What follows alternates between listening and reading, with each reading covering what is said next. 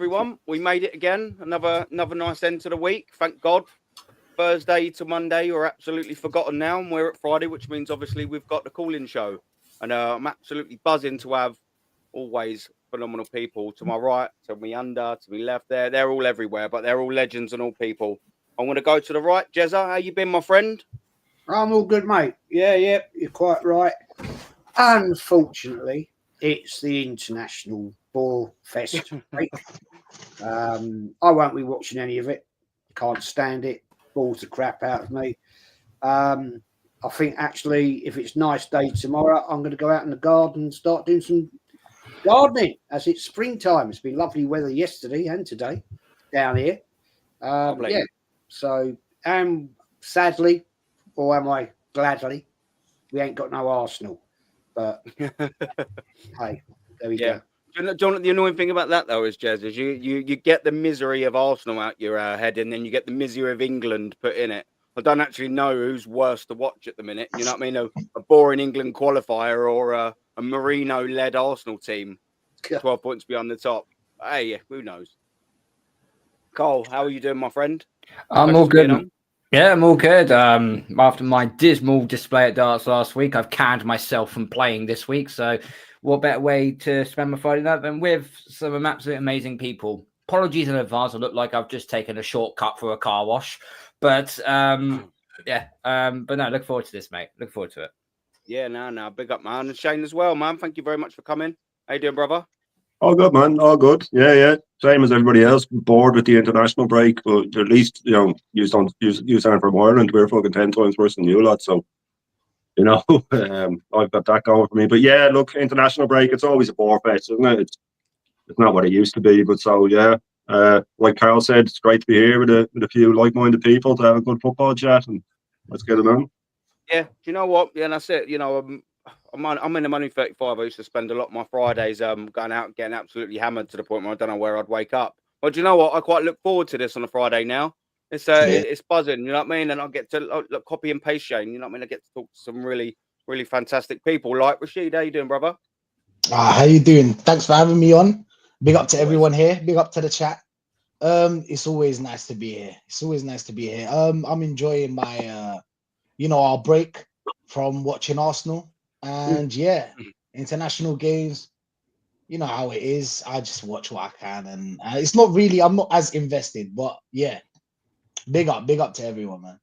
Yeah, no, top man, and as well, Normski, man, big up as well. I know you're a very busy man at set times and on set days as well. So anytime you can give me is always greatly appreciated. You know that, brother. How you doing, my friend? No problem. Thanks a lot for having me on again. Big up to all the panel. Big up to the chat as well. Yeah, as everybody has said and reiterated, it's international, and I'm not really invested either, So it's good to have Arsenal therapy chat at the weekend, Friday night, you know what I mean? Rather than, as you say, going out and getting yourself smashed. Even though I don't drink, but you get me, you know what I'm saying? It's all good. Yeah, no, like I said, big up, man. And so what we're obviously just going to nip into, so you'd have all seen reports. You'd have seen it, some maybe yesterday, early reports, but a bit more confirmation today, which will be at the bottom of the screen now. So Calafiori is out for up to 3 weeks. I mean, Arsenal for years, it's not just under even this setup. I mean, we can go back decades, and just the international period isn't our fan, is it, in terms of keeping players fully fit? And I mean, to be fair, if there was a player to get injured, I wouldn't actually mind it to be Calafiori because, well, we can't defend, can he, Jez? Well, I didn't actually know he had been injured until you just informed me backstage. What concerns me is why do we keep getting these injuries? It's a concern. I mean, it happens all the time, and it's happened way too frequently for my liking. Something is badly amiss with, I don't know, the fitness or the training schedules that these players. Do you know what injury it is? Anybody know? Anybody? To do with his knee? Yeah. It is a knee. Yeah. It's like grade 1, grade 2 is a minor. But another knee injury. I mean, what is it with Arsenal players suffering from knee, hamstrings, injuries? There's something common factor here, and you have to look at that and question that. Yeah. So seriously, if I was the manager, right? If I was the manager right now, I'd be saying, what the hell is going on here at the training ground? What is happening here? Because this is way too common and frequent, and I don't like it as the manager because you're costing me players. But get back to the point. He's out. So he's out for what, 3 weeks? So potentially that'll be a month, possibly 5 weeks, which means he won't be there for the Real Madrid home game. Am I worried about that? Not really, because that means we might actually get a proper left back in there, Kieran Tierney. Yeah. But who knows? Who knows on this one, guys? But it does concern me that we keep getting these. I don't know. It's been going on now for about 4 years. Too long, isn't it? It's too it's too much. Something here. There's always a common denominator, right? In something, and something's not wrong. Something is totally wrong here, and we must investigate this, surely. But hey, there we are. Yeah, well, the thing is as well, as you say that about the investigating thing, and you're quite right in the points that you make. They're always the same injury. It's always the same 2 or 3 injuries, ain't it? You know, and you sit there and just think, well, you know, if you're getting them same set of injuries over the period you've been here, you know, maybe it's something that you're doing, you're setting them up to do. Maybe it's some form of way that you're setting your team up to play. Maybe it's a certain thing in training. Sort of, we will never really know the ins and outs of that. All we can see is we're getting constant similar injuries, and they're not going away. And we haven't got the squad to be able to deal with that, have we, Carl, man? What do you think of the injury to Calafiori? Are we going to be able to survive without him? You know the gift that Jeremy Clarkson does when he goes, "Oh no." Anyway, that's basically what I thought when Calafiori got injured. Listen, we don't wish on anybody to get injured. We really don't. But Jez is absolutely bang on with regarding of, you know, it's becoming a regular occurrence now of these knees and hamstring injuries. It's not just a one-off incident or twice it's just bad luck. This is happening to every single one of our players that goes down, and that becomes a trend. That becomes something is worrying. Something is we're doing in training which is not right. Whether it's I've got a funny feeling that it might be too intense. You shouldn't be going flat out in training. You should, especially, you know, when you come back off. You finish, you're playing the game. You just have like a walkthrough. Well, we call it NFL teams do it. They have a walkthrough, then they have a proper training session, maybe another walkthrough at the end of it. So they're not completely getting burnt out all the time. And I just feel like it's another one of these injuries where we're kind of just, as I said, it's Arteta's way of how he's doing this. But unfortunately, it's one of multiple things that he's getting absolutely horribly wrong. If Calafiori was a half-decent left-back, I'd be a bit disappointed. But the fact he can't defend an Easter egg on a bank holiday is, you know, it's not the be-all and end-all. I mean, what's the next worst-case scenario? We put Zinchenko at left-back? I know Zinchenko is not the best left-back in the world, and he doesn't really defend that great. But compare him to bloody Calafiori. He plays like fucking Lee Dixon. Sorry, I don't want to put that into the words there, but you know, that's just it is. That worries me now that Lewis Skelly will end up playing in the first leg against Real Madrid, and it does extremely worry me that, you know, we've got a perfectly good left back who could defend, go forward, and put a good cross into the box of Kieran Tierney to help us along the way. The Calafiori, look, it's not the be all and end all. He'll be back in 3 to 4 weeks time, but it's not really something I'm worried about, to be honest. Unless you're apparently going to stick him up top instead of Mikel Moreno, there isn't really much more you could say on the matter regarding of his injury. From three, Mourinho and Calafiori, isn't it? And Zinchenko, that's where it'll end up. That was the plan all along, though, wasn't it? That's phase 6. Running a mum and pop shop, aren't we, with this fucking football club? But anyway, just quickly before I bring Shane in as well, chat. I will be putting the link in the chat. Pinned, it will be in probably about 10 or 15 sort of minutes or so. If you have got any questions, I'll get them in quicker than I did last time. Make sure you put a capital Q in front of them, and I will get to them. I'm just going to come to the chat very, very, very quickly before I bring you in, Shane. Hendo as well, big up, Joseph, man. I've starred your starred what you just said there, DJ Crane, rather. Big up, mate. Arteta on Trent, yeah. They never learn, mate, and you make a good point as well. I said this to DG earlier. Yeah, Bologna defenders, man. We just need to never sign centre-backs or even defenders from them at all, because the last two have just been absolute trash, haven't they? So, yeah, 100%. And just wanted to reply to this. I've spoke to Lee about that absolute fucking Top Gooner bell end. Yeah, don't worry. I'll be on Potts' show very, very, very soon. And, yeah, it'll get cooked, bruv. Trust me. Don't worry about that. Big up. How you doing, my friend, Mark? Always a pleasure to see you here, bruv. Yeah, get the likes up as well. FC, big up, bruv. Hendo. Shane, how you doing, my friend? What do you think of the Calafiori sort of scenario? Is it maybe a great opportunity for us now to finally play our best fucking left back at the club? Only taken 4 years. No, that's it. Yeah, cheers for having me on. And yeah, no, you're good. Calafiori, I mean, Mr. Glass, I don't think he's much of a miss. And I'm definitely of the belief that like 95% of our club's problems, this is down to Arteta's training, it's down to his intense tracking back. As Jezza pointed out, knee injuries, hamstring injuries, they're all fatigue injuries, they're all just being overrun. These aren't players getting snapped in half, you know, like Ramsey or Eduardo. These are fatigue injuries. Is Calafiori a miss? No. Would he have played? I have a sneaky feeling he might have.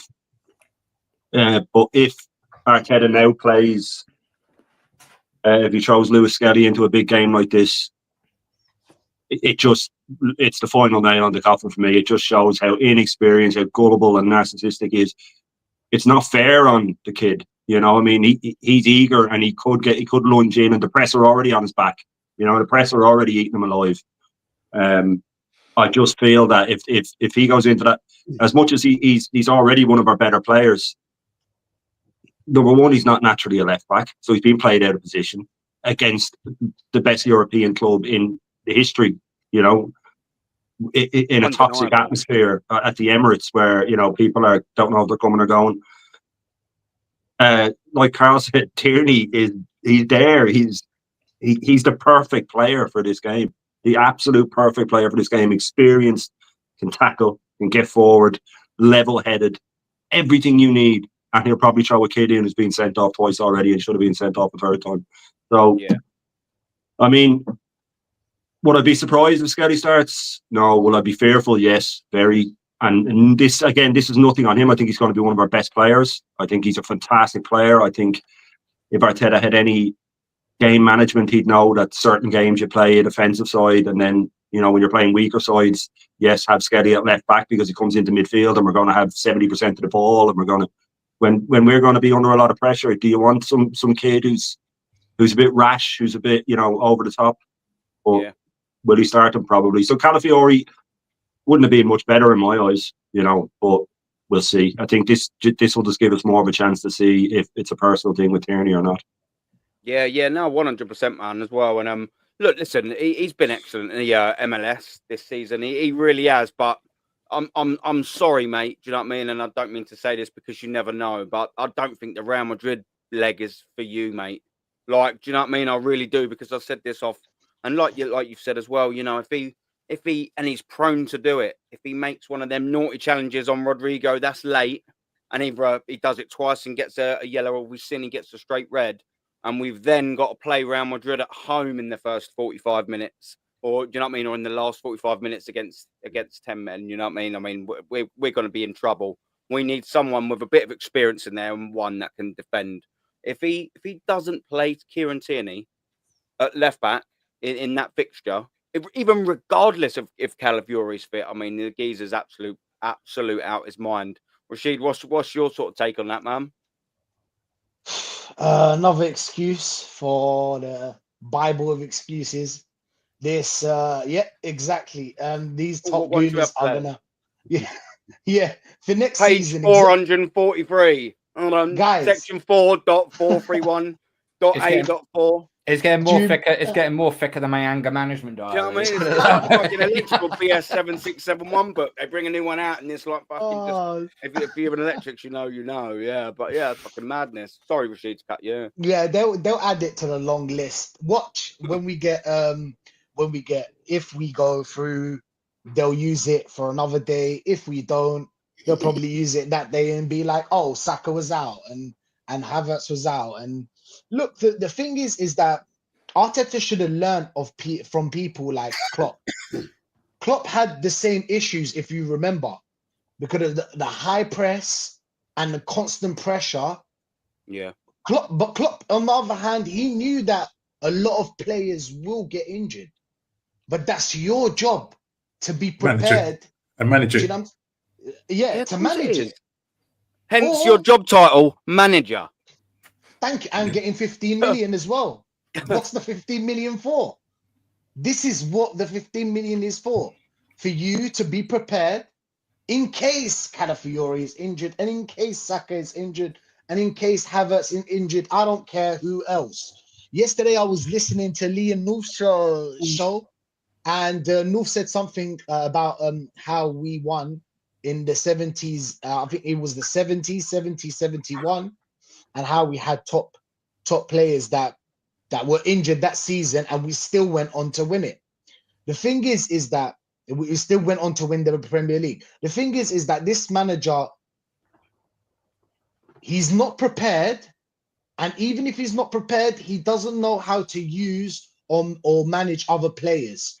So, for example, if Calafiori is injured, now the whole plan goes to pot because that was our plan. There is no other plan.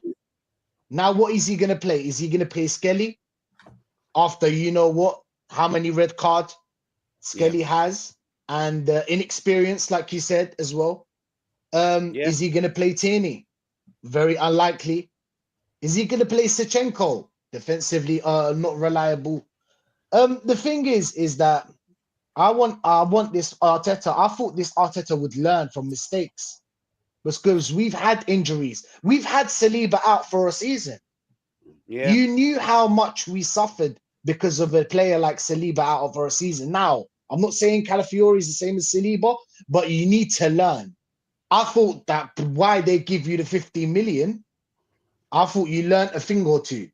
Rashid, bruv, that injury, that Saliba injury ruined our season and possibly the title 2 years ago. So you thought, wow, we really need a right-sided centre-back. That was 2 fucking years ago. Have we signed one? He either takes too long to learn, this manager, or doesn't fucking learn. That is not good at 15 million quid a year. I'm sorry, bruv. Do you know what I mean, Rashid? It's just not good enough, mate. Not good enough. Now it's just going to be an excuse. That's what it's going to be. Even though nobody rated Calafiori, but it was still going to be an excuse.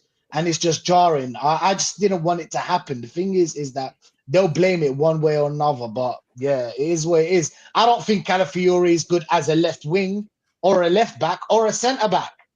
I just don't think he's good at all. I think he should leave. But if I was to play him, I'd probably play him as a striker instead of Moreno. But who am I? I'm not Arteta, am I? Yeah. But I mean, like you said, to go just before we get to Normski, that is in itself, and I've said this before, that's frightening. I'll tell you why it's scary. I'll tell you why that sends shivers down my spine. It's because in 5 fucking years and £750 million spent, our 2 shit signings in the summer are our striker options. Pathetic. Normski, what you saying on that, bruv? Left back. Do you know what I mean? There's many other things to criticise, of course. Let's just keep it at the dross of left back that we've signed in Calafiori. What's your old take on what you think, my friend? Oh, sorry, it was me. Well, the other. No, I had my camera off. I had my camera off. Apologies for that. No, sorry. That's okay for you, sir. You right, sorry. I might be raining on a bit on your parade here, Aaron, regarding DJ Crane's. He put something in the chat. I sort of picked up on it myself. You may have started. I don't know. But he says versatility players equal injury-prone players. And this is one of the things that we obviously know that Arteta likes doing with players. He likes to get in these players to play in multiple positions. and just the whole training regime, the way he trains his players, running them into the ground. Not only that, I've got some damning numbers. I'm just going to read out some damning numbers, right? So here we go.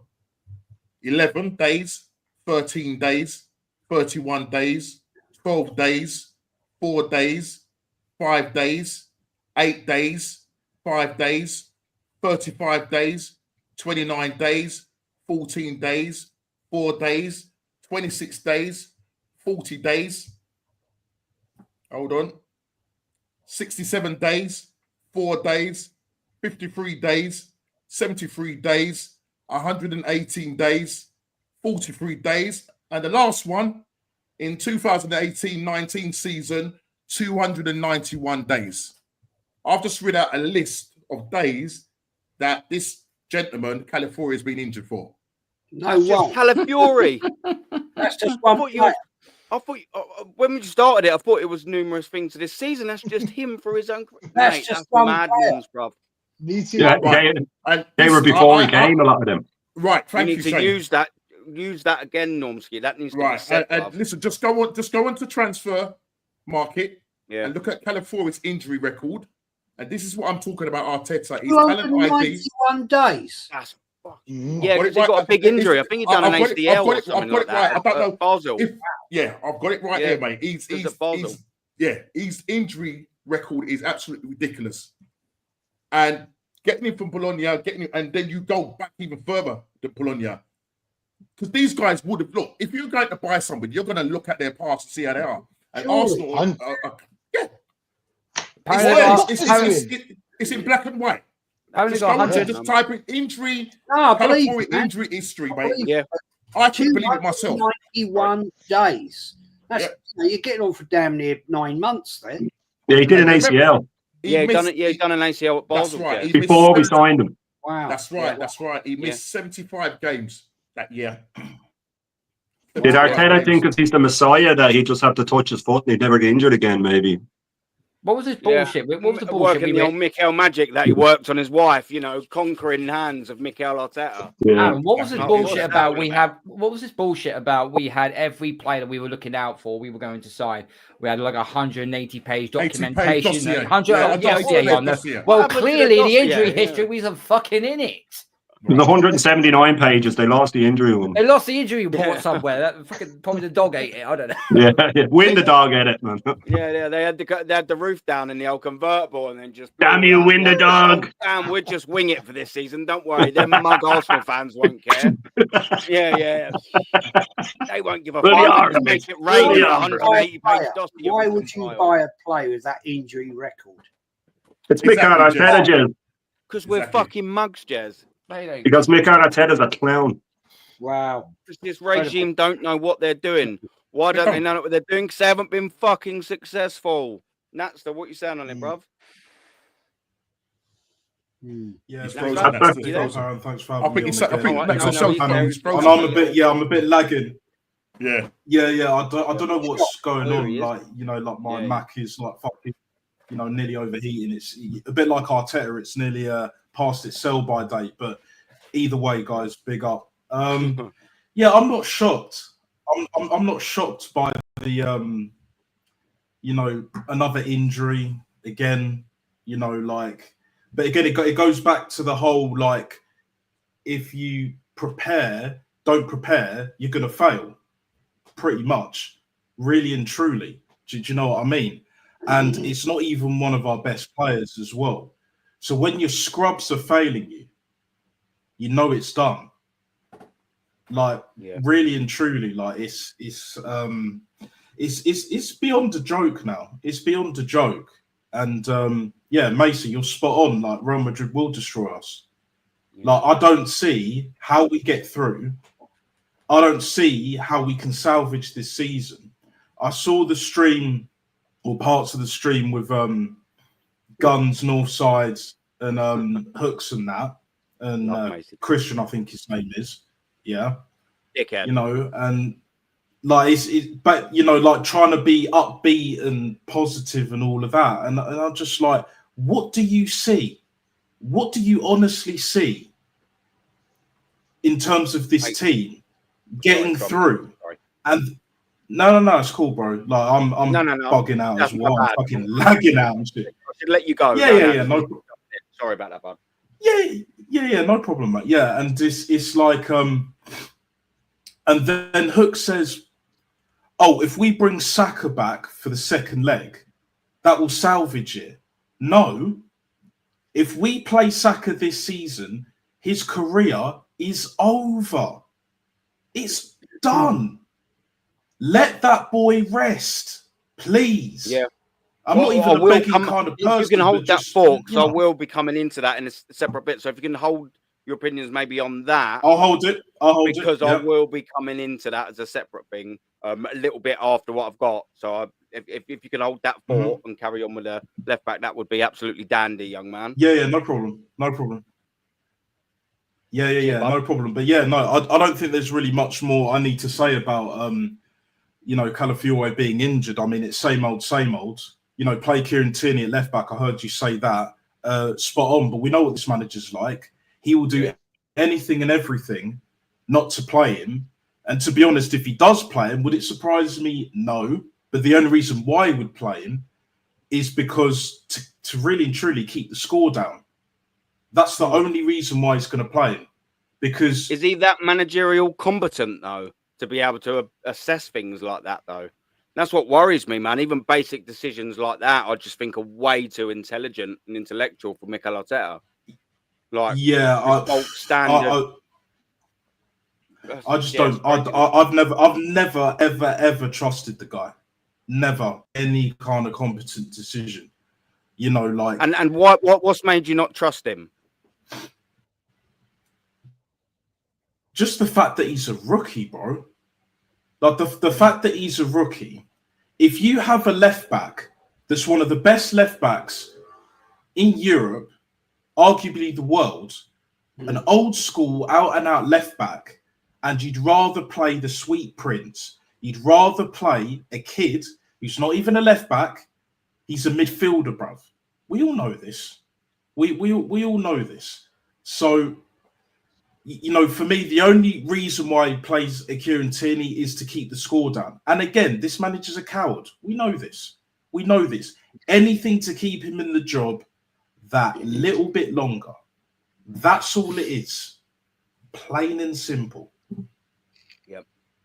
Yeah, no. Listen, it's absolute fact. I will move on from the Calafiori thing now. I just wanted to sort of get it out there. It's just bloody so typical that an international window comes and guess what? Arsenal's got a player injured. But like I sort of said, if there was any sort of position and any player, not wishing injury or illness on anyone, but Calafiori would have been the one I'd have sort of handpicked, really. If I'm being honest with you, I'm sort of hoping maybe it might be one of them little blessing in disguises for actually to nudge Mikel Arteta, because we know Mikel Arteta can't make choices for himself. And by that, I mean, he gets credit for some reason for ESR and Bukayo Saka. He gets credit for Ethan Nwaneri and Miles Lewis-Skelly.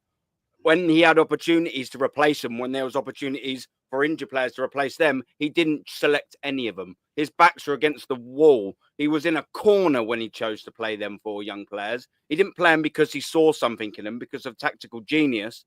He played them 4 kids because he had absolutely no fucking option whatsoever. And that's why I hope maybe the Kieran Tierney thing starting against Real Madrid or just getting him back there would be that it's unfortunate that for Arteta to play his best fucking left back in defence against the best team in Europe, one of the best teams in Europe, we have to get players injured for him to see him do it. That's what level of people that ain't in here don't know about Mikel Arteta. That's the level of spastic we have to deal with this manager, man. It's no good. It's no good. But listen, I will move the topic on. We've got a couple of people jumping in here. And obviously the next little bit will be what I want to talk about. So we got obviously new deals for players, yeah? And there's obviously 6, and I'll run the names out. The 6 are for Miles Lewis-Skelly. I think he's on $4,000 a week at the minute. And you've got Ethan Nwaneri on $6,000 a week. So I mean, I think they are actually due bumper deals. But it wouldn't surprise me if Arsenal give them $300,000 a week because they don't know how to negotiate a contract. And of course, Martinelli, who's on 180 already. Yeah, they're negotiating for it for New Year's. I really hope he don't get or at least if they're going to give him a pay rise, give him 10 extra on it. They can't start going in the 200s with that geezer. He ain't done anything since that. And of course, you've got Bill Saliba, you've got Gabriel, and you've got Bukayo Saka. Do you know what I mean? There's 6 players there that they're trying to negotiate deals, all of which have got 2 years left on their deal. And I obviously want to go in with Jezza straight off from the bat. And what I sort of want to say is, man, is we can't leave ourselves, Jez, in a similar situation that Liverpool were in. Now, you know, they've won the title this year, probably because of the 3 players, or definitely at least 2 of the players in Virgil van Dijk has got 1 year left. And obviously, of course, Mohamed Salah, and we know Trent has as well. Been 3 excellent players from this season. But they're in a real shitty position now, Liverpool, and we can find ourselves very much worse position, you know, come next year if we don't get this sorted out. What can you see on these? Can you see us actually pulling our finger out and getting these 6 signed, Jez, as well as all the signings and the sales that we've got to do? This has turned into a mammoth summer, boys. A mammoth summer. Can you see it happening, Jez? No. Basically, we've gone back to exactly square one when we had a better team under Emery when Arteta took over than we have now. We've regressed. There's no argument. We've regressed. We had strikers, Aubameyang, lack of threat. I mean, lack of threat wasn't great, but Aubameyang, Golden Boot winner, right? And we've gone a total circle. Yeah, we had Ozil, 1 great season, and that was that. But we've had that before. Yeah. But you look at what we got now in up front. We have nothing up front. Saka is good. He's very good. But he ain't going to get you 30 goals a year. Yeah. That's proven. That's fact. Yeah. Havertz, waste of space. He ain't going to get you 30 goals a year. Proven. 10. Martinelli, he ain't going to get you 30 goals a year. Decent under Emery, 15 goals in 17 games. Very good, but has regressed. And you have to question why. Why has he regressed when he had such potential?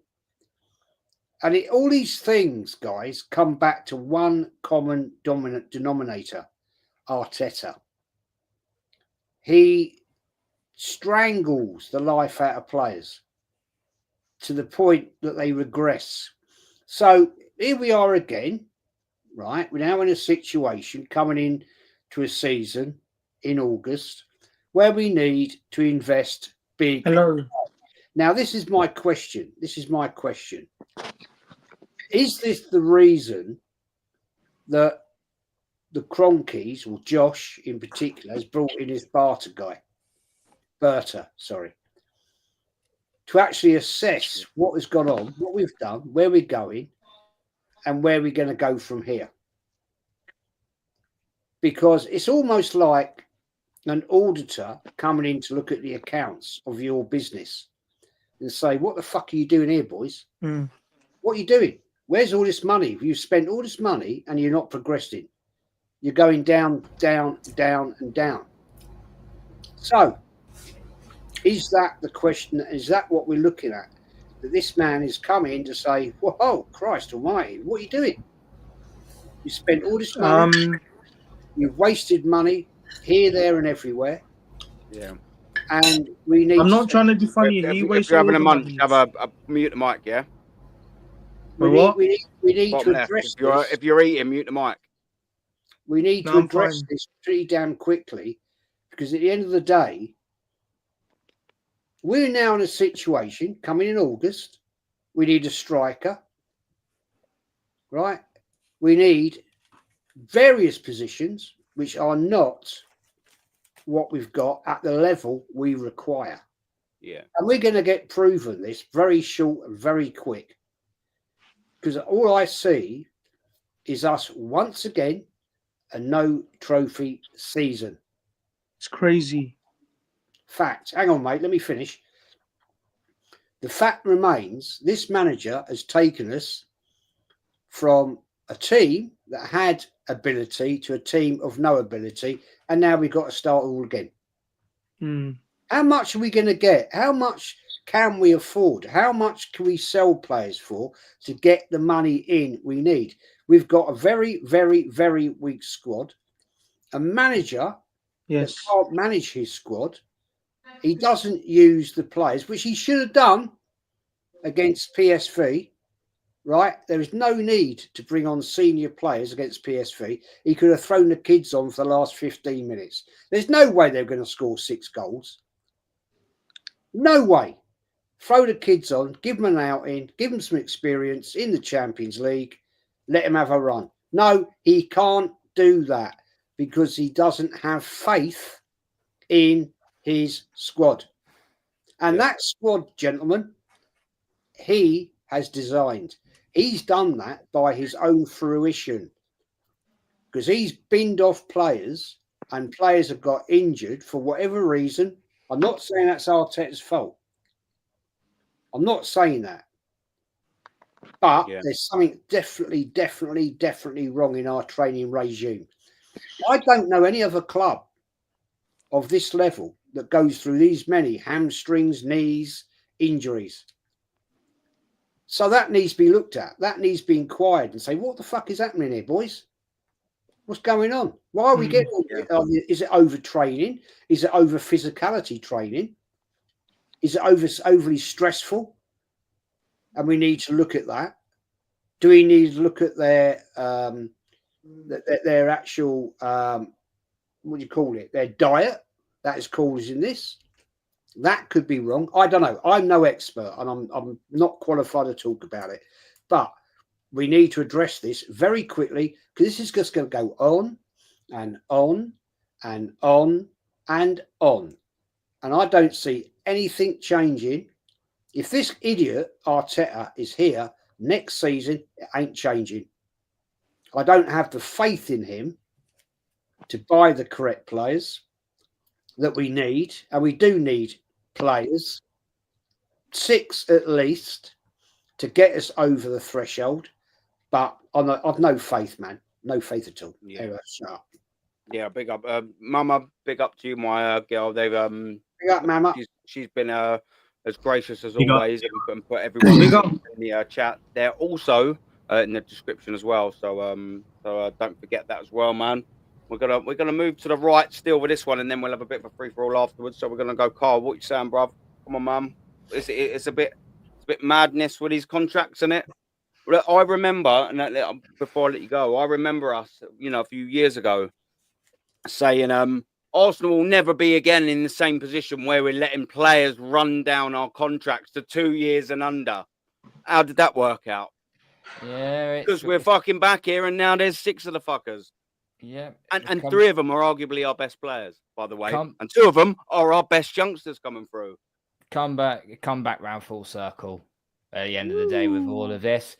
Lewis Skelly does deserve the new contract. So too does Ethan and Wembley.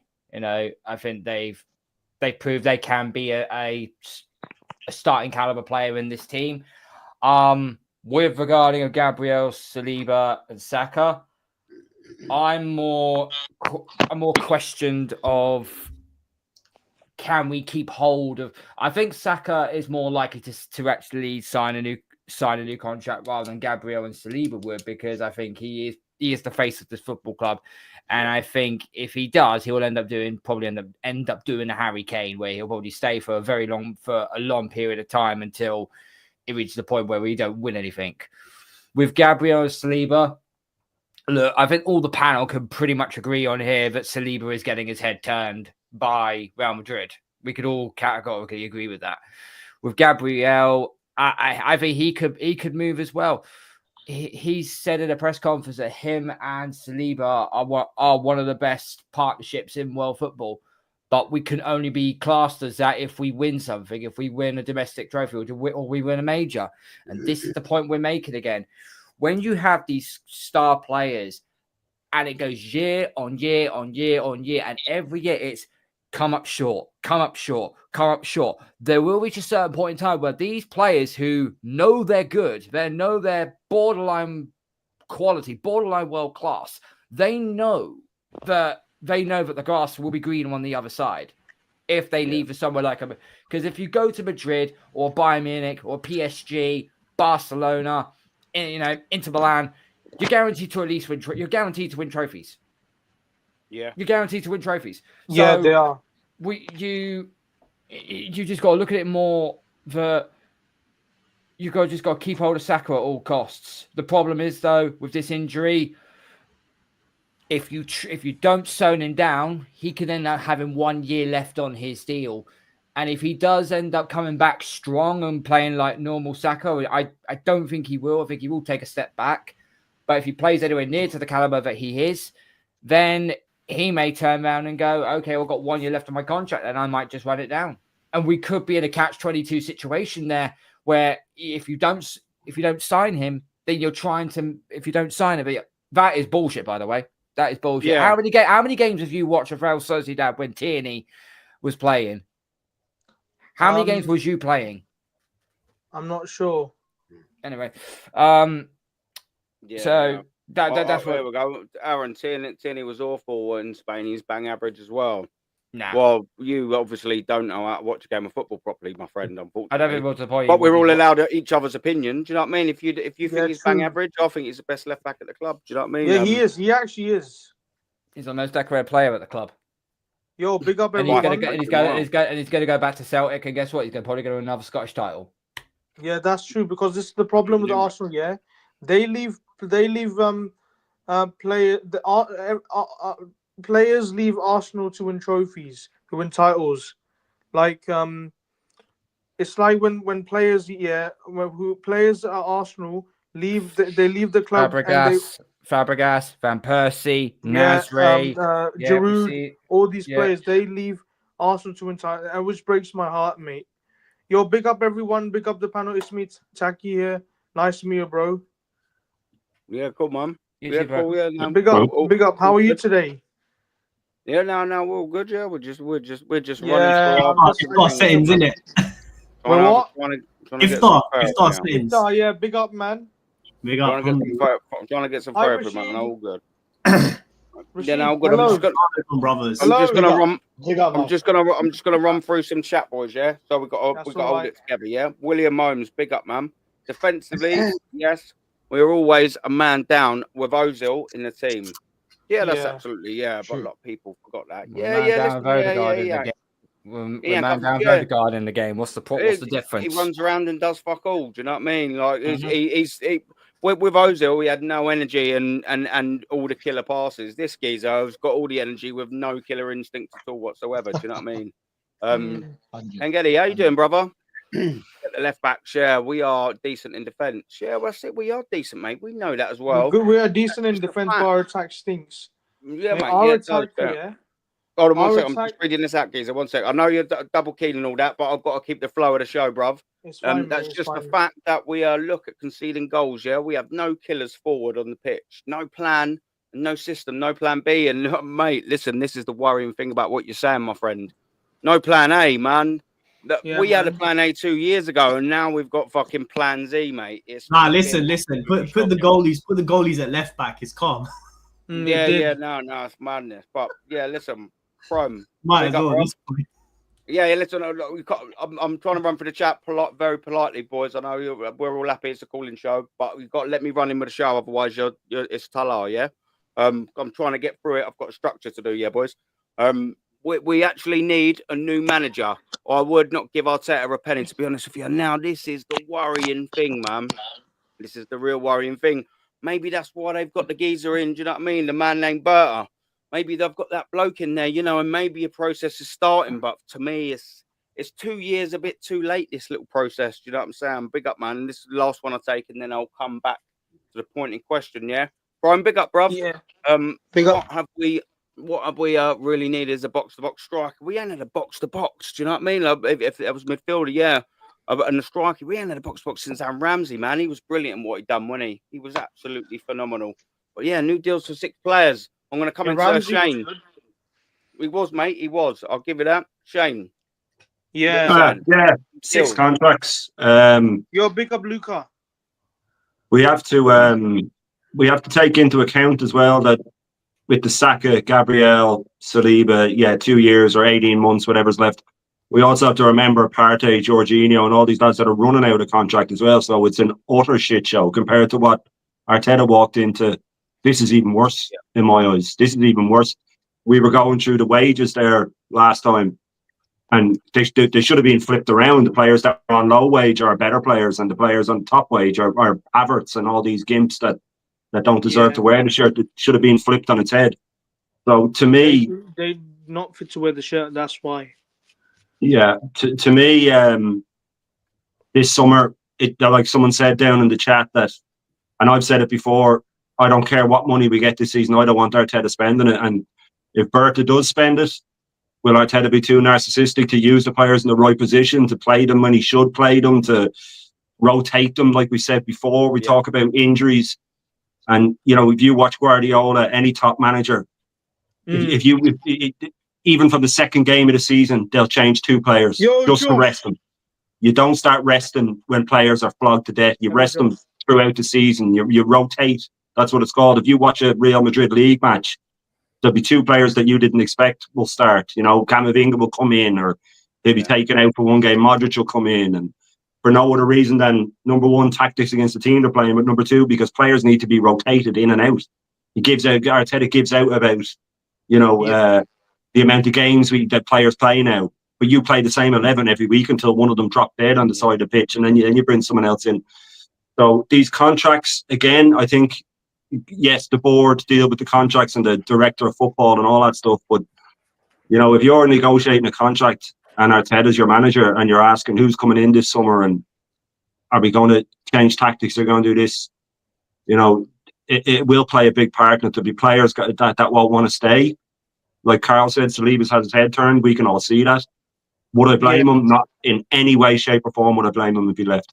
In fact, I'd be a little bit worried for his winning mentality if he stayed. You know what I mean? So, he said that he had the greatest centre-back partnership with Gabriel, but like Carl said as well, sorry to be walking all over your points here, Carl, but he also said that, you need to win things. And I don't see Arteta winning anything. Yeah, I haven't been this angry about Arsenal in a long time. I feel pain, man. I feel sorry for you, mate. Yeah, and this is just, I think it's the worst state we've been in. I think it's only going to get worse. We all know it's going to be Sesko. We know that. These Isak rumours, I think the club leak half of them to keep the fans off their back, get them excited. What we always do, we always promote the beauty queen and end up parading a pig at the transfer when the transfer is done. It's always the same. We say we're going to get so and so, and we think it, and we end up with the wish version all the time. And like we said before, with the contracts, if you're Saliba and they say, right, we'll give you 250, are you not going to go, well, Havertz is on 280. I ain't getting paid less than that clown. Big up Josh. Exactly, mate. It's not going to happen. So that will be. Arteta will die in his own sword with Arteta, I think, or with Havertz. I think that was.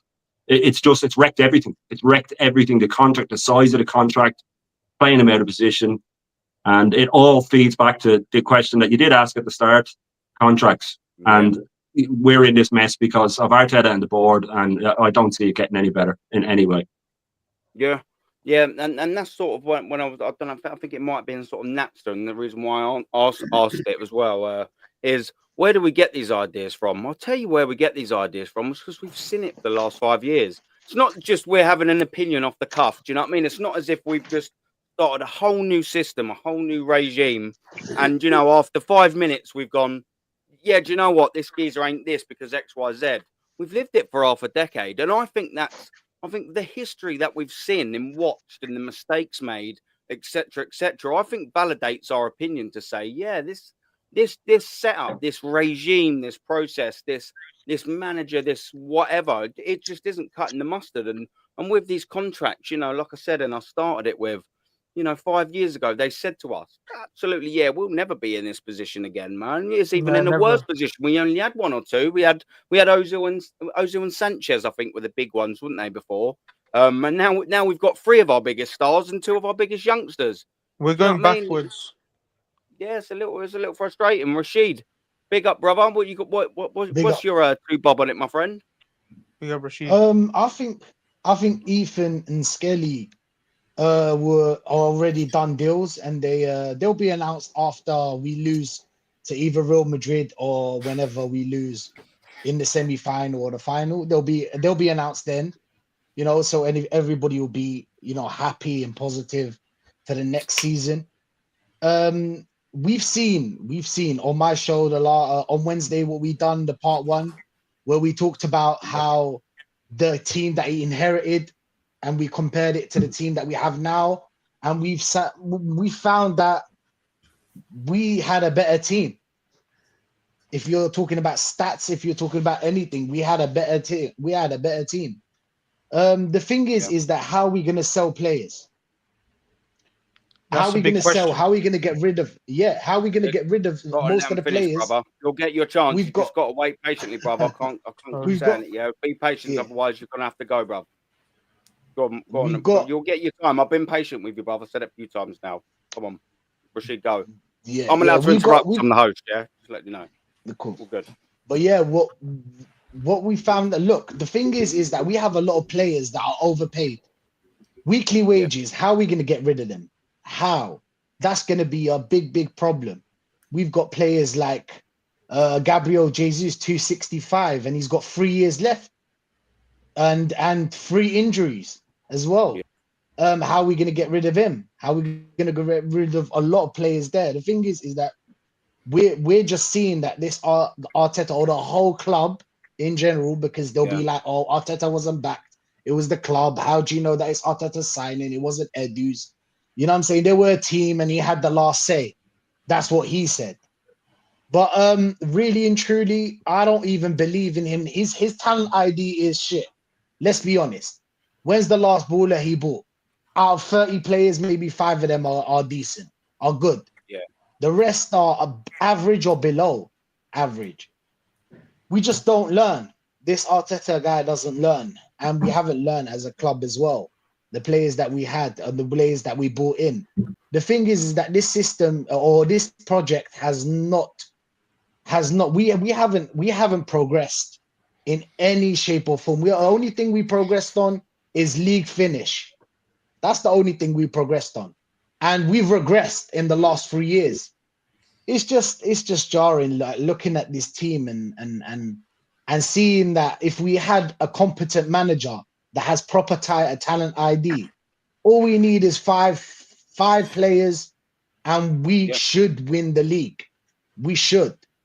But at the end of the day, what am I? You know what I'm saying? What are we gonna say? They're gonna find excuses, and they're gonna find a million excuses about this manager and how it wasn't his fault, why the players are injured, and why they're not performing, and they'll bring a lot of they'll find a lot of excuses. But at the end of the day, the facts are there. You can check transfer market and you can see what these players are on and what they were on before we bought them, and what they gave to the team, which was not much on what they were on, the money they were on. But yeah, it is what it is.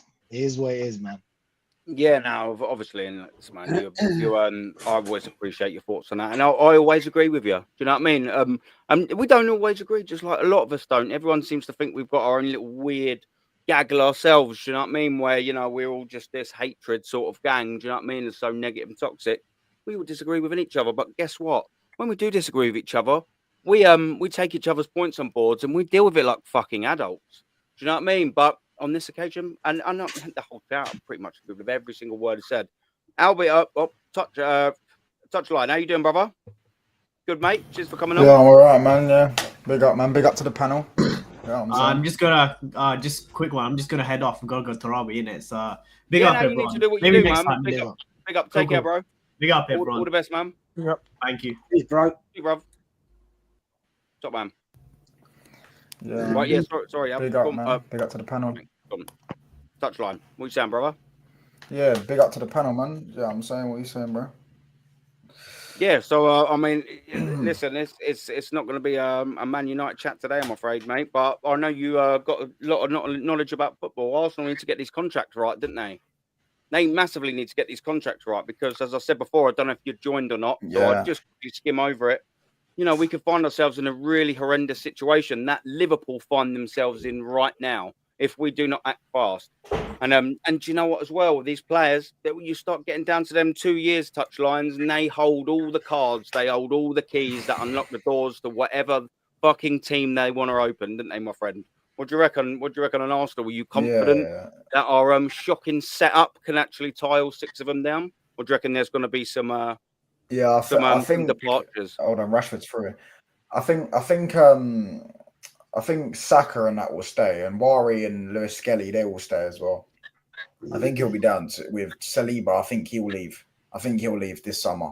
Has he got 2 years left after this summer? Yeah.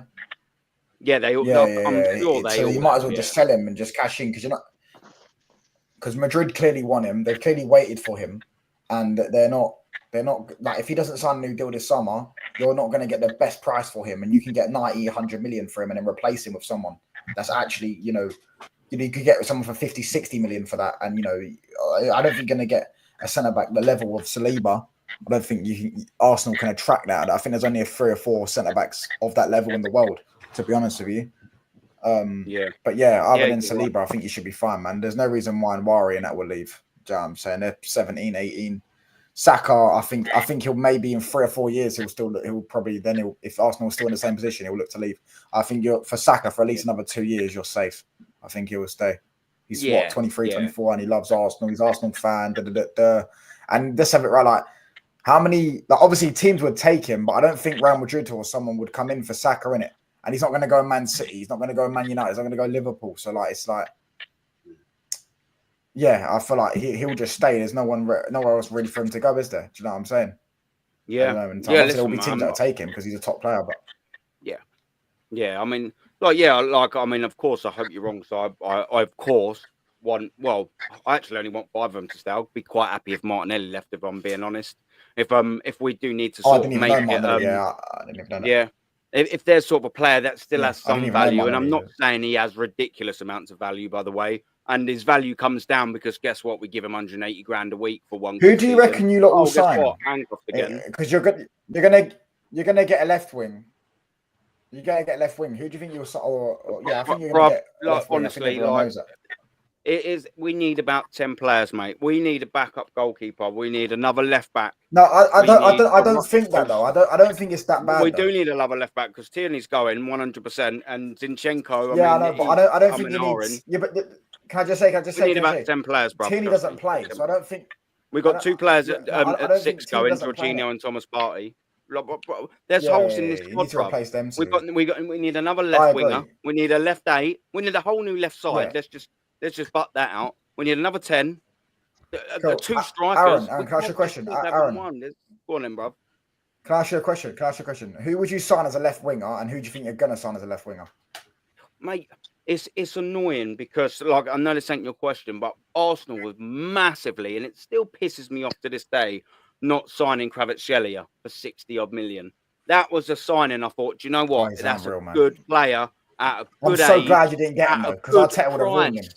But that's what the opportunistic signings Arsenal do not do, and that's what bugs me, mate. Like I'm really gutted we didn't even at least throw our hat into that signing. That's just so poor. But it doesn't surprise me, and that's so poor that it doesn't surprise me in the same thing. You know what I mean? Do you know what? On the left side, we're not sort of blessed with them as much as we did.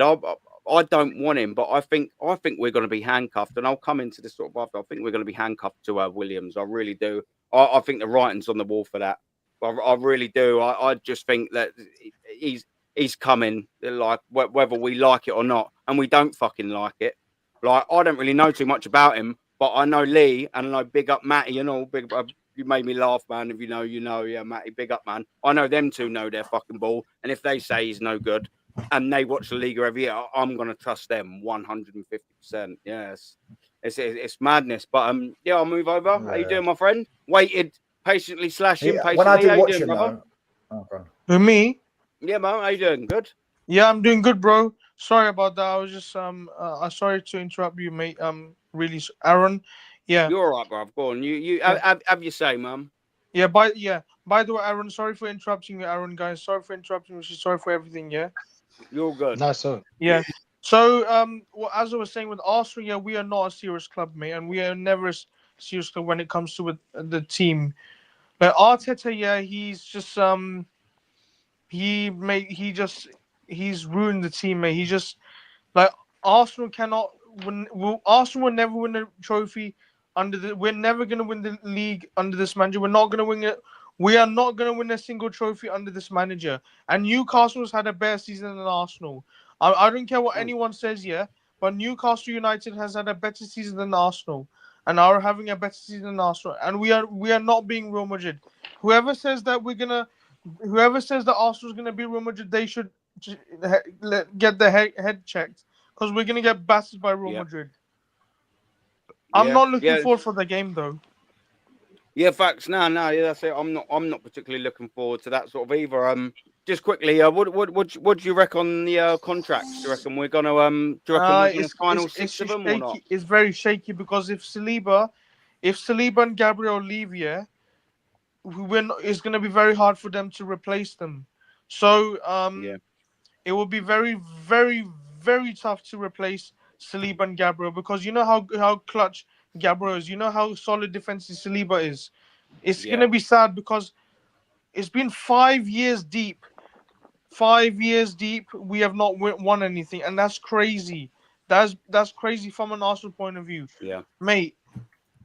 Like, yeah, man. AFC always said that Man United in the last 2 years have had a better season. Yeah, facts, bro. They've had a better season than Arsenal, because we are Arsenal Football Club. Yes, at the end of the day, we have to start delivering trophies. We need to start delivering stuff, because now Arsenal have destroyed my mental health problems. They have destroyed my mental health problems, and this is what pisses me off here. That look, Odegaard, yeah, he is not my captain. I like Odegaard, but he's not my captain. He is not captain material. Martin Odegaard is not captain material, and that's a problem. Like, I'd rather have Gabriel to be captain than armband. Like, what's happened to Martinelli? Martinelli has been poor. He's been my fan favorite in the last few years. Trossard as well, mate. The whole team has fell off now.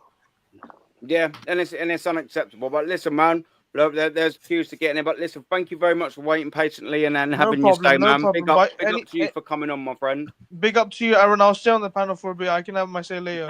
You take it easy, bruv. Bye. By the way, Aaron, it looks like someone in the chat. Lewis Skelly has just scored. Oh, was he really? He's just scored. Good boy. On his debut as well. Wonder boy. You know what? Fair dues, man. That's on debut. Absolutely buzzing to the lad.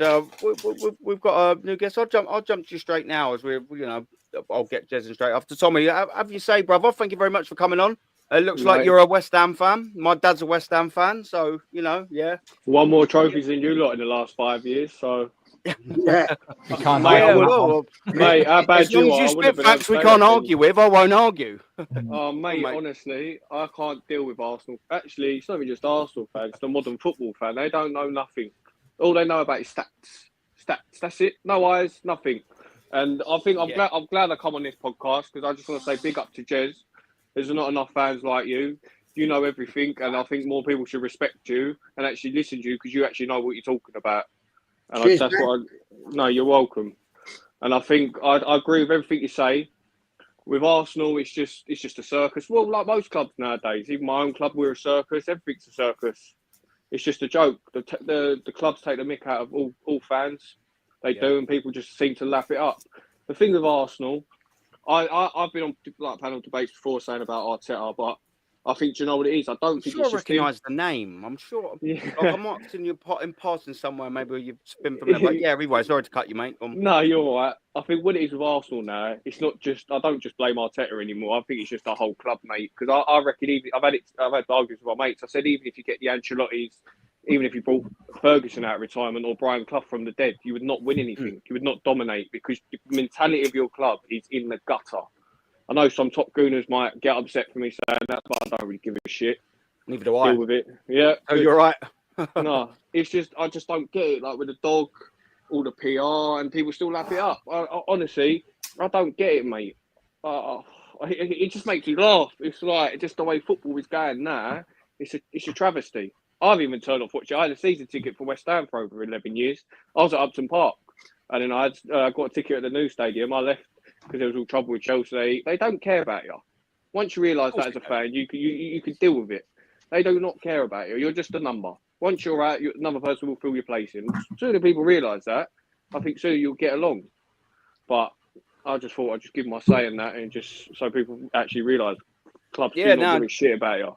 Do you know what? I'm so glad. I'm so glad to hear that from another fan of a different club, right? No, because you're talking absolute fact. Yep.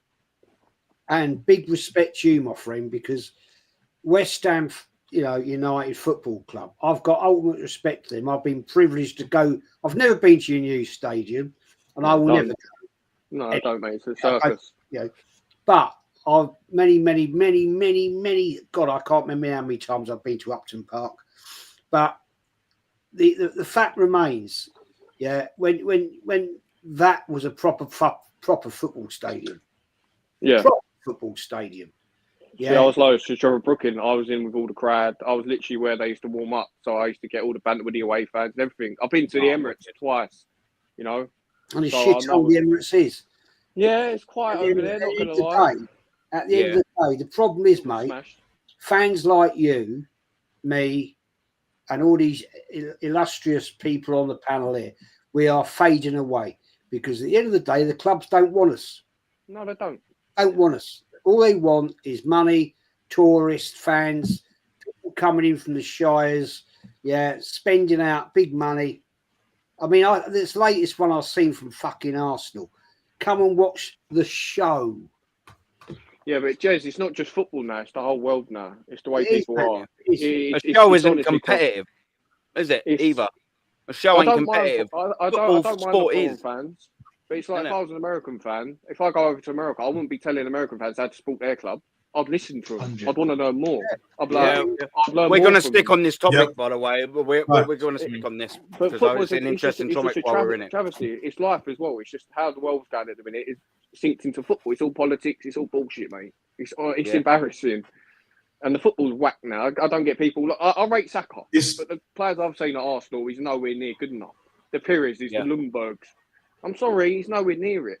It's good now. Don't get me wrong, but the players now are just absolute. They're just athletes. They're nowhere near. I've done this. I think it was on Monday, or it might have been last Friday. It was one of the two, and we were sort of going through the panel. And we was having a little compare of what players were getting now, and not one of them getting to that starting lineup. You'd have shouts that you could maybe have a little argument. There was mainly maybe Saliba for Kolo Toure, but I mean, you'd be happy either way, wouldn't you? Sort of thing. There weren't really big shouts and. The fact that a rival fan like yourself can sort of see and appreciate the fantastic squad we had 21 years ago to the shit that we have now. And I can put on because I'm a football fan first. I say it to everyone. Yes, I'm a West Ham fan, but I'm a football fan foremost. Yeah, I'm not just a West Ham fan. I could take my hat off and become a football fan instead of just being biased because I'm not a biased person. Yeah, it took me about 5 seconds to tell that. Yeah, you can just tell when someone, isn't it? Now you can tell. Yeah, big up to you, brother. You can tell. No, it's just the way it is now. You can't say anything, otherwise you get called negative and toxic, and it's funny. Yeah. It's like okay, mate. It's at least I talk the truth and not just be told like lies because that's what people do now. They'd rather be told comfort lies than told the harsh truth. Do you know what these top goons are like? I use this analogy all the time. They're like fucking women. That they just get brought up. If they're good looking enough, they don't have to do anything. They don't have to work hard at school. I said modern go on a yacht football fans are modern that. feminists. Life's easy, isn't it? Rainbows, sparkles, glitter, spinning around. It's all fantastic. Arsenal is the perfect example of that. Arsenal is purely the perfect example of that. It's a circus. Modern football is a fucking circus. The circus is in town. It's here to stay. Buy your tickets. Roll up. You know what? That's so real football thing.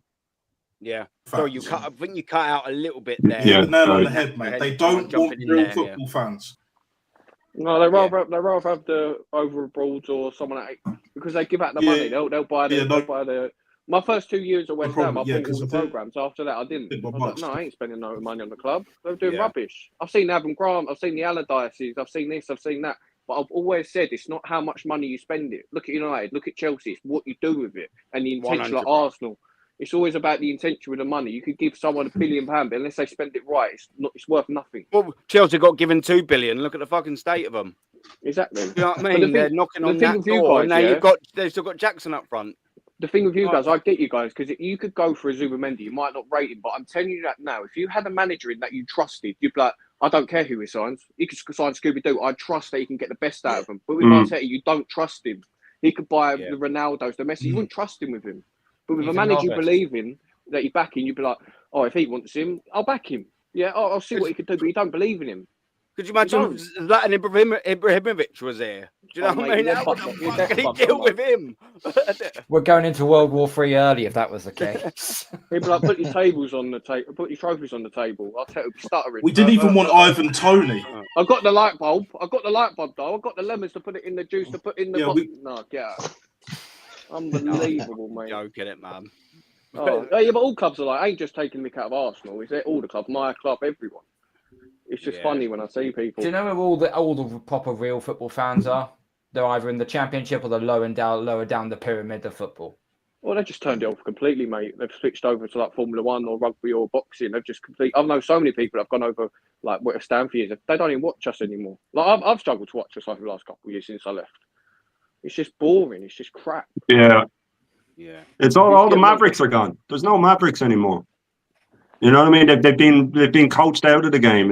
Every team, all the players, all the modern day players. I was doing a video today and I just winged it. I was sort of going on about football nostalgia. Was it actually better when I was young, or do you just think that when you're older? But I was just looking through a list of, the Ballon d'Or nominees for sort of late 90s, early 2000s. And they piss all over anything that's out there now, And even if you went down to the 20th, 30th, the football's just being overly coached now. Everybody's robotic. Everybody's afraid to try something new, and it's painful to watch a lot of the time. And Arsenal are the absolute pinnacle of a team that's just overly coached, and coached wrongly, by the way, but overly coached to where players are afraid to try something new. Players are afraid to try and beat players. And you see it a lot. I was looking at the old sort of Hungarian team of the 50s that were the first to start popping the ball about in possession football. And, now everybody does it, but is that a good thing? There used to be clashes of styles, especially in Europe. The team could come up against a team from Holland and they play completely different football. And it'd be a beautiful thing to watch. It'd be an amazing contrast. It was like when the Dutch team of the 70s met the West Germans all the time, and Germany were gritty and Holland played football that was completely different to them. Completely different. And magic happened on the pitch. But now every team plays the exact same tactics. They all want to be Pep Guardiola. Stoke. It was two different styles. It'd make a good game. But that's it. And I mean, it's all gone now. It's all gone, especially in top level. It's gone. And you get these teams coming up from the Championship and they want to keep playing the same way and they get absolutely smashed back down again. And it's really like even coaches are overly coached. They have no mind of their own. You used to get clashes of coaches. You used to get. There's no personality in sport anymore. None, because it's not allowed. It's not allowed. It's been wiped out by social media. You can't have a personality. You say something wrong, you get cancelled, or you get your career ruined. It's all about keeping them on side. It's about keeping everybody happy. It's about keeping everybody happy, and it's why when something does come out, it's a big scandal. You know what I mean? It's why these players have releases like gambling and things like that, because everything else is being just smashed out of them. Players need to be. 15 years ago, you watch teams like 2008 in the Prem. About 4 or 5 players would be like the best players from each team. Every team. It's ridiculous. Yeah, but that's the thing. And the forward thing. Go on, sorry, Shane. Go on. No, go on. You're all right. Go on. No, go on. Now you're on a roll there. I was just going to jump. Yeah, but that's the thing, though. Like I said, I made that video today, and I didn't even really research it. I just see if it would work, and I was trying to compare different eras, and it sort of just, to me, it got a bit boring by about 2015 onwards. You know what I mean? It was just the same shit, and it was the same teams and the same coaches and the same. I was looking back, going, with the Madrids and Barcelona, like the Galacticos and all that sort of stuff. It was outrageous, but at least it had personality and it had, clashes of styles and all that sort of stuff. And I just find now that with the likes of Arteta, he'll just never learn anything new. And we've seen from him that he doesn't learn from his mistakes. We've seen that he won't play Tierney when we all know we should play him. We've seen that he won't play Wanyeri when Odegaard was injured. And they're all like that. Like that gentleman then said to West Ham. Sorry, I forgot your name, mate. Like he said, there's no personalities. You know, there's no personalities. So everybody's too afraid, and it can get a bit tedious. There were so many characters of football back in the day, but that's why we love them as fans, but now it all just seems to be, it's all micromanaged, it's all system based, it's never, you can't put your foot out of line, this, that, and the other. The sport has become boring, and I'm going to be very, very worried in the long run that many sports, as well as football, is going to end up becoming that same sort of reason. I know for a fact the NFL is slowly becoming, but it's nowhere near in the prime. I know the NHL started. The NBA we're definitely well and truly into it. So it's worrying, not just in this sport alone, but for every other sport around the world. It's concerned. Even the Olympics now is a fucking joke. Blame Pep since he came to this country. I swear to God, blame Pep because everybody. He's the only one that wants to win. He's the only one that wants to win. He does want to win. I think he's got pedigree. That's why you can allow Pep. If we want to change tactics to be dirty, his system. But Arteta has changed that tactics. But you got no CV, bruv. You've got no clout. You've got nothing in the pocket, mate. You're shit. Lemons, you can't beat Pep. You can't beat Pep at his own game. Do you know what I'm saying? You can't beat Pep at his own game. Klopp used to go against Pep with his game. If you see when Alex Ferguson, Arsene Wenger didn't try to copy Alex Ferguson. He brought his own football.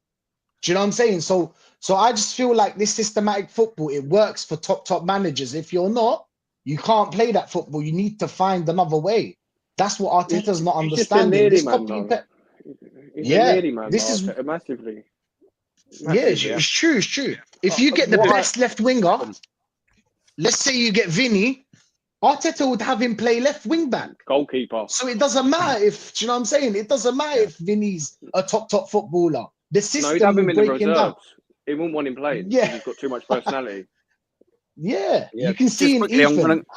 I'm just going to come back. Go on, I'll let you go. I do need to come to the chat in a little bit as well. True. I do need to come to the chat in a second. So, sorry, go on. I'm trying to cut you. Finish up, and then I'll jump in the chat, Nah, it's just the last bit where I was going to say, if you see Ethan, the way Ethan plays football right now, everybody's oh, wow, yes, exactly. Do you know what I'm saying? He gets you off your chair. Like, do you know what I'm saying? Yeah, off the seat. And we enjoy watching a player like that. The thing is that we're just regressing with this manager, and his system will make every player worse. If people would say Saka, sorry, Saka had talent before, so we can't really say Saka. But go on, sorry. No, I was just going to say, 5 years in, and the only thing you're excited about is that, 17-year-old? That's mad, isn't it? After 800 million spent. When you look at it like that, what you've got out of 800 million 5 years is just to be excited about a 17-year-old. Do you know what, though, Tommy?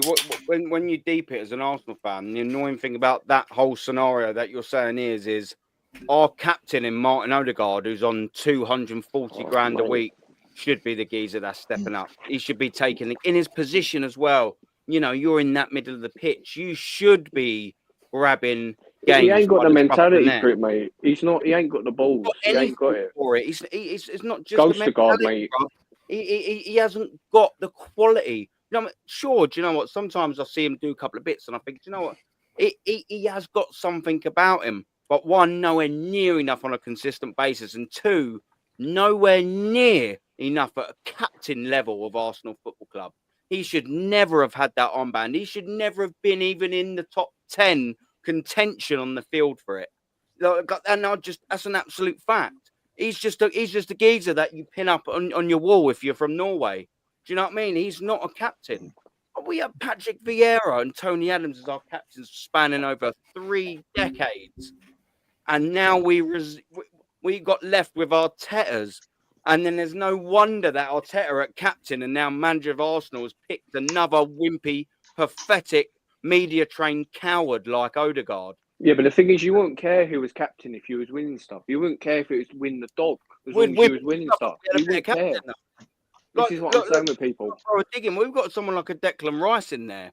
Do you know what I mean? Who captain you boys? Who knows how to communicate? Knows how to be able to grab a. We put him at fucking left 8. And we don't even give him the ban. So we've just gone, we've bought a captain at fucking central defensive midfielder at 6. We play him at left 8. Yeah, and what have you done to my captain? What have you done to him? You've killed him. He's not the same player anymore. You've killed him. Exactly right. He was a European. Being played out of position. Of course he has. Yeah. This manager, like he's a bit overrated though. Declan Rice was unbelievable last year, and people don't ever add this in. They're like, oh yeah, but it was good last year. For the people that like him at left 8. He was at fucking 6 a lot last year because Partey was injured for the majority of last season.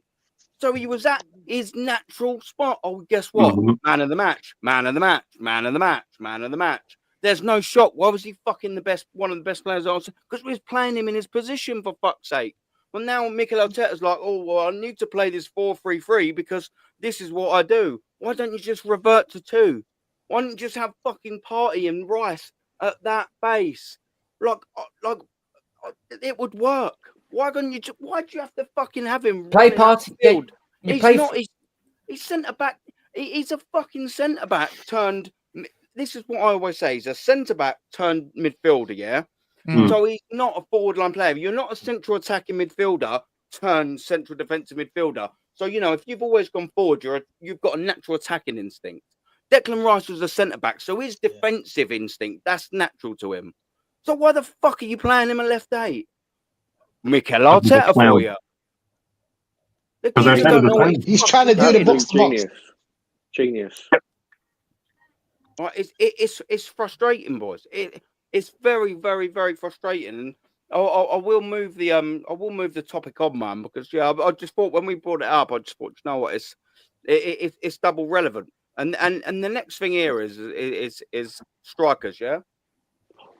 These for me, the realistic ones that we're gonna be going for, and I'll come into Jez first on this.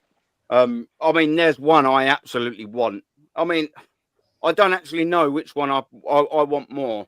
Isak because of the longevity and everything like that, or Kane to just piss Spurs off that extra bit more. You know what I mean? You got to get over it. Got to get over Spurs, boys. Got to get over them. Yeah, this is really tied between my two there. They were in Woolwich first, all right? Get over it. Yeah.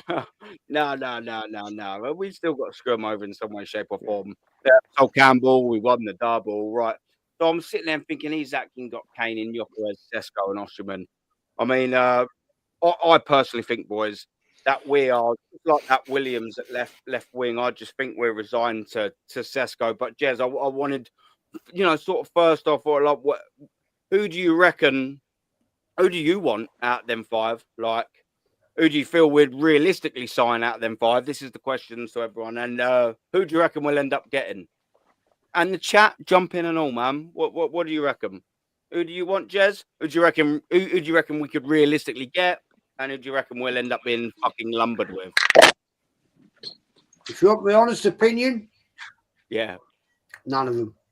Don't say that. I was fucking hoping you wouldn't say none of them. Yeah.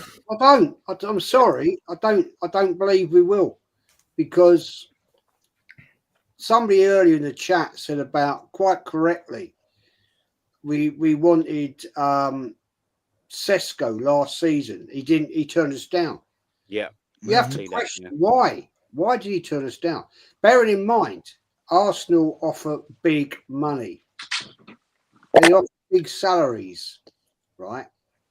Now, you can offer serious money to a player, but that doesn't mean that player actually wants to come and play for you, because there's one leading factor in that, the manager. Yeah. Now, if you want to break it down, if you really want to go down in depth, right, this manager, tell me one player he's really, really brought on. How has he really improved any player at Arsenal's current career. You could say Saliba because he sent him out on loan for 2 seasons. He's come back and he looks bloody decent, right? What has he done to Martinelli? He's gone backwards. Saka, has he got better? I would say probably yes. I would say yes. Ben Not White. to the Salah levels we want, though, Jez, is the point you're making, isn't it? Ben White, no. Ben White, he took him from the centre back to put him out on the right wing. That has improved his gameplay. I'll give you that. But his injury record hasn't been great this season. But hey, that's another question for another day. But why do players not want to come to Arsenal? And there's one overloading factor here. The manager. When we had the likes of proper managers, Wenger, Graham, right? Even Bruce Rioch, for fuck's sake, man. Right? He brought in Dennis Bergkamp, David Platt. World Cup player. David Platt. I always forget David Platt, Jez. David Platt.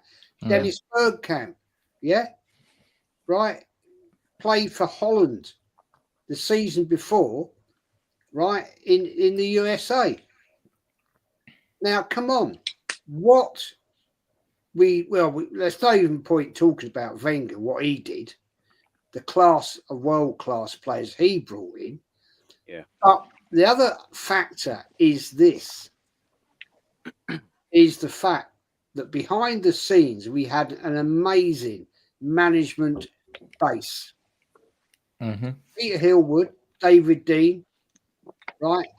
People that could get negotiations and deals done at a level that was within the market. This clown and I also blame Edu and probably Tim Lewis, overpriced things, overspent and overpaid players. Yeah. So again, we come back to this question, Berta, what's he doing? What's he going to do? Is he going to be another Edu? I don't think so. Yeah. I don't think so. But to answer your question again, I don't believe any of them are coming. I honestly don't. I don't think we have the manager they want to play for. I mean, let's not forget, gents, right? All these players are in an elite club. They are the 1% of the best in world football, all around the world. To be a top flight professional playing in La Liga, the Bundesliga, the Premier League, all of this, yeah? You are the top elite. Yeah. So you are talking, you've got a special club that nobody else can get into. So they're talking on the phone, international break, right? Yeah. You've got players in that England team talking to Lewis Skelly. How's it going at Arsenal? Oh, yeah. Harry Kane. I'm having a fucking great life at Bayern Munich. Yeah, it happens. This is. We all know how the world revolves. Yeah. And when you've got players that are looking into the Arc Football Club currently, they're thinking and talking to players that have walked out the door, Aubameyang, Lacazette, all these players, they're going to say, fuck off, don't go and play for Arteta. The bloke's a wanker.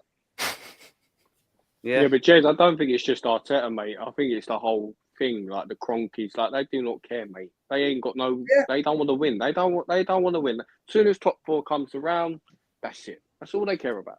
The only argument I would debunk you with that, Tommy, is the fact that Stan Kroenke he still owns the club, but he's not in charge of it anymore. That's gone down to his son, Josh. He's done exactly the same with the Denver Nuggets. He's done exactly the same with the Colorado Avalanche. They've done that. Josh Kroenke now owns those two. Both have won their respective championships. The Nuggets won the NBA championship and the Avalanche won the Stanley Cup in 2022. So it's not like, Yeah, but that's great. That's great, but that's not Arsenal. Do you know what I mean? Like, that's great. That's great. I know what you're saying. I know what you're saying, though, innit? But that's why I say they see this as just like a cash cow for them. They're just like, oh, we'll just put the money in. They know how English football works. They know how easy it is to get a market in there, how much fans lap up, especially since COVID. Now they know how much fans would love to go back to the grounds, and how much they're easily persuaded to spend money. So I've just seen it as that. You've seen loads of them. You've got FSG at Liverpool. You've got the Glazers at United. Look how bad they've turned out to be. Because you've got the money, but there is no intention to win. The same at every club, though. Yeah, and do you know what? To second apart that from as well, City, Tommy, from City and Real Madrid. Our owners, our cronkies, our silent stands, and our little baby lapdog Josh, they're opening statements. Well, we bought Arsenal, but don't worry, boys, we ain't here to fucking win trophies. Don't worry about that. Yeah, John Boonis just summed it up. He just put the comment in there. John, you just summed it up, my friend. How many previous Arsenal managers were given 5 years to win a trophy? 5 years. I'll double down on you there, Jezza. How many top clubs or so-called top clubs would let a manager go 5 years without winning something? There's none. Spurs wouldn't, though. That's the thing. Spurs win nothing, but every 2 years they'll change their manager. Never in my lifetime have I ever seen this ever before. Not with a top club. Never. And I've been watching this club since 1967, and I've never ever seen this support for a failing manager. Yeah. Ever in my It's life. all hope, Jez. It's all what they can be, so they can go to their mates and go, look, my manager's better than yours. I've got this player that's better than yours. That's why when I see it online and they're comparing players, I'm like, that's the only winning you've got is you're winning these little arguments, but you're not winning the big one. Like, where's your Champions League? Where's your Prem? Where's this? Where's that? It's little things like, oh, my players run battles. 4 miles. Yeah. It's little battles. It's not the war. You've won Stat battles. You haven't battles. won the war. You know what? It's pathetic. You know what it was under the latter stages of Wenger, and I'd heard this a lot. We made a profit in the summer. Do you boys remember that? Yeah. When we was bragging about winning the profits, I don't go down the fucking boozer and go, yeah, Arsenal made 4.8 million in the fucking summer transfer. We were winning FA Cups as well, though, Aaron. The thing is, what I mean? Yeah. celebrating Thompson. Excuses, Aaron. Excuses. We all know what this is. It's all excuses. We were winning FA Cups, though, in Wenger's last 5 years, as well as making a profit. So.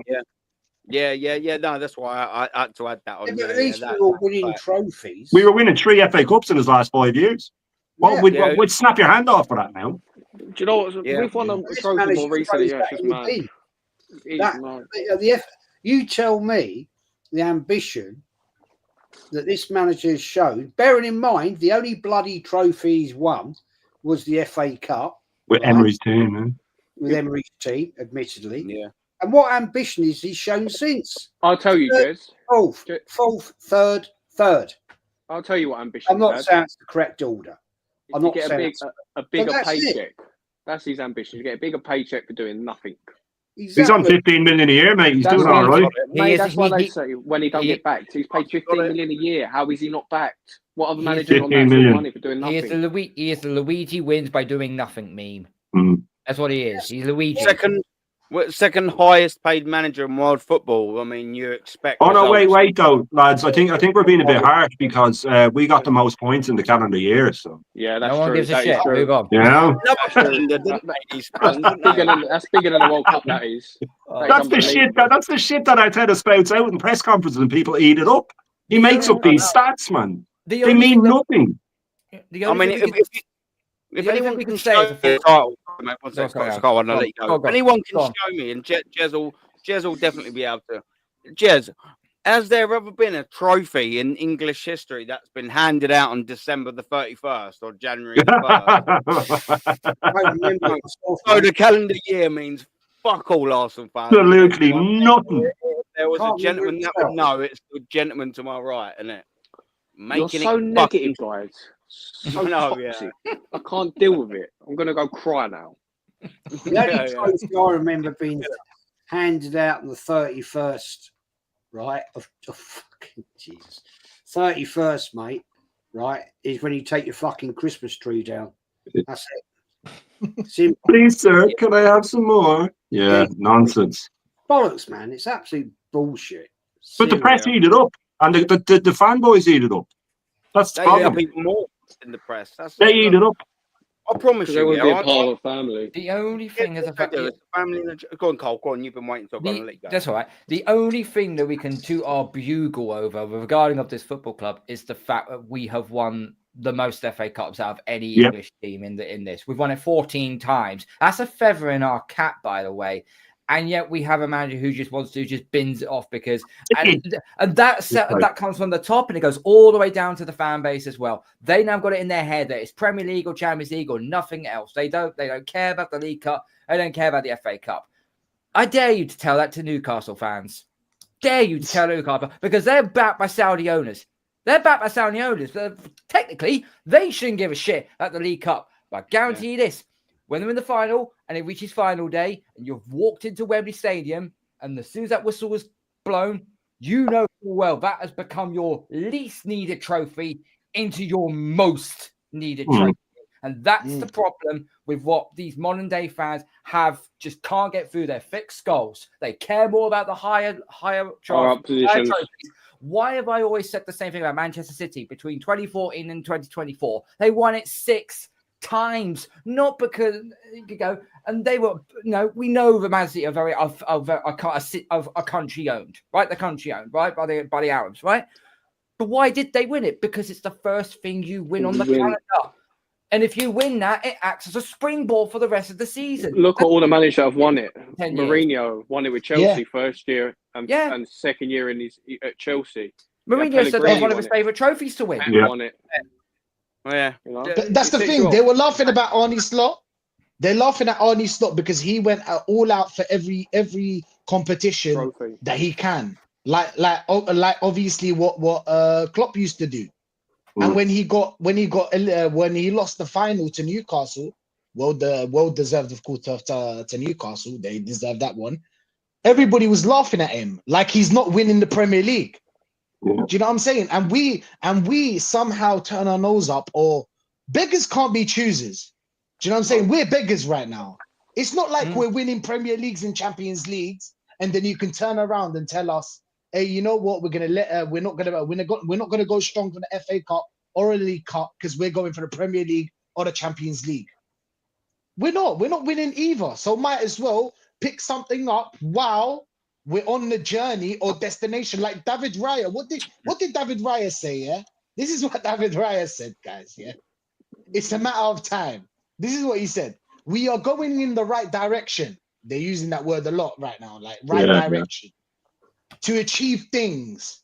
What way? It is a matter of time. We don't exactly what direction. Just go right and just stagnate, shall we? Or are we going forward?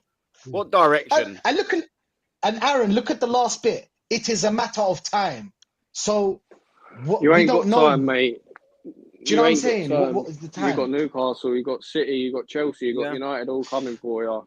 And mate, do you know what? That swoops me nicely into a point that I can make as well is that, do you know what? If Arsenal have another window anywhere near that fucking shambles of a window we saw last summer where Prick El Marino came in, the useless absolute waste of space that we now have up front. No, he's goal celebrations. Goals, though. Yeah, that's it. Yeah, it's embarrassing himself. And Calafiori, yeah, that's it. Yeah, I mean, he's a waste of space. He's not a fucking striker. But he's barely a footballer. One of them, probably you can make an account for 2 of the goals weren't even intentional.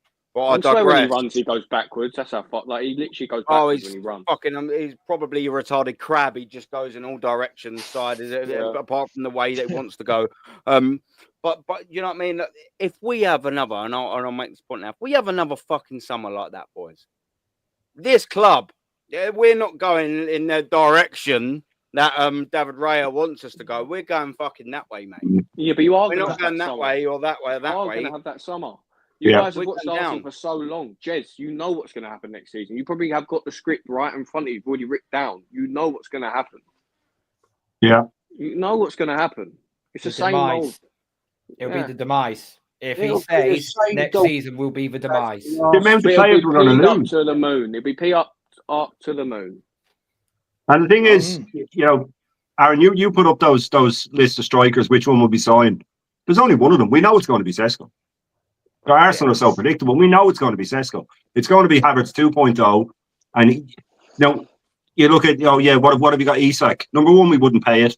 Number two, Arteta would end up playing him out to the left to try and reinvent him and to keep Havertz in the team. Osman's got too much personality for him. Same goes for Gyökeres. And Kane wouldn't do that. Yeah, as much as, just don't think he'd do that to Tottenham. I don't think he'd piss all over his legacy. But, it will be Sesko, because that's the one Arteta wants, because he's not already made. If he signs an Isak or someone like that, all he can do is make him worse. He's already, we already know how good he is, and he's too much of a fucking coward to take someone like that on, because he'd have too much power for him. So if you look at that list, we all know it's Sesko. We all know it's Havertz 2.0. He's got an average rate in Germany, no matter what he's going to do in England, especially with no true balls. You know what I mean? We don't play true balls. We only lump crosses in when we can't figure out a low block. And I've said it before. I don't know how we play our best crossers. Yeah, and that's the thing. And I don't know how Arteta struggles with blocks when he's a fucking Lego man. He should know exactly how blocks work. But I just don't see anybody but Sesko, and I don't see anybody but Williams, and I don't see anybody but Arteta absolutely ballsing them up. And with all the players we're going to lose, we already needed 5 new players. We're going to lose another 5 on freeze. We're going to and Zinchenko probably get 10 million for him. How are we going to replace all them? How can he spend 5.5 years signing goalkeepers and left backs, and we need a left back and a goalkeeper in the summer? And now, you know what I mean? The squads have either de-aged, so they're running their contracts down, and etc. Oh. Now we have to need numbers in. Guess what? We ain't got the funds or what to do it. Do you know War what I mean? chest. War chest. The war chest. Yeah. Right, the war No, chest. you're saying Zubimendi in Wenger's front, war chest. That's your striker. Zubimendi up front. Fucking hell. There you go. That's it, done. That's Yeah. like the fucking 10th wonder of the world, that war chest, isn't it? Do you know what I mean? Yeah. Whoever Hey, finds boys, I've that. got to bounce. Great chat, all of you. Cheers, Jezza. Big up to Jez. Pleasure as always, mate. The thing is, we're going to be talking about the same shit this time next year. Yeah. No, you're not. You're going to win the Champions League. Don't worry. Oh, yeah, okay, mate. I'm not holding my breath on that one, my friend. We're not even safe for top 4 yet, Tommy. Jesus. Michael Mourinho, 90th minute header. Whee! Yeah. I think the only difference will be, And you're going to have a statue of Arteta outside.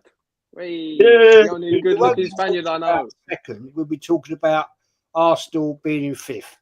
Yep. That's what I see happening here. Yeah, me too. I don't see us getting what we need. I don't see that Arteta will be the man. Hopefully, I pray and pray and pray that he'll be gone by the start of the season. I don't believe that will happen at all. I pray that will happen and we get in a proper bloody manager, right, that will sort this shit out. Right, because I think this Berta, right, is the man that maybe just pots the nail in Arteta's coffin, and he can fuck off out of this fucking football club. Yeah, but I'm not convinced just yet this will happen anytime soon. But I honestly do believe, gentlemen, this time next year we'll be talking about the same old shit, and we'll be talking about being in a different position. But been a great debate. Thoroughly enjoyed it, all of you. And I'll catch you all on the flip side and speak to you all very soon, because we go round and we go round and we go round and we go round. Bill Murray in it, mate. Isn't it? 4, 5 years. And it's just the same old bullshit. And I'll be honest with you, I won't lie. I'm getting very bored of it now. Very bored. I've kept waking up at a certain time to dun dun dun dun dun dun dun dun dun dun dun dun dun dun. Those who don't get the reference, it's Groundhog Day, isn't it? It's Groundhog Every Day. fucking day is the same thing for Arsenal, man. But ridiculous. anyway, boys, I'll catch Jez, you all. Big up yourself, Jez. Appreciate it, man. And people, you can find Jez at the Arsenal History and More. His link is in the description. He does a fantastic show. I think Tuesdays and sometimes it goes to the Wednesdays with DJ B and Kenny. You will not find a show anywhere on YouTube that's even closely resembles the IQ about Arsenal and football in general and that. So I really, really recommend you go there for his next one, and 2, go give his other one to watch. What we're doing here. Do you know what I mean? That's what it's all about. But yeah, Jez, absolute pleasure, mate. Thank you very much, my friend. Yeah, it's Big been up. great. Nice meeting you, Jez. guys. It's been a great chat with you guys. West Ham man, sorry I don't know your name. What's your name? Tommy. It's all right. Tommy. Yeah. I'm Tommy. offended now. Sorry, buddy. Sorry, but Oh, I remember that's it. all I've got a very good memory. I know you have. And I'll catch you all soon, boys. And See you later, Jez. thanks as always, Aaron. Great channel, gentlemen. Later, Jez. Yeah, We're getting there. You don't get many panels better than this, that's for sure. Fucking hell. We've had a good laugh so far, haven't we? But we won't continue for too much longer. Well, we'll continue for a little bit longer. But Jez, any time that you give us, always greatly appreciated. Come in the chat. Big up, Dow. As I'm fucking off. Oh, is it a bit of Oregon? The Dow. Here he is. In the chat. Next time, Dow, you wonderful fucko, you better come on. I'm going to hold you to that. Yeah, legends. Yeah, Take care, boys. Take care. Yeah, have a good one, Jezza. Have a good one, Jezza. Who hasn't had there? Because I'm sort of a little skew whiffed about the old striker thing. So who hasn't had there too, Bob, on it? Who had a little chat? Rashid, I feel like you might not have had your go. Oh, I'm going to sorry, come I'm going to go as well, mate. I didn't give what I thought. Yeah, sorry, Rashid, 1 sec. Yeah, Tommy, bruv. Listen, Nice meeting you guys. Big up for coming on. Nah, listen, when someone Later, comes on Tommy. there, sound and normal, they stay on. Yeah, I tried big up, to bruv. Appreciate it, man. Nice meeting all of you. Yeah, take it easy, man. See you later, guys. Up All the the best, Hammers. my friend. Big up, yeah, big up, brother. But yeah. Listen, in my opinion, we're gonna get Sesko. I agree with every one of you. I think maybe Let you hold fort just 2 seconds, yeah. Yeah, no, it's okay. I think 90% of this fan base knows already that we're gonna get Sesko. In my opinion, the best option would be Osimhen. Why Yep. Osimhen? Osimhen's fast, he's strong, and he can get and he's aerial duels. He wins most of them, so he can head the ball as well. So you've got 3 important things that you need in a striker.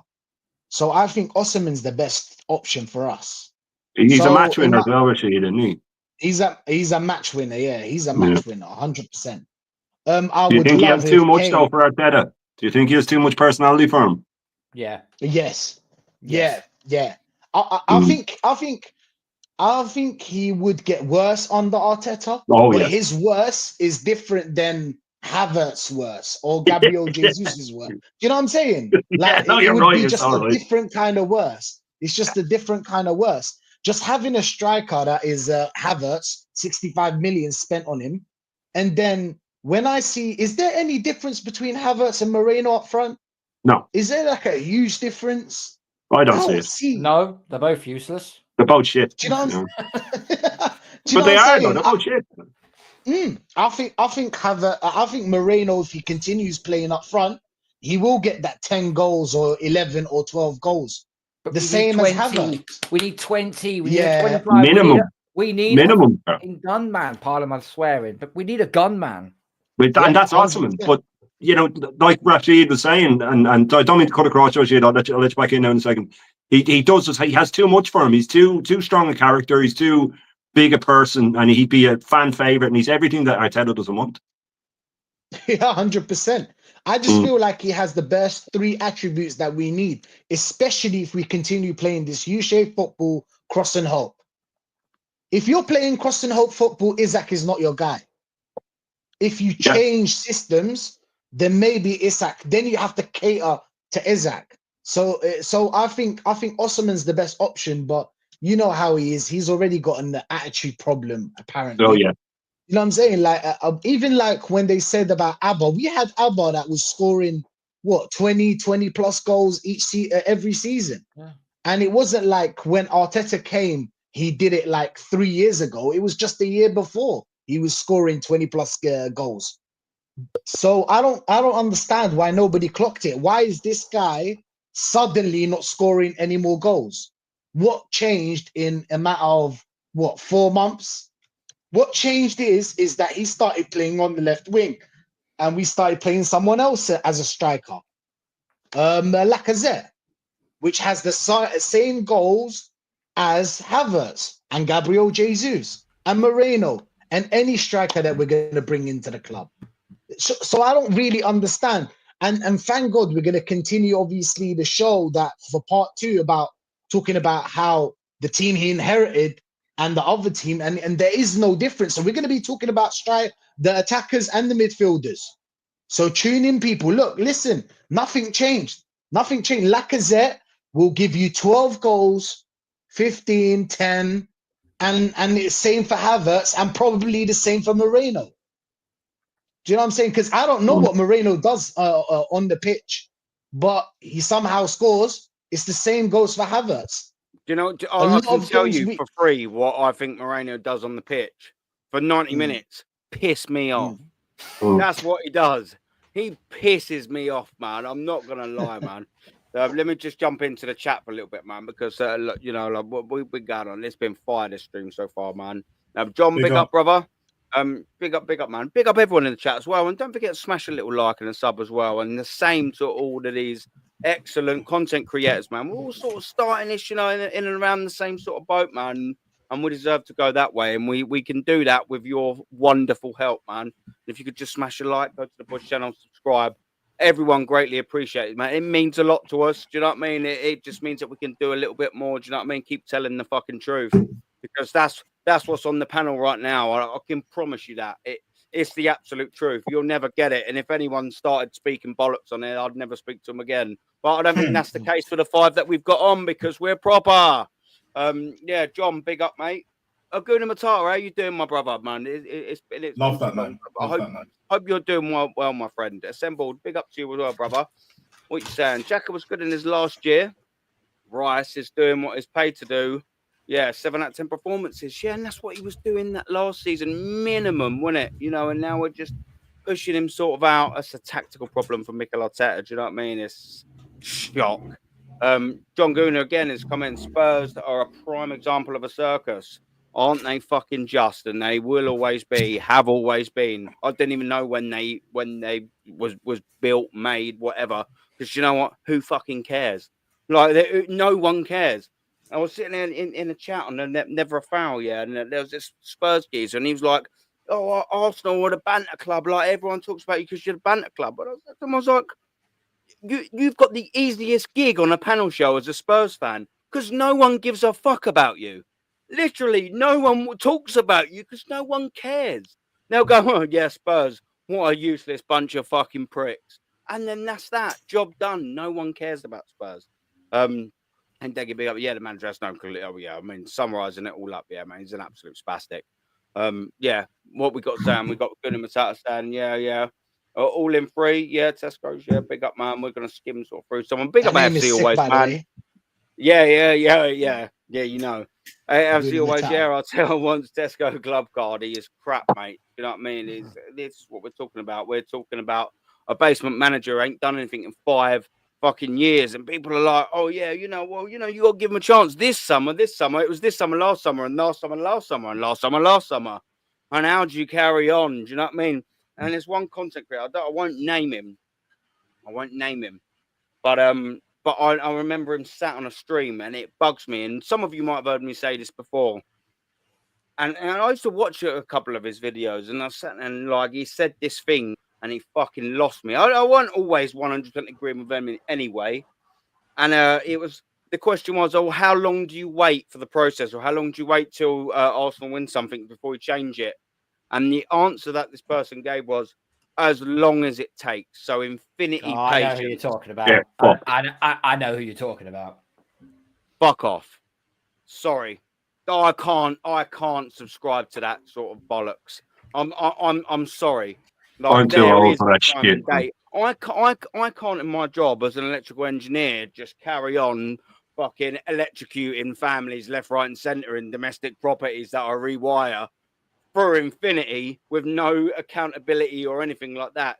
For 15 million a year. Do you know what I mean? Like, I know. How long is it going to take? Oh, as long as it takes, mate. Yeah. It will be done when it's done, isn't it? You know, yeah. I'm sorry, as long as it takes. Come on. Well, it's already taken 21 years for a fucking league title. It's already taken, what's it, Palmer 94, 30, 31. Is that poor math? 31, yeah, for a European title. Yeah. And 32 for a fucking League Cup. What we doing here? Do you know what I mean? As long as it takes. Oh, well, you'll be fucking dead if you carry on waiting, son, and have no standards, because it's fans like you that are holding this club to this standards, which is why we won't get any better, because the managers see full fucking stadiums of merchandise clouted out, see-through bag Arsenal wankers spending fucking fortunes, not even fucking singing even relevant songs like we've got Super Mick Arteta, he knows exactly what we need. No, he don't. Tin at the back. No, he ain't. Gabby in attack. He's shit. We're on our way to qualify for the Champions League. I mean, that shows you how retarded our Arsenal fan base are. They still sing that. They still clap the gears. They ain't won anything in 5 years. I just can't subscribe to this sort of nonsense. And they're like, you know, well, they've obviously got their little combat to fans like us. And you sit there and just think, do you know what? I wonder if you just sat there and listened to actually what we said instead of sitting on your arrogant, cunty little fucking horse. You'd actually probably go, do you know what? Maybe we're just all self-righteous little pricks, little fucking useless wankers that are just in it for the ride, in it for the journey. And it's people like us that clear it all up. We mop up all the fucking tears because it's our own tears. You lot just take selfies in the stadiums and buy merch because you're part of something, because you've got no personality or any friends, and you're fucking losers, and you'll always be losers. But do you know what? When fucking all the Emirates Stadium around me was celebrating the final fucking whistle, second place at Everton last year, I was sat down in my seat going, look at all of you fucking spastics. You're celebrating losing, and you'll always be losers if that's what kind of mentality you have, because it doesn't just stay at football, people. That's life. You're fucking losers if you celebrate failure. Losers. Bosh. I will let someone else go in. The penny will drop. The penny, sorry, like the penny will drop eventually. The penny will definitely drop, because like what even Josh Kroenke realised by bringing Berta in, it's an unsustainable model. There is only so long you can be a loser. Like, there is only so much shit that you can take. There is only so many L's, so many losses that you can have on your resume, to the point where it's just like, this can't go on in football and in life. Like, you know, the buck stops somewhere. Now, either they have to change or it will be changed for them.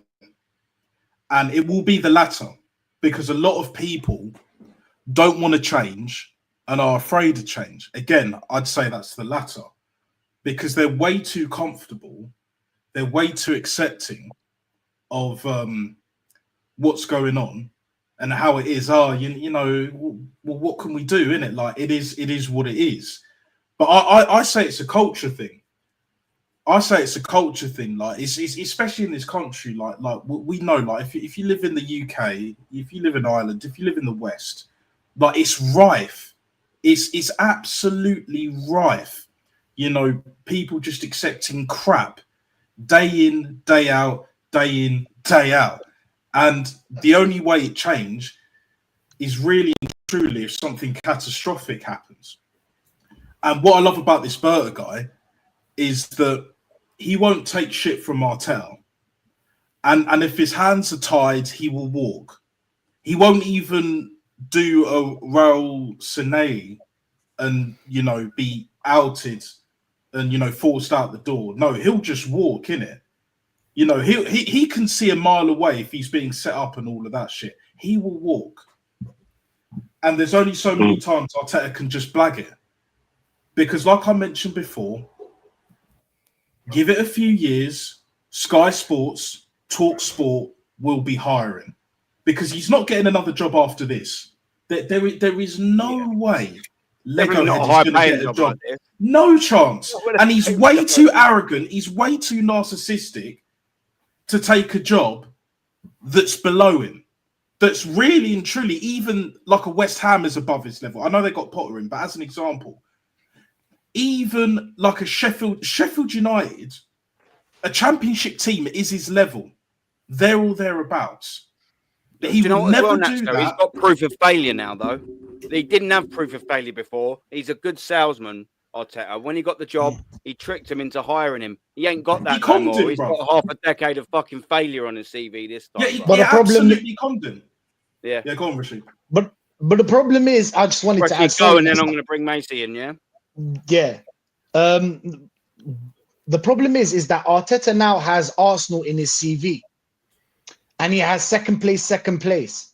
So I don't think he's going to drop to Sheffield's level. I think this is to the fans that say, "Oh, look what he's done for us. Look what he's done for the club. We've done for him. We've done a lot for him too. We gave him a CV.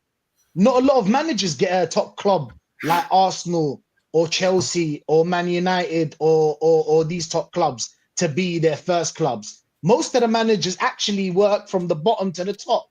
They actually go to other countries or or here in England. They manage average teams or lower teams, and then they work their way up to a big club. We gave this guy a big club straight away, so I think we gave him something too. Sorry, Natstar, but yeah. No. You're all good, brother. You're all good. We gave him a lot of fucking money, mate. Like, listen, like, and you know what he's done with the great opportunity that Mikel Arteta had is he's pissed it up the fucking wall.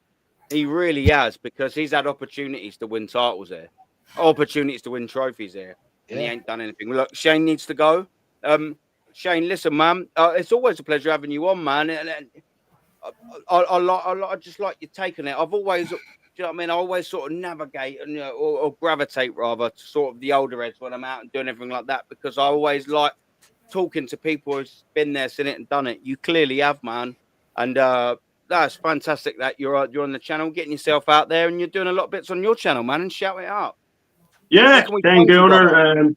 Got a few videos that I went up today. Like I said, I've got that one now where I'm taking a look at football nostalgia, and was it really better when we were young? I just did I tried to just hop on and do one. It took 20 minutes, and I just ended up rambling really. But I'm going to break it down now to each decade and sort of go through the best parts of that and see, try and add it up and see what was better. And then I think once it's done, then I might look at getting a few of yourselves on, maybe just to go through it as well and do a quick live one with it in a week or two. But I'll see how that goes. But yeah, I always have my shorts going up and always have the long videos. And like we said in the chat, to the chat, get in there and hit all our subs, because it means a lot when we move up and we can keep doing this for you. So cheers, lads. Cheers with Steve, Carl, Nasser, Macy, and Aaron.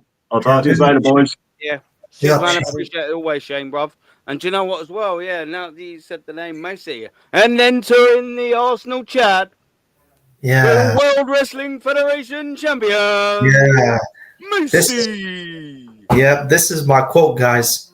Finally, Macy Tamori has come back to Aaron Talks Arsenal. Go on, man. You always put a smile on my face, my friend. I'm telling you, man. Yeah, you're a card. I like quirks about people, man. You're a funny fucker. You've come on here to talk about Arsenal and probably wrestling a little bit as well. Mix it in for me, man. Like, fucking just make a blend of it all, my friend. The mic is yours, and I'm grateful it is. Thank you very much for your time, my friend. What you got to say, brother? Yeah, no problem, Aaron. It's a pleasure to be on your channel once again, and and it's great to I brought this fly catcher with me because this is this is like Northside's like speciality, because he always brings this his wooden spoon with him. And this season, like for me, we ain't gonna beat Real Madrid. I can tell you this because I just seen England. They scored today against Albania, and the person who scored that goal, big up to him, Miles Lewis Skelly. Big moment for him to start for his country and to score his first goal for them. I'm proud of him. But the thing is, he should not start against Real Madrid, because Real Madrid are the bull sharks of the Champions League, because they will absolutely slice us apart like the real sharks do. And this is why I'm worried for Luis Skelly, because he is going up against a proper baller in Rodrigo.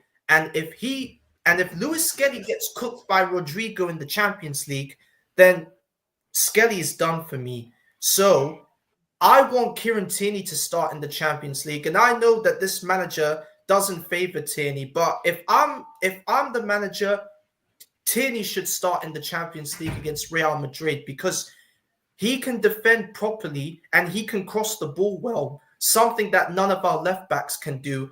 And the good news is the Sophia Carson Italian is out with an injury, and that's good news because I can't stand him. Every single time our fan base, they gas him up like he's there, like he's a wild horse or something, but he has done nothing because in the West Ham game, he got cooked by Wan-Bissaka, and all the top gooners continuing to show their loyalty to their wild horse. But I got news for you. He ain't no wild horse. He is a modeler. He should go and model in Hollywood with Sophia Carson. On the catwalk. On Yeah, the catwalk, baby. together, you know. Yeah. And and as I said, like this Champions League will decide whether or not we have what it takes to win a trophy. And I don't believe we will win a trophy with this manager because of the fact that he has like downgraded this football club and has absolutely destroyed every single one of these players' confidence. And the biggest worry, Bukayo Saka, if this manager rushes him back too early against Real, then Saka is finished because he is going to go through that same darkness that Michael Owen and Wayne Rooney went through when their careers were finished at football. Because the best of Michael Owen was when he went to Real Madrid and he was balling there. And the best of Wayne Rooney was when he went to Manchester United in 2004. I don't want Saka to go through that dark struggle that Owen and Rooney went through. If I'm Saka, I should just like rest up at home and recuperate from the injury and start maybe start in the other Premier League games, not the Champions League, because the Champions League is just like it's like a catwalk because we ain't gonna get past Real Madrid, I can assure you, because they've got a far better squad than us. And people have the audacity to compare, to say that that Declan Rice is better than Camavinga. Well, Camavinga has been winning trophies, but what has Declan Rice won since he came to Arsenal? The only Community Shield. Yeah, that was it. But the one thing Declan Rice did win was the Conference League. He was at West Ham, but he has not won nothing at Arsenal. So what makes our fan base think that Declan Rice is better than Eduardo Camavinga? Camavinga will absolutely cook him up. Him and Jude Bellingham, even though I don't rate Jude that highly, he will turn up against us and he will put on a show for Real Madrid. And I can assure you, Carlo Ancelotti is not going to listen to that North London Forever song. He is just going to say to himself, nah, fuck that. I'm just going to dismantle Arsenal. I'm going to destroy them anyway. And I don't even care about that shitty song anyway. That's the level of a manager right there, because he ain't going to listen to that shitty song at Arsenal. He is just going to mind his own business and put on an amazing show for Real Madrid, because this is Don Carlo Ancelotti. He is perhaps the best manager in all of European football. Him and Jose. Yeah, him, Jose. He's guaranteed in the top 5. I mean, guaranteed. Him, Jose, Inzaghi, Simeone, like all the other legends, Ferguson, Wenger, all of these legends, like they are all. Wenger ain't in that top 5. Sadly, he's not. He's not in the top 5, probably. Pep, I would say, it ranks that list as well. Like he has won everything, but this season he's fallen under a cliff. But next season you will see the rise of the Megalodon Sharks, and hopefully they fucking bite Mikel Arteta. Do you know what I mean? Yeah. Hopefully they eat that little prick, but they're probably spitting back out.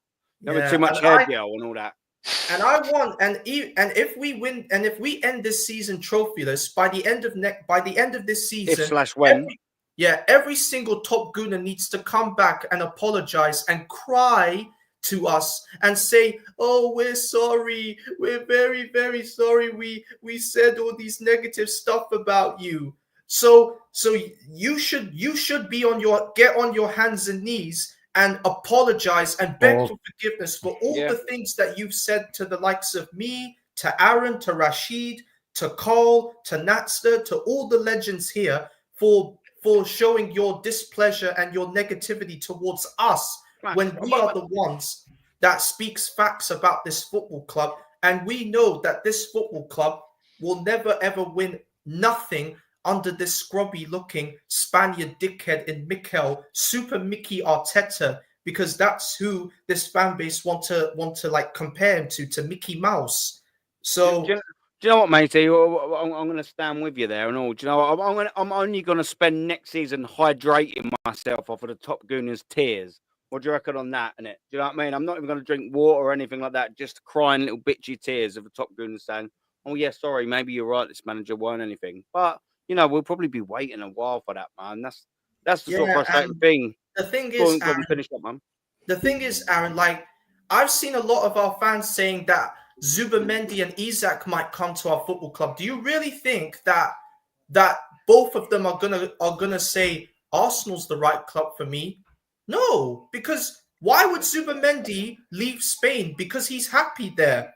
If I'm him, maybe I should go play for Barcelona or Real Madrid, because if he comes to Arsenal, this manager will absolutely kill his career here. The same with Isak, because look what Isak's done right now. He's won a League Cup with Newcastle. Yeah. There ain't no way he's coming to Arsenal. If I'm him, he should just stay at Newcastle, or he can go and play for another big club, but not Arsenal. I don't want him. Yeah. I don't want his career at Arsenal to get ruined by this manager, because every player that this manager has bought over the years, he has absolutely destroyed their confidences there.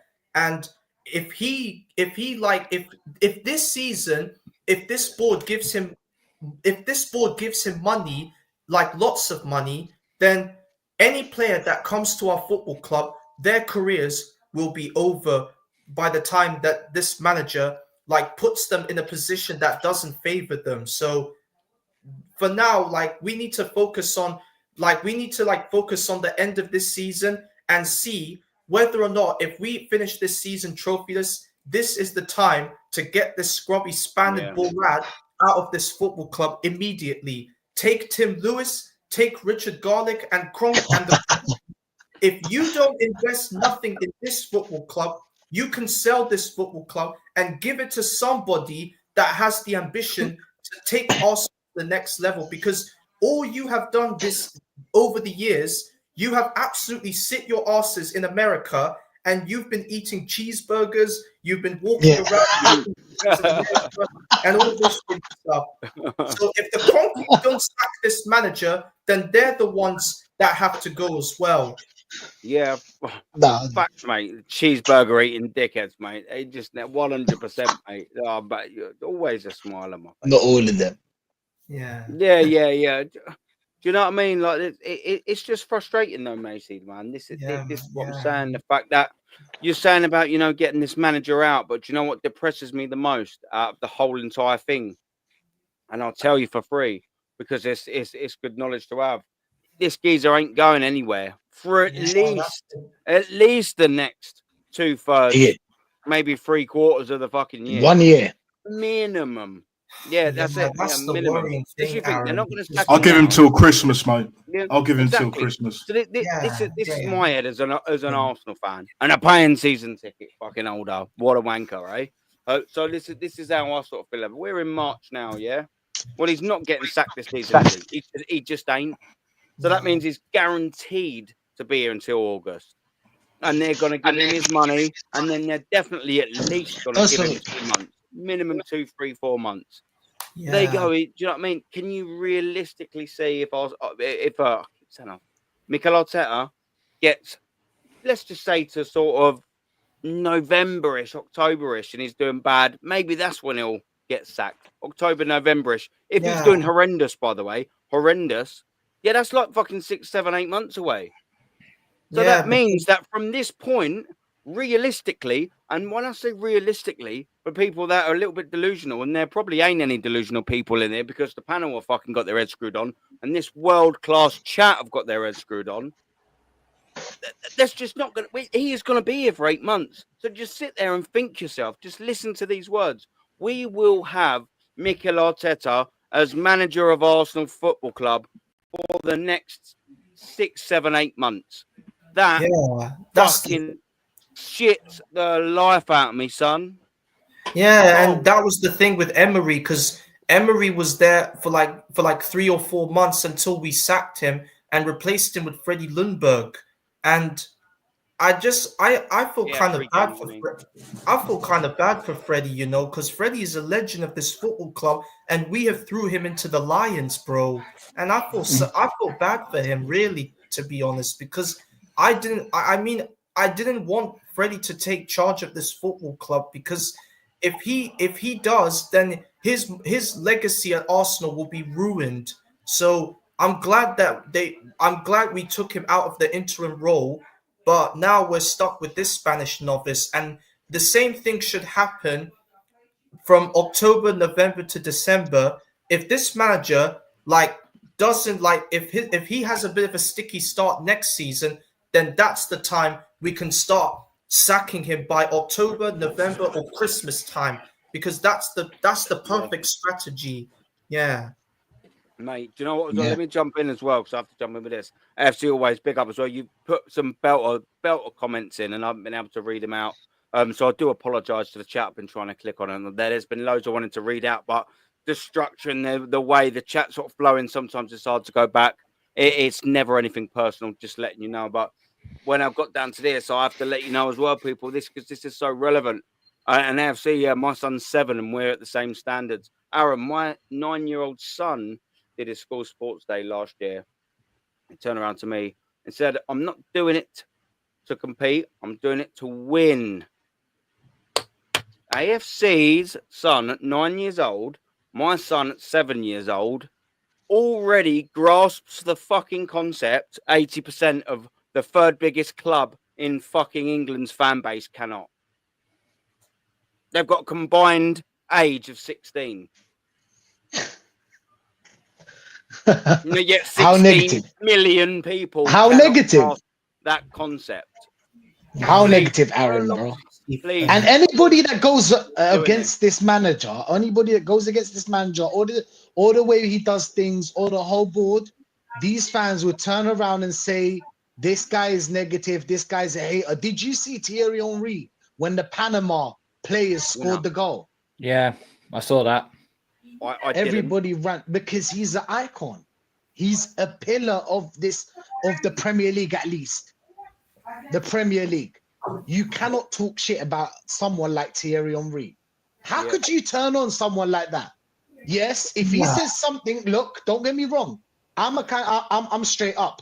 If he says something that is wrong and against the club, I would turn around and be like, hey, listen, I don't like him no more. Like anybody that jumps on the Arsenal wagon right now, like we have a lot of them. Macy, you know most of them.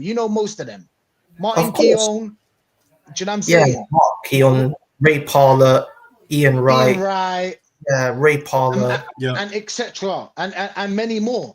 Do you know what I'm saying? Yeah. And now, for me, I don't like them no more. I do not like them no more. Anybody that goes against what we want to achieve as a fan base, we want trophies. We do not care about anything else apart from trophies. So big up to AFC for teaching his kid, and big up to you, Aaron, as well. We should teach our kids and drill in them the winning mentality. It needs to be in them. Do you know what the worrying thing, Rashid, though, is just from these statistics alone, and they're slightly, maybe we've got 2 kids that are Arsenal fans, age 7 and 9, that have got mentality, and we've also probably in that 58,000 Emirates Stadium of Arsenal fans, they've probably maybe about 30,000 kids in their family, all brought up with spastic. Oh, it's all about participating. And there you go. Mine and FC's kids are going to be all right, but 30,000 are just absolutely reduced to just accepting the participation. Just happy to be there. Just happy to be there. What are we doing here? And there's another losers. No, you're a loser. You're a loser. Yeah. I've just got to say this very quick. Like, I remember, when I was a kid, right?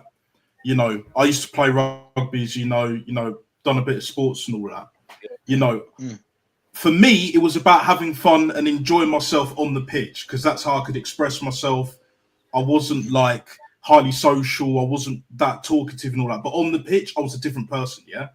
I remember my old man told me, yeah, he was like, you can have fun, but number one, the most important thing when you're on there, when you're out there, is to win. And he was right. There is no feeling like it. You can have all the fun you want, but if you don't win, it doesn't feel the same, bruv. Now, for me, I would say do both, innit? Especially if you've got the tech, bruv. But the problem is in this country, it's especially, but you see it all around the West, but especially in this country, we all see it. We all live in England pretty much, yeah? Like, you see this everywhere, bruv. Parents, teachers, high officials and all of that. Losers, bruv. I don't care if they're on 6 figures, 7 figures, even in some cases 8 figures or even 9 figures, bruv. Losers, bruv. Losers. They're teaching their kids to fail and they're happy about it. And at times they probably want them to fail because they're so insecure, bruv. Not me. And you know, I'm telling my kids to win, bruv. At all costs, and you know what, much. Natstar? You know what, Natstar? If we actually went there and bought the right players and bought the right manager and we went in and we tried our best, I'll be like, you know what, we tried. The thing is that we didn't. We didn't. We saw the summer transfer. All of you were saying that was all right. That was a good transfer. No, it wasn't.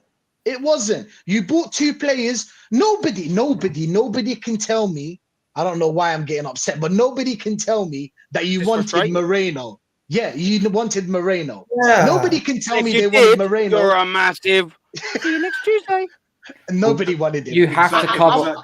Exactly. You have to, as a football club, you I as, knew Moreno would, because I remember Moreno used to play for Newcastle back in the day, and one Newcastle fan told me, he said to me, Macy, when Moreno was at Newcastle, he was never ever given a chance there. So he packed his bags and he went back to Spain to play for Sociedad, and he was their 3rd best player because Lee watches La Liga and all the top gunners are saying, oh, but the Premier League is far better than La Liga. No. The Premier League's too fast for a player like Moreno. We already knew that.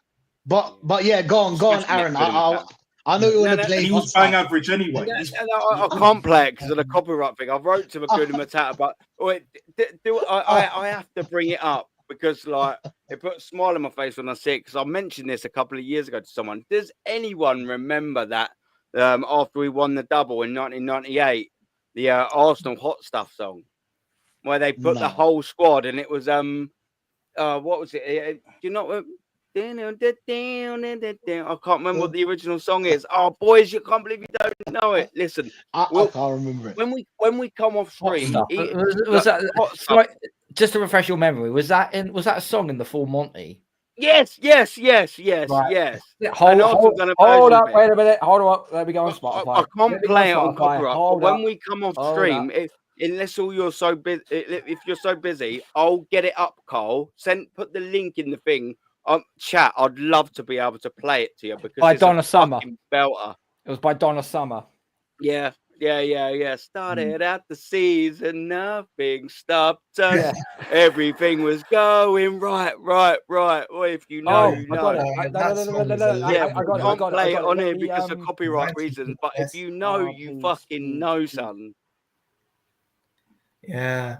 I'm even wording for word it in my nut, man. Oi, Guna Matata, what a fucking shout, my brother, man.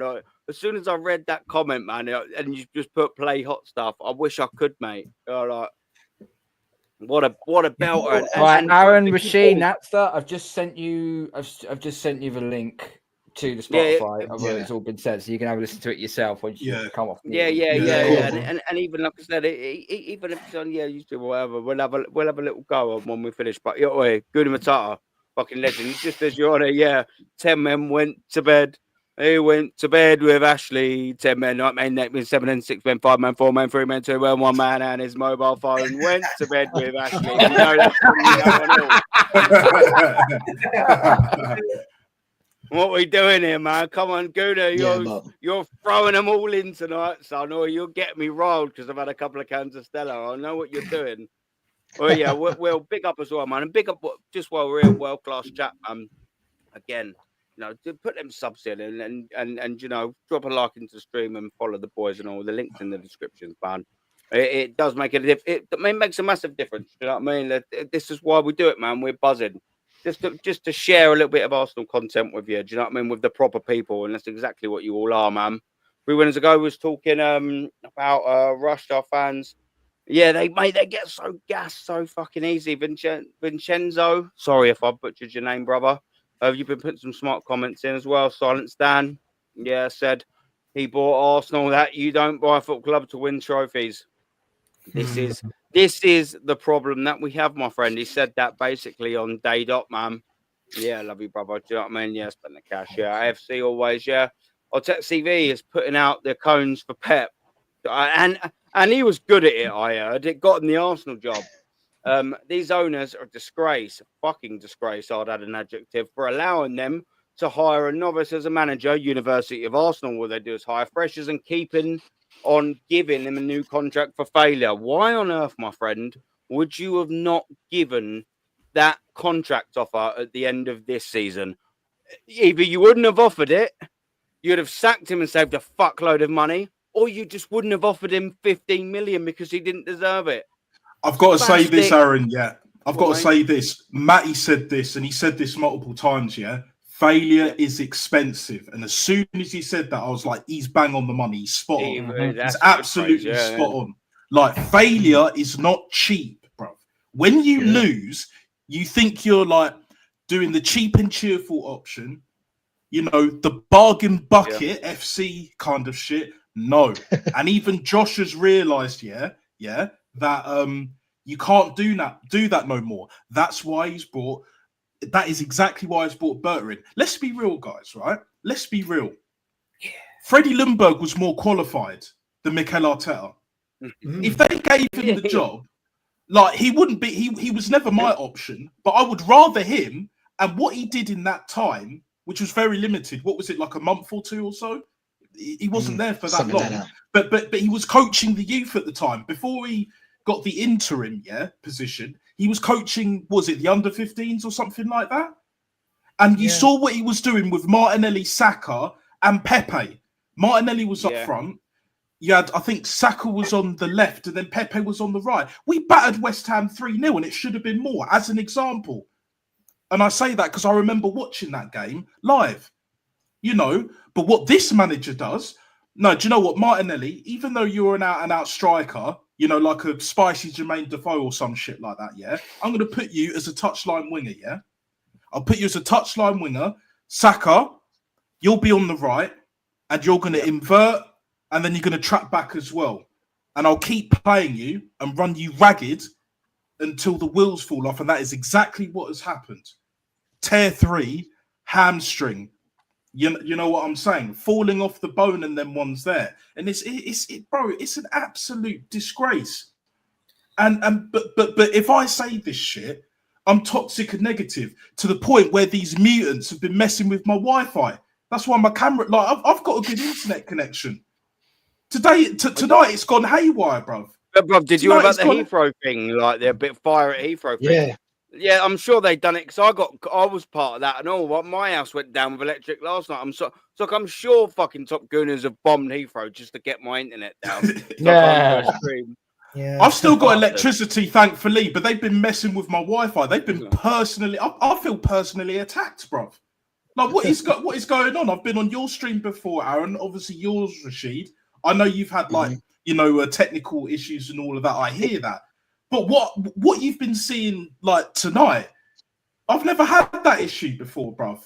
They are shitting themselves, bruv. They're like, no, we've had enough. We've got to try and shut him down. We've got to get him out of here. But here's the thing. I will find a way, bruv. Without struggle, there is no progress. Real progress. Best believe that. You are not going to kick me off that easily. The only ones that can kick me off are the host. So in this case, it would be Aaron. Those are the only ones that can kick me off. And big up, bro. Big up, bro. Much love to you and to the rest of the panel. Lawrence as well, my guy. Do you know what I'm saying? Like, we are here for a reason, yeah? You are not going to shut us down that easily. And you know what as well? Can I add on to that just quickly? It's one of the comments that AFC always made. And I wanted to try and get it in, but, you know, obviously the host, sometimes it's just difficult to get a comment in. But AFC always said, and he was like, "Fuck me," and I'm paraphrasing. He was like, "Fuck me, we've got a good community here, haven't we?" And do you know what? AFC always, my boy, we fucking have, mate.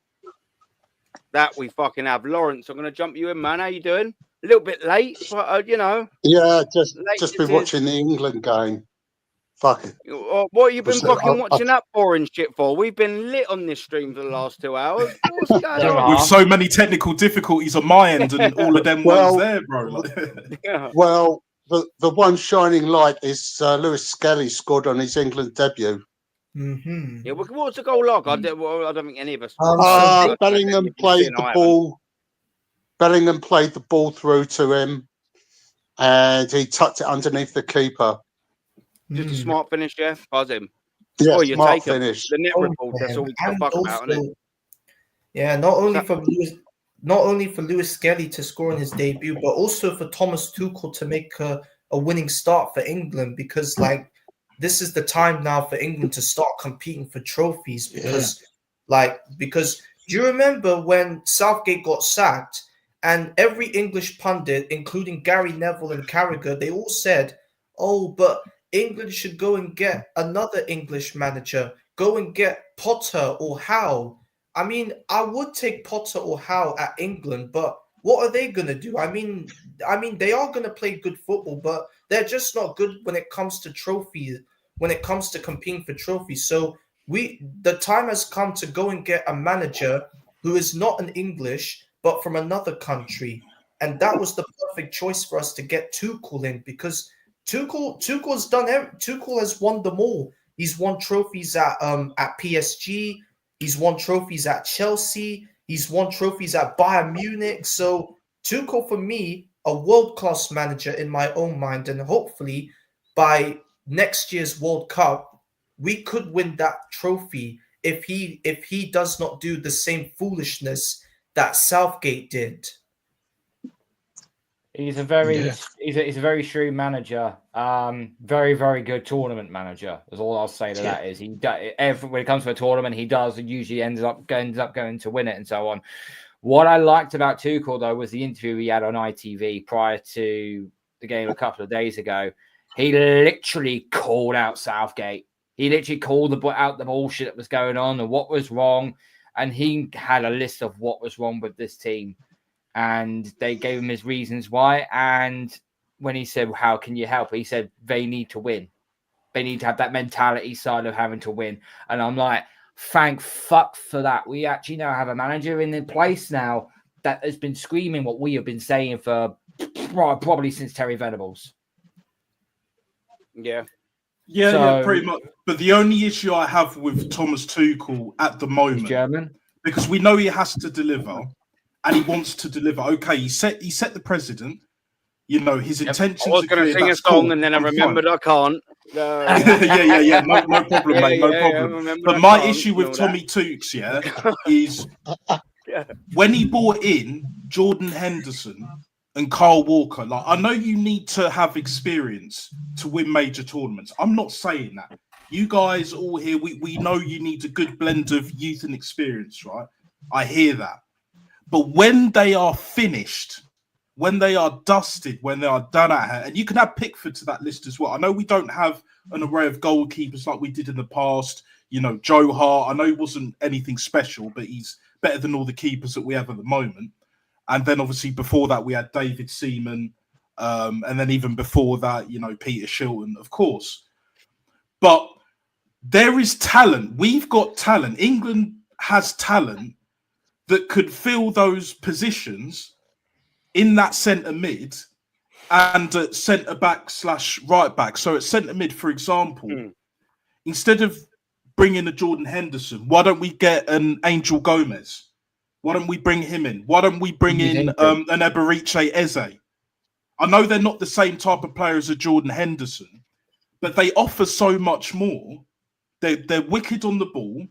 They could do a job defensively as well. They're younger, so they're fresh, and they'll have enough in the tank to do the 90 minutes or whatever. But because they're so good on the ball, my thing is, if you're a workhorse, that's fine, But at a certain level, you're going to get found out if you don't have the tech. Like, you could run for 3 hours, but if you ain't that good, you're not going to win anything. Tell me I'm lying, innit? Tell me I'm lying. Whereas if you've got players with mad tech or even good tech, we have the ball. We don't need to do that much running.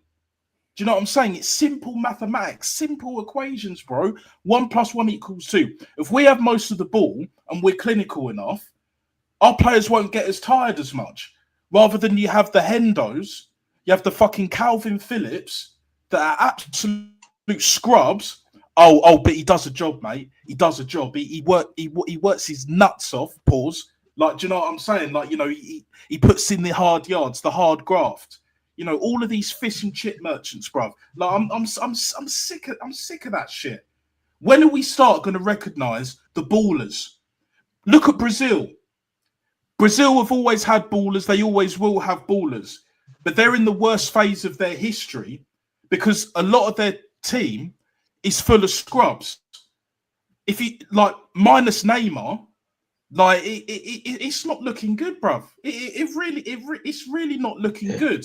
But we have the quality. We've shown we can get to the final with an absolute loser, waistcoat merchant in the dugout, yeah. But with this manager, as long as he picks those ballers, and he's just like, unless he finds a way to just like weed out the crap, and he can see what works, what doesn't, and he sticks to it, you know, and he can back up what he said in his interview with ITV, like Carl was saying, then I'm all for it. But he has to deliver. Key words, he has to deliver. His contract's only 18 months. There you go. Exactly. Just quickly, just before we carry on, the man on the top right-hand corner, my brother Rashid, he's got a bounce. Listen, man, thank you very, very, very much, as always, for giving me time. And it's the same for everyone. But thank you, my brother, for giving me any second that you've got, man. You know, it's always appreciated because it's always facts. That's why people get invited on my channel, like fucking you, just dealing facts. Not fucking nonsense. I don't want to hear nonsense. I just want to hear facts, and that's why you're here spitting them left, right, and fucking centre, my friend. Thank you very much, man. I know what you've got coming out, but people might not know what you've got coming out. Shout your channel out and what you got coming up, brother. Hey, listen, it was an elite show. Thanks for having me on. It's always a pleasure, by the way. It's always a pleasure. Big up to you, Carl, Natstar, Macy, Lawrence, and Normski. Big up to every one of you. I'm gonna do a show on Wednesday for anyone that didn't tune in. We talked about how the team that Arsenal inherited, well, Arteta inherited, and with the team that Arteta has now. So we're comparing the two teams, and we're seeing what's the difference really. Where is the progress? And that's basically what we're going to be talking about. It's going to be an elite show. We're halfway through. We're already done the keepers and the defenders. Now we're going to jump onto the midfielders and the attackers. It's going to be amazing. It's going to be lit. Oh, trust me. But yeah, I'm going to hopefully on Wednesday, 8 p.m. Come check us out. And yeah, big up to the chat as always. Everybody out. And the set piece coach as well. Big up, Rashid. And yeah, big up, Rashid. just couple people on what Rashid just said. I was part, and a couple of people here were a part of Rashid's first show, and it was an absolute belter. And trust me, in this latter part of the stage, you ain't going to be wanting to miss it. Wednesday, 8 o'clock, you will find us there wrapping up that segment of that show. Don't be a mug and miss it, man. Come on, we're the community, man. Like this is what we got to be doing for this community. Big up as well. Just quickly, I've got to do it to my mate Craig. He's on the screen already. He's one of my best friends. Big up Ronnie, one of your boys, and big up Connor as well, man. And big up the missus. You know we love a bit of shove. And Craig as well. Thanks for always watching. Yeah, and I just wanted to quickly nip on it. Free transfers. Yeah, listen, there's one that I'd take in a fucking heartbeat, and it would be my second choice striker because we need 2 strikers. We haven't got 1 striker at the club at the minute. It would be getting that Jonathan David. I would absolutely nab him. And if it don't work out, guess what? You sell him for a fucking profit next summer. But Arsenal don't work like that. It's just too easy. innit? But yeah, listen, Craig, big up, my friend. Absolute legend. I'll just read a couple more chats out, and Normski, I will get you in, brother. Thank you very much. I'm back.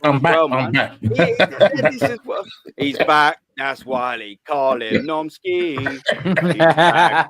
He's back. Mems, big up, man. Yeah, there's no point watching England anymore. That's why I ain't fucking watching it, brother. Yeah. I think the fans have given up hoping for a trophy, waiting 4 years for England to win something. And yeah, England have always failed under foreign managers. I mean, it's just sort of one of them things. He's a better manager than Southgate, so you sort of hope he gets the luck of the draw that Southgate got, really. Do you know what I mean? Because let's face it, Southgate got the luck of the draw on both of them competitions. He done well in. Do you know what I mean? But good in Matata well as well, brother. Big up Summer. And get an army from the free window, Top Gooners, Sam. We getting, yeah, listen, man, yeah, fuck the Top Gooners, bruv. We know it. Liam, you've been talking sick in the chat as always, bruv.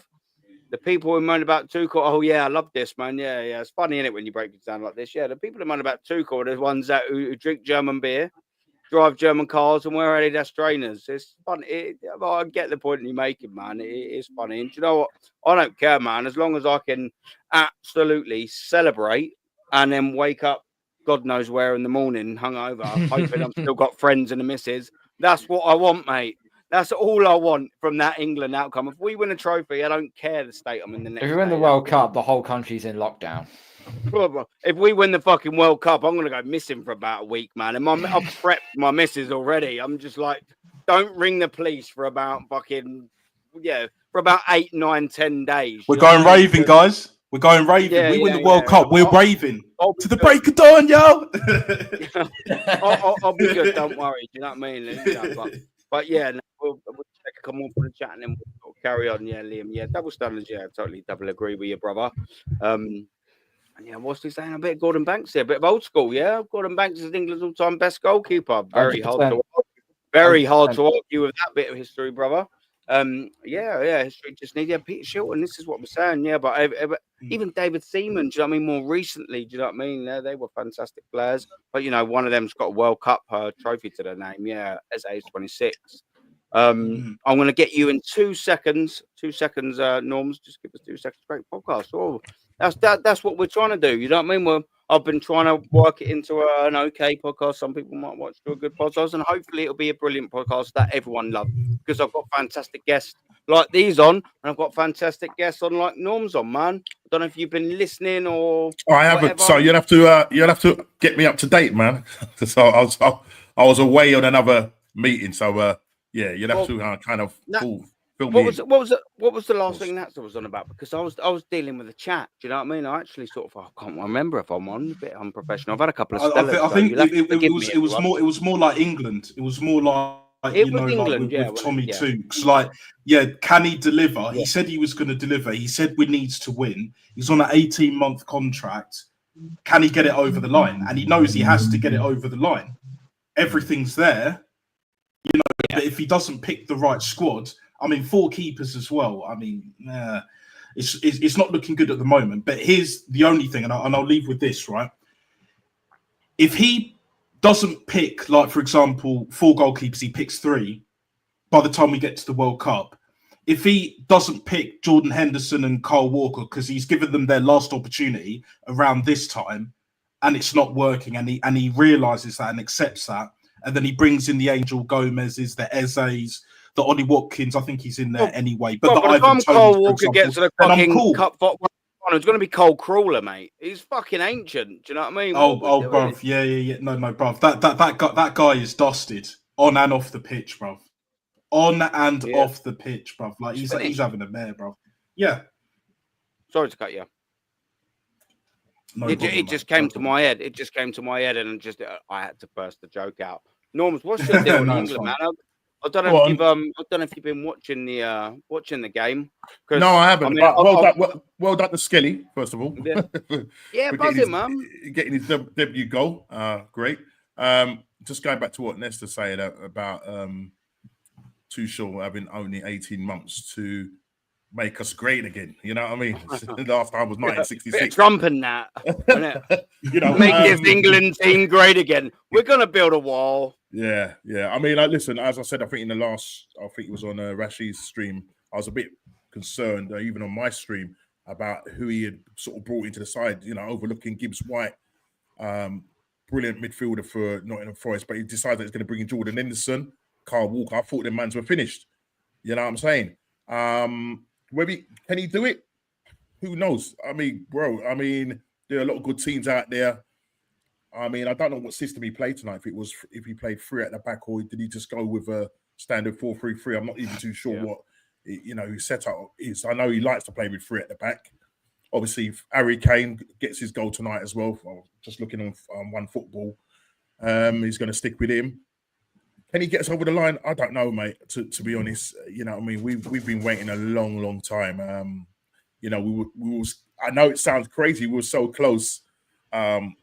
Under Northgate, I like to call him Northgate. But listen, it didn't happen. It didn't happen. And so we just keep waiting. It's a bit like supporting Arsenal, especially when it comes to Arteta. You know what I mean? Can he get us over the line? And you know what I mean? We will just find. I suppose the difference is that, you know what I mean, everybody's kind of like, if they don't like the manager, I mean, everybody's joining it. Nobody didn't really like Northgate because they felt that he was too defensive, too pragmatic and whatnot. But it wasn't that call of, well, who else can you get in? It's just a kind of case of, well, if the FA is going to act, go and get in a decent manager. Whereas with Arsenal now, you're fighting against the fans. You know what I mean? Because you've got the Arteta wins and all of that, and every excuse under the sun why this guy cannot get us over the line. And that's the frustrating thing for me. So, yeah, but you know what I mean? When it comes to the internationals, especially like now, do you know what I mean? Yeah, I don't really tend to watch a lot of it. Do you know what I mean? I only tend to sort of start watching it when it gets to like the knockout stages, when everybody makes it to the finals, wherever country they're going to have it. So that's when my interest picks up. But other than that, it's the group stage. Look, they're in Group K, they're Latvia, Albania. England are going to walk that. It's like watching women's football, isn't it? With no disrespect. Yeah. It just is, isn't it? Like, the women's football's on the way up. That's all well and good. But when we're just talking about the level of interest, just solely just have that level of interest. It's just like, oh, well, we're going to get through. Like, do you know what I mean? Like, I'm a busy man. And listen, everyone on the panel, as everyone in the chat is, we're a busy man. Well, when it comes to England qualifiers, I've got so much better to do with 2 hours. Do you know what I mean? I mean, I'm in my bedroom. I can think of a couple of things I could do with 2 hours. That is better. Oh well, I could do one thing and then have 1 hour and 59 minutes spare. To be fair, but we know where we're going with that. Yeah. No, well, listen, Tony Walcott, my G brother, big up, man. Ben as well, man. He's putting some more nonsense there. Walker and Henderson, going to be pivotal. What? Well, mate, I don't know if they can pivot anymore. They're about fucking 30, 40, 50, aren't they? Jesus Christ.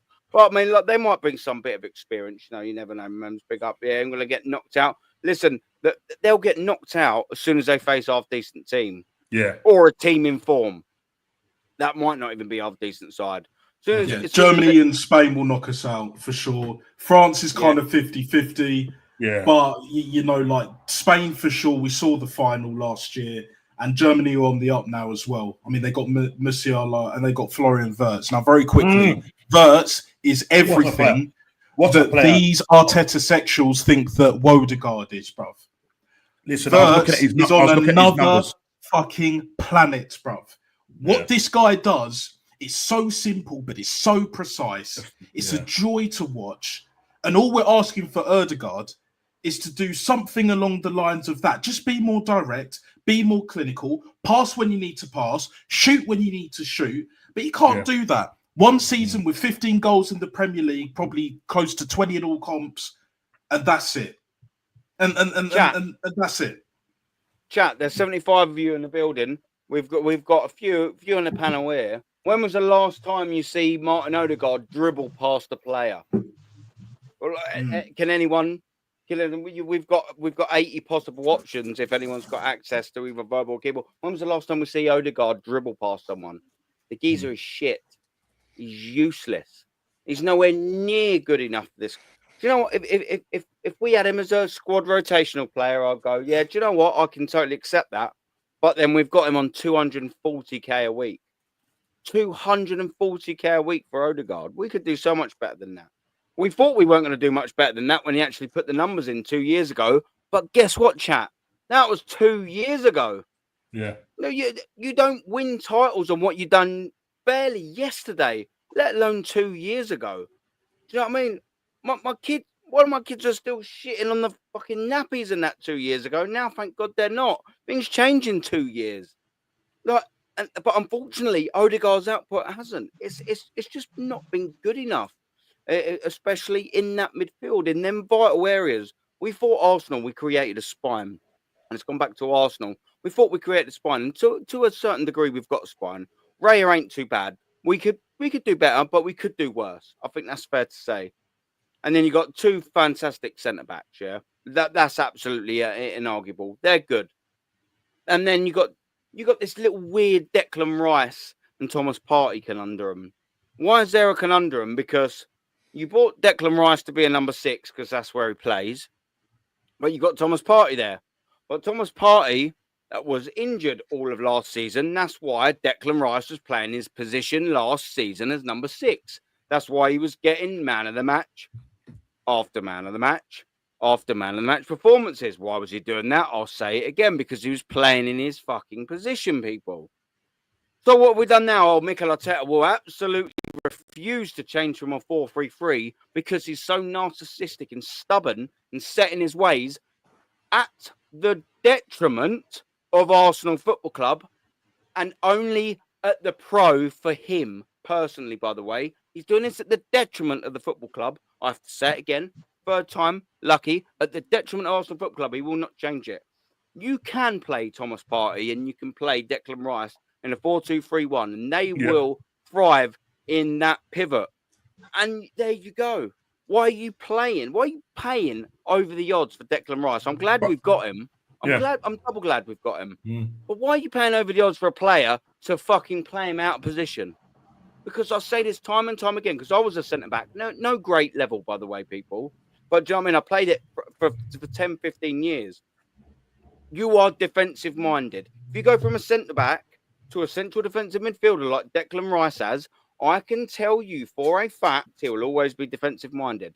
If you're a central attacking midfielder or a little bit forward or whatever, you fancies yourself as a bit of a Firmino, and then you reduce it back, you'll always be an attacking-minded central midfielder. Declan Rice is a defensive-minded midfielder.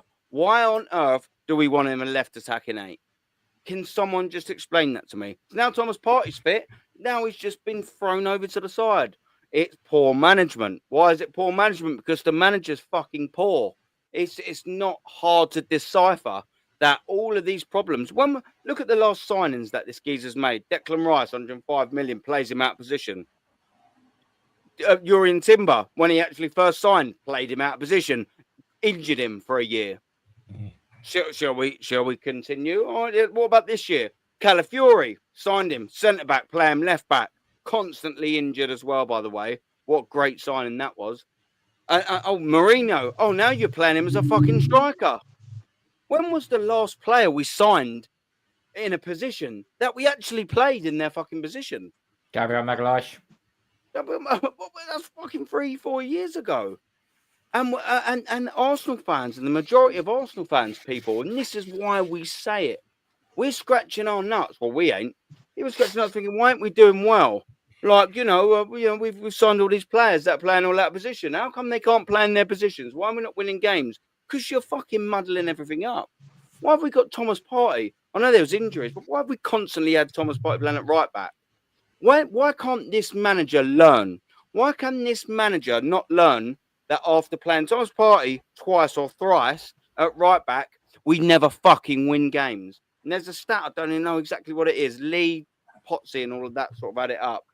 Like, there's been like 7 or 8 games this season or something like that. It's not 100%, but it's close. And we've won one of them at Thomas Partey at right back. But this geezer just like, fuck it, we'll just keep playing him at right back. What are we doing here? This is a manager that is clueless. He don't know how to set up a team. He don't know how to buy players for their fucking own position, people. It's worrying. It's very worrying. Why do you think Why do you think we've got no subs to come on? Because we sold Emile Smith-Rowe, who I thought, do you know what? I wanted him to stay, but you can understand. Nelson, gone. Eddie and Nketiah, we all wanted gone. And then, of course, you had Fabio Vieira. 4 attacking players. He signed a fucking central defensive midfielder and a left back. And we wonder why all our forward players are injured.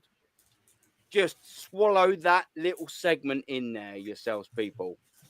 We sold 4 attacking players from the season before, didn't sign any attacking players, and now all our attacking players are fucking injured. Why? Because they're overplayed. And they've all got the same fucking injury that occurs when you get overplayed. I mean, if I have to break it down for anyone anymore, then, I mean, maybe the information ain't really going in too well. But boys, help me out here, because look, you're spot on, Rob. You're spot on. At the end, look, we know this manager is a novice. We know he's clueless. We know that he only knows how to play the system one way. But the whole point of when you get your coaching badges, you know, surely even when you were being taught in the classroom, you know, when you're doing your seminars and that, you know, surely they would have teach you different ways of how to coach, how to address the players, statistic moves, formations, different tactics, how to, you know, do you press, do you full press? Surely you would get taught that whilst you were getting your coaching badges.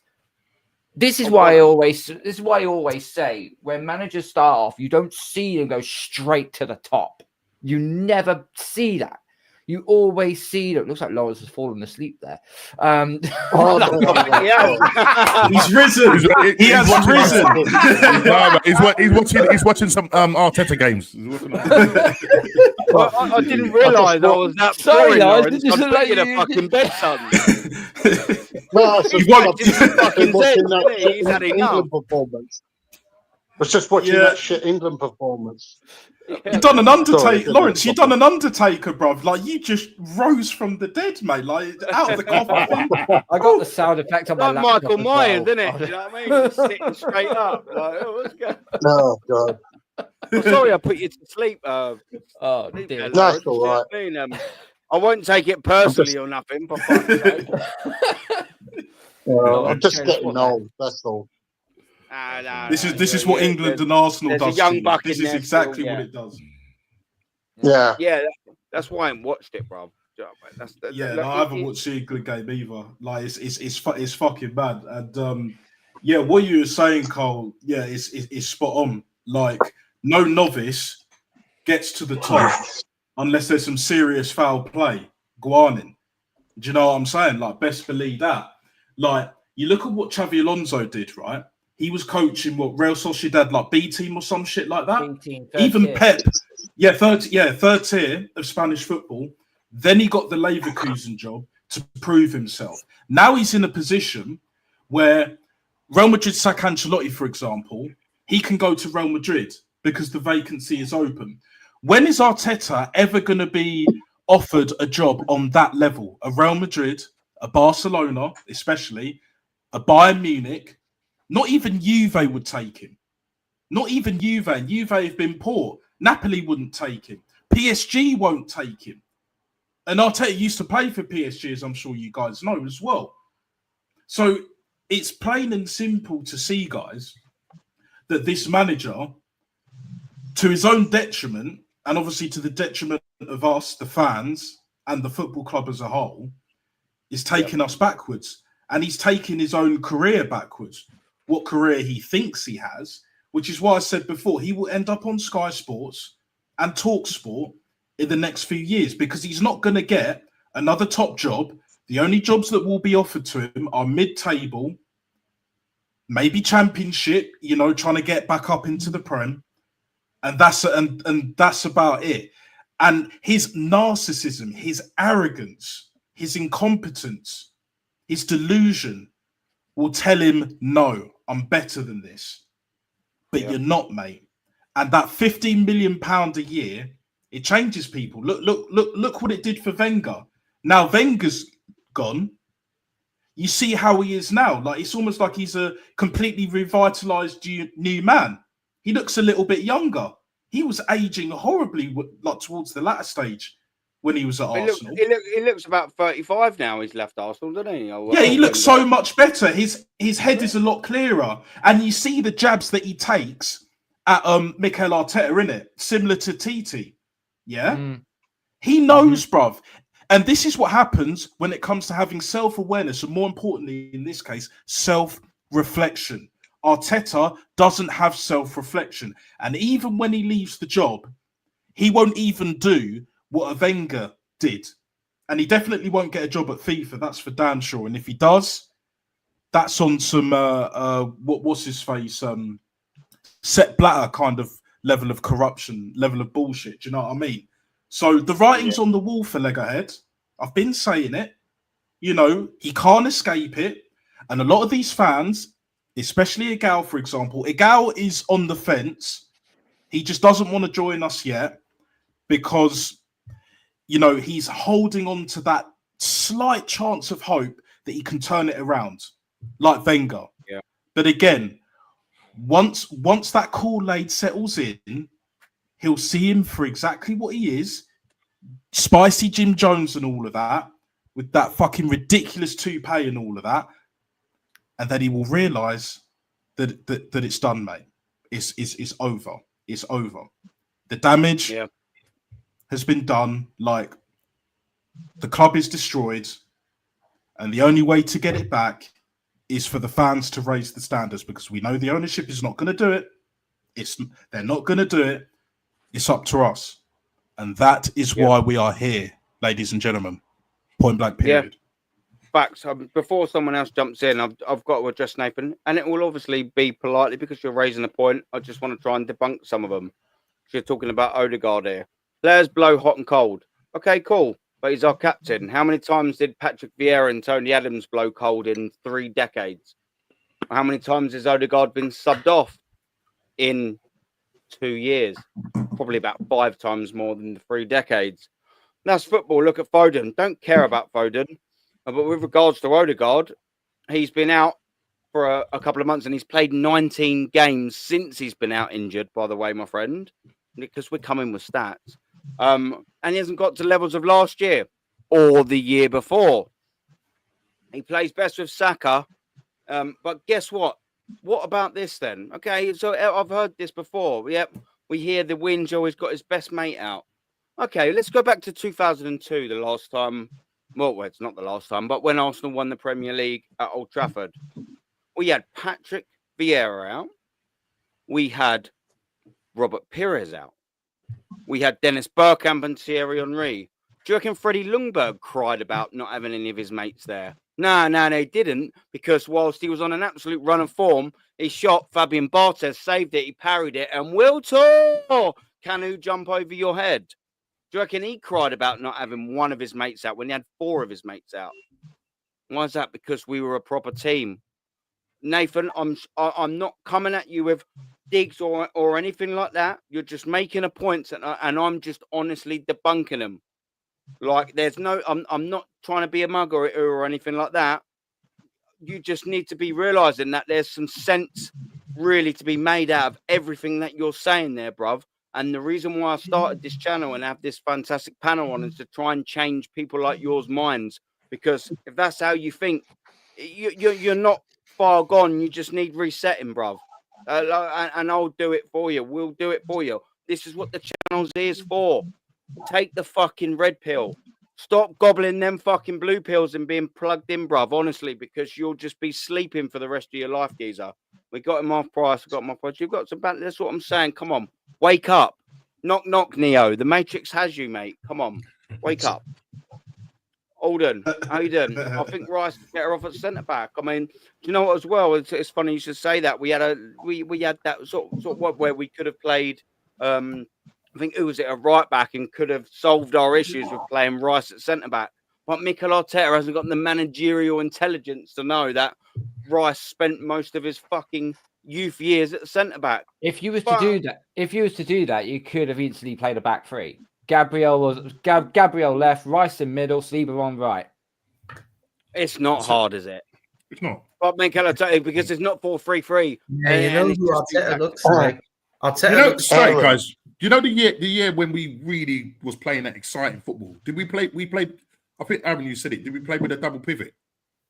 Of course we did. In the 22-23 season. Yes, we did. 4-2-3-1. Yeah. So why is he? I know. I just said he wants more. But why has he gone away from that? I just don't. And he's literally why? See what I mean? Because unlike Jurgen Klopp, when he failed against Manchester City, for a couple of years, Klopp didn't go, do you know what? It didn't work for me. I'm going to fucking rip the old sheet up and I'm just going to start something new. Klopp went, do you know what? I'm onto a bit of a winner here, but what I'm going to do is sprinkle a bit of Alisson. Thank I'm you. going to sprinkle a little bit of Virgil van Dijk. Yeah. And, maybe the odd little squad players here or ever, and then I'll win everything, son. Yeah. What did we do? Nah, it ain't working. We'll just throw it all in the bin. We're ripping teams to shreds for 3/4 of the season. And he binned the whole fucking thing because he bottled it. Yeah. And do you know what annoys me about that? We bottled it because Saliba got injured. Have we signed another right-sided centre-back since? Nope. No, so the manager doesn't learn his lesson then either, does he? But you all still want him, didn't you? But don't worry, guys, because Holding went to Man City and scored that goal, so we can hold that through. Yeah. You know what I mean? Yeah. It's a consolation goal, Yeah, Aaron, I've written a song about Arteta. It goes, stick Leandro in your pocket and fetch Marino out the van. Because if you want attackers, then you don't ask Mikel. George Graham is your man. Because where it all comes from is a mystery. It's like replacing Gabby Jesus for Raheem. But here's the one that's driving me berserk. How is Arteta still in work? No. No. All together. No. Sick. Was that song's debut? Oh, that was sick, man. Yeah, that's funny. That's excellent. You funny fucker. That was hilarious. That's what Nathan, you're fucking embarrassing. Nathan said it's embarrassing, but listen, I'm sure when Nathan goes to games, he sings. I'm sure he sings songs, isn't it? We all sing songs. Nathan, listen, bruv. Let me just add to it, and this is why. I'll adultly, and no, that ain't a word. I'll dissect again this embarrassing thing that you're saying. Yeah, listen, I actually was decent enough to debunk your theories politely, factually, and very friendly. And this is what you do back. Maybe the issue isn't me, son. Maybe you need to grow up and have a little look in the mirror, my son, because I'm not embarrassing. I just politely debunked your argument. Is all. The problem. Debunk shit. It's coming now. It's coming for you now. The problem with Nathan. You're good, my friend. I'm not going to make my show. Invite Nathan on. This point. Invite Nathan on. He's got the link, hasn't he? Yeah. Do you want me to send you the link and you can tell us all? This is the call-in show, Nathan. Why don't you tell us all? There's space on the panel. Now that you've had your Weetabix this morning, you've got your fucking big boy pants on. Why don't you click on the link that's in my chat? Why don't you come over at Aaron Talks Arsenal and then click on that link? Look, I'll put it in there. I'll re-put it in there. Because you've had your Weetabix, haven't you? Right. So what I'll do with Nathan. It's nice and easy. The problem with Nathan. Is just click on that and we'll see what kind of bollocks you've got. The problem with Nathan. Fuck off. The problem with Nathan. Sorry, Lawrence. If you do click on that link, this panel will absolutely be 150% polite to you. We'll just listen to what you've got to say. If you change your minds, buzz in. But if you don't click on that link, Nathan, you've outed yourself. You're pathetic. Piss off if you don't. Do you know what I mean? There you go. Now the rest of the 72 people watching know you're a cowardly little cunt. So it's just your choice, isn't it, mate? The problem with Nathan. There we go. Just the link's there, Nathan. Do you know what I mean? You've got Charlie Big Bollocks. Just click on it. The problem with Nathan and all these deluded pricks in our fan base is they're stuck in 2004 and they're wearing Arteta tinted specs. And when you confront them with what you just said, Aaron, they will avoid answering the question. They'll hide underneath the sand. That's why I call them ostriches, because they cannot come up with an answer. They're deluded. They think the club was formed in 2019, when we all know that this club is 140 years old next year. Okay, and it's about time these people realise this, and let's start living in the real world and not in this fantasy world. You know what, guys? You know, in the famous words of Lee Gunner, if you don't like it, then sling your hook. Right? You don't have to actually be in this chat. Yeah, if you don't like it, don't click on it then. Do you know what I mean? Because obviously you're here, and you don't like it, then you're free to go. It is what it is. Yeah. No, listen, mate. He's saying. Whoa, hang on. Donny's living online. Do you know who the fuck you are actually dealing with here? There are two people on this panel here that are actually fucking season ticket holders, you fucking cunt. Sorry, Aaron. Oh, dude. No, yeah, you're all good, man. No, you're all good. Now listen. No, but just I'll tell you see people like that. You should. Panel. Yeah. You can't let these people like. We're set. But come on next week, bruv. Yeah. Bye, Nathan. Bye, Nathan. No, Keep taking the medication. That weren't Nathan. Then that was Arteta's like Bob. He's all right, but it's fixed panel now, bro. Oh, okay. Yeah. That weren't him there. No, that weren't him there. Nathan still ain't got the bollocks, so. He's saying, come away, see proper supporters. Hands and clap and talk. What are you here then? Like, so, what, do you realise how moronic that sentence is? Like, and for people that don't know, this is what Arsenal fans like us deal with. Like, this is the level of absolute spastic that we have to deal with. Does your carer know you've got the laptop past 10 o'clock? Like, do you know what I mean? Like, what's going on here?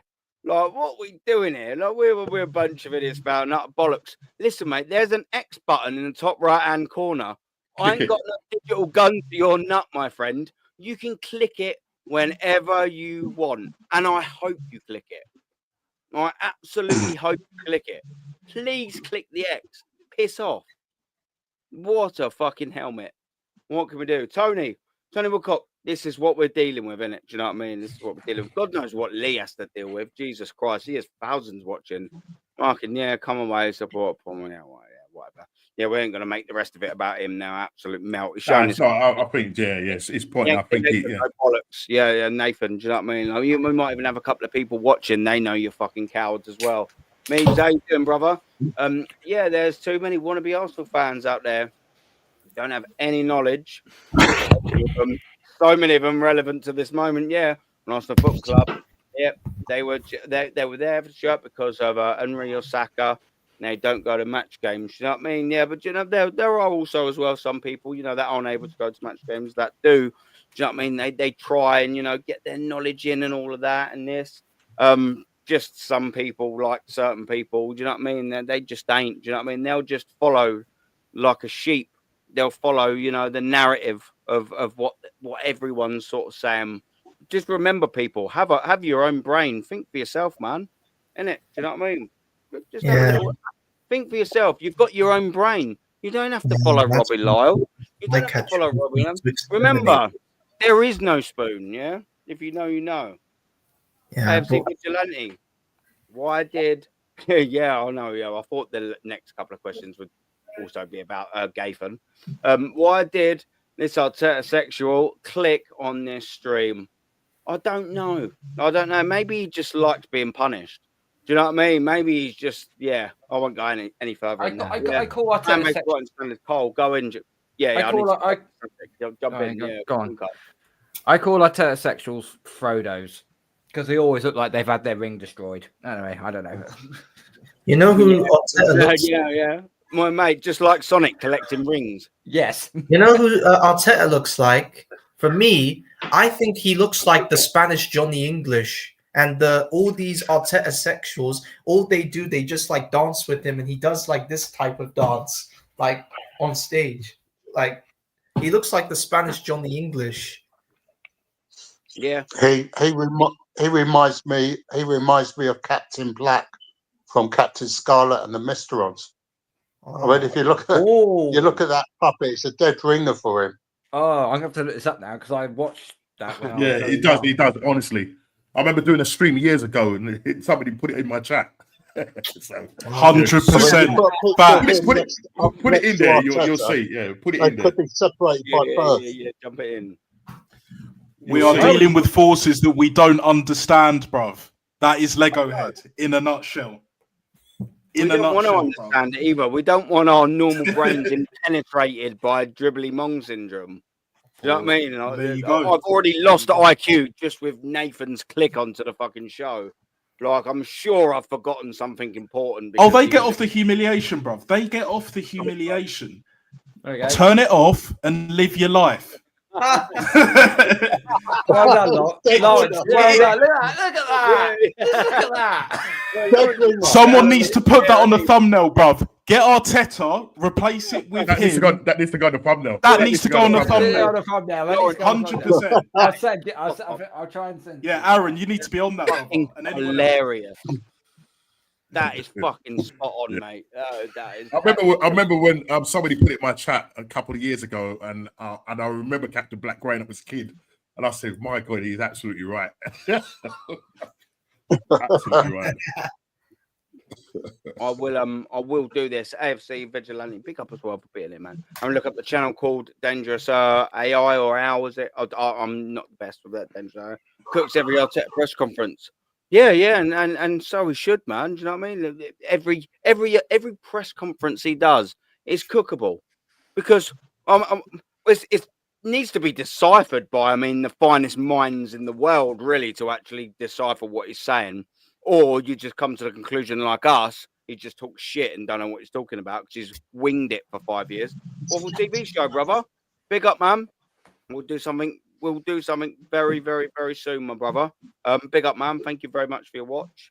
Peppermint, how you doing, man? Yeah, well, Macy, he's the man. He is our Macy, mate. He's our leader. The reason I carry this fly catcher with me, going to lead us to. He's our Hell in the Cell WWE champion, man. Yeah. The reason I carry this is because this is my sledgehammer. Because I remember Triple H used to have one back in the day. So this is my sledgehammer, and I'm going to use it to knock out every single rats I see. Yeah, every single Arsenal rat scurrying around on Twitter, on TikTok, on Snapchat, everywhere. I will exterminate all of them with my flycatcher, aka sledgehammer. Yeah, pause. Do you know what I mean? I don't want to know about your sledgehammer, Macy. Do you know what I mean? Let's get that right. Not like I'm gonna run downstairs and get myself a beer. Norm, so you didn't get a chance to ask this answer this question. So I want to get your thoughts on what you'll do. Who would you sign in terms of strikers? I'll leave it up for you because I think you like to shoot. I want to get your thoughts on it. I'll jump downstairs. There's a choice, man. Like you've got these do you want to be doing it in like reverse order? Yeah, you've got the 3 hour I asked it. Who do you want? I'll be listening. Okay. I'll be listening. Who do you want? Who do you feel we could realistically sign? And who do you think we'll end up with? Okay. Right. Who I would like is Isak. Definitely would like Isak. That would be my first choice. You can see what he's doing in the Premier League. We could have got this guy a couple of seasons ago, but only for Arteta to decide to go for number 29. So now we've ended up missing out on a striker who we could have got for 60 odd million. People might have said, he wasn't scoring much goals when he was in that league. But listen, he's won a title, or not a title, a cup with Real Sociedad. And I remember that season when everybody was said that they saw his car. Everybody saw his car, the number plate, driving about, and everybody was tracking him and all of that. They track the planes and all of that. So Isak would have been my player. I mean, he loves Thierry Henry, and even when you watch the play, his movement is absolutely brilliant. And for me, he would be my first choice. Followed closely by Gyökeres. I mean, this guy has done it, in England, in the Championship. He's gone to Sporting Lisbon, breaking all kinds of records. The guy is a natural goal scorer. Now, don't let people turn around and say, he's because he's 27 years old or whatever, 27 years old. This guy is in his prime. And we as an Arsenal club need somebody that can hit the ground running, period. Yeah, we need someone that can hit the ground running and can give us those kind of goals. You know, I know some people say, just going back to Isak, that because of the style of football that we play, it might not suit Isak. Yeah. But then Arteta needs to then try and coach that and play a different way to suit Isak's game. Do you know what I'm sort of saying? Same thing when Pep brought in Haaland, the first couple of months, because he wasn't playing, because Haaland is just an out-and-out striker. But then Haaland had to adapt his game. Yeah. He still won them the title twice. They go and get four titles in a row. But so Gyökeres, all-round player, strong, fast, quick. I'd love him. After that, it's going to be Victor Osimhen. Again, he's got a buyout clause. Gyökeres has got a buyout clause. Victor Osimhen, yeah, people were put off by his wages. But look at what we're paying Kai Havertz. Yeah? So even if we pay Victor Osimhen an extra 10,000, yeah? Because Kai's on 290. Osimhen, the reason why, Chelsea didn't go for him because he was asking for 300 grand. The guy is what, 26? The guy's just scored 20 goals in Galatasaray. He's got 26 in all competition. This guy, again, is a natural goal scorer. So I would have gone for him. But as I said, him and Gyökeres have both got buyout clauses. We could have done something there. But I don't know what it was, why Osimhen, if they didn't like, he wasn't the right profile, or they didn't like the way, they say that because of you've got some top supporters or journalists saying that the attitude is maybe an attitude problem. You need players with attitude problems, man. Thierry Henry had it. Aubameyang had it. But the problem is that Arteta can't deal with these kind of characters. Yeah? Then I'll go with a cheeky Harry Kane. 52, was it 50 whatever million pound? Right, the guy, euros, I think 50, whatever it is, yeah. He's a secret Arsenal supporter. You saw them pictures when he was in the parade. Yeah, yeah. Come, listen.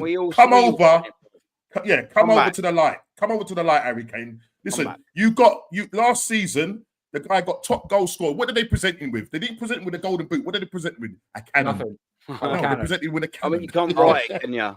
You cannot ironic, write yeah? that, innit? Ironic, mate. Come home. Harry Kane, come home. And lastly, I wouldn't even go for Sesko because I don't want another project. Yeah, this guy's got 14 goals in for RB's life speak. He's 21. Everybody's going to say, oh, he's a ceiling raiser. I ain't got time for that. Yeah. He's got the same amount of goals, GAs as what Kai Havertz got. And he scored 14 goals. So for me, man, I don't want Sesko in there. So in that order, Isak, Gyökeres, Osimhen, Kane, and Sesko, forget it. Yeah.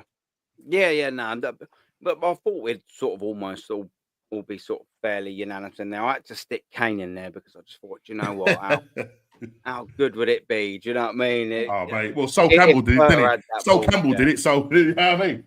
Yeah, I'd love it. I would. I'd absolutely love it if we managed to get him over here because do you know what? As well as an excellent footballer, he's a bloody good finisher, and he's the full package. And I know time ain't on his side, but I'll tell you what, 3 years in the Premier League, he don't rely on pace.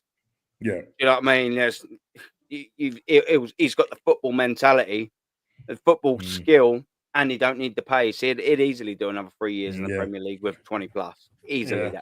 The thing is, though, Arteta is set on getting Sesko, and that's where we're going to. Listen, until we go and get a decent manager, then we're just going around in circles. Because if you're going to go for a player like Sesko, I mean, Sesko didn't come in the first place because he wasn't given assurance of starting in front of Kai Havertz. And the problem is, then if Sesko does come, what did he do with Kai Havertz? Do you know what I mean? So he can't admit this failure. That's what it is. That's what it is. He's already said that, because he's already said that he's going to be, if we do get a Sesko, and Havertz is going to be a rotational piece on 280 grand. Name me a player right now that's on 280 grand a week and is a rotational piece. The only way you're getting that sort of money is if A, you are starting in every game, or B, you are a world-class talent that everyone knows. Come on, man. Facts. Absolute fact. Yeah. Sorry, this is the beer kicking in now. So yeah. Oh, yeah, it's getting there, is it? Yeah, do you know what I mean? Yeah, mine's been there for the last few hours. Do you know There's what I mean? 1, 2. There's still 4 sober people left. Yeah, that's it. Well, you know, I mean, I can handle it. You know what I mean? I'll go for another 4 hours. It just won't be very good content afterwards. It'll just be, I fucking hate them all, they're pricks. Yeah, do you know what I mean? Not that it's too much different. But listen, I am gonna call it sort of here. And the reason why I wish I wanted to go on for a little bit longer, but for people that are sort of watching, still 62 of you buzzing, man. I'm buzzing for that. I'm in the bedroom, man, and I just went downstairs to go grab a beer. And my missus was like, "When you getting out of that fucking bedroom? I want to go to bed." And you know what I mean? I was like, "Oh, I'll go and you know when you just get that evil look from the missus, and you're just like, you know what? You know that you know. Yeah, I was like, do you know what? I'm not going to take the piss here. Like, do you know what I mean? Because sometimes I think, oh, if she's going to accept it, I'll come up another half hour. But she give me that look. I just thought, there's sex gone for a week if I fucking stay up here. Do you know what I mean? So, you know what I mean? I'm playing it tactical, boys. Like, do you know what I mean? I'm playing it tactics. Tactics, guys. Listen, like we're streaming on multiple sites here, but of course I'm the host, so I'm gonna run through everyone's channels first, and of course I'll do mine first. If you're running on and you like our host, you like what I'm talking, there is my link in the channel. Like, come and give us a follow if it's a bit of you. Do you know what I mean? We need more people like me and the rest of the panel. This is what we're here for. You're probably all here on Jez's anyway, but if you're not, here is Jez's link. And of course, Carl, big up, man. Shout your thing out, and I will be posting it as well. Yeah, you can find me on my channel, Gundown UK. Find me on Twitter or X, whatever they call it nowadays, KBArsenalPats32. You'll find me on Instagram, GundownUK_33. I will have a slight call-in show tomorrow. That's still got a bit of planning to do for that. And obviously we'll be building up towards our first game back next weekend. If it's going to take a heck of a long while. And if I'm on for part 2 with Rashid and you and everybody else, then I'll be on Wednesday with that. And really, really looking forward to it. So that good. I have got some pipeline something coming through the pipeline. New show will be just a one-on-one segment show that I will do with myself, talking about Arsenal, but also talk about the Premier League and just football just in general. And I've also said as well, I have a watch along coming up on the 26th of April, the big boxing fight between Conor Benn and Chris Eubank Jr. So I'll be doing a party watch along for that. Everyone have their say and whatnot. It'll be like a 5-6 hour stream, so that will really test my eyes, but it is what it is. And big ups as well to Lion Tex and big up to Waffle TV, because I'm hopefully going to get them onto my Arsenal anger management shows in the next coming weeks. So keep posted. So got a lot coming up. And you know what, before I introduce the next person as well, or to shout their thing out, big up as well to Waffle TV, man, and as well for Lion Text. Go watch their stuff, man. Do you know what I mean? They're all talking the same stuff. We absolutely need more people like us, do you know what I mean, in the community spitting facts, because there's so many people that are giving you false information. We're not doing it. Trust me, being a negative Arsenal fan is not profitable. We could gaslight you for fun and earn quickly, but we're just going to tell you the truth. Why? Because we can't look at ourselves in the mirror and go, do you know what, you're a dishonest piece of shit. And on that note, Normski, where can we find you, my true brother? Right, so people, on a Wednesday, I do a live show, What's Going On podcast, with a couple of mates, rival fans. We get down talking about each of our clubs, respective clubs. Obviously, we go in on Arsenal, as we do, Man United. And I do obviously my normal match reactions after the game days. And obviously, I'm invited on a couple of shows like yourself. Aaron, thanks for having me on. Gundown has obviously invited me on his show. Thanks for that, mate. Waffle TV being on his show as well. So thanks for that as well. Big up to that. And hopefully I'll be getting an invite from next time. Right? But I hear that, bro. But when he starts doing his lives, we're looking forward to that, mate. We will be going to the Matrix. We will be there. The X-Files. The X-Files. Yeah, we the X-Files. We love it. Yeah, so that's what I'm doing. Obviously, I know Aaron. I mean, Aaron, you're everywhere, just like Arsenal AFC's everywhere. Right? You're everywhere in terms of what you're doing. That's great, mate. Keep doing that work rate. You know what I mean? It produces, you know what I mean, success. So, I mean, obviously, I've got to step my game up, but I've got so much going on outside of my podcast because I do work with charities and stuff like that. Unbelievable. So so so I'm kind of involved in that as well. But when I do get that free time, I want to sort of step my game up. You know what I mean, and do a couple of more shows outside of the Wednesday shows and stuff like. Do some pre-recorded stuff. Want to do some stuff with my nephew who used to actually play for MK Dons. And with Wimbledon, he started off with Wimbledon, went to MK Dons, so he's got some stories to tell. Yeah, played up against the lights since friendlies. He's played up against lights or Fabregas and that, and just telling me some stuff, mate. So yeah, so I'm hoping to do some other stuff outside of what I do on a Wednesday. No, buzzing, man, and Jay, you know, I always like having you on my channel. I always do. I love you. You're such a fucking lovely geezer. And Thanks, when bro. you said to me, so I always try and ask you, and then you said, "Oh, you do charity work." It just endeared me to you even more. I was like, "What a fucking lovely guy! Come on my channel more. Come on my channel more." Now, No listen, problems, man. This is what we surround ourselves with, proper people. You know what I mean? And Norms, thank you very much. Just like as well, Carl. Natster as well.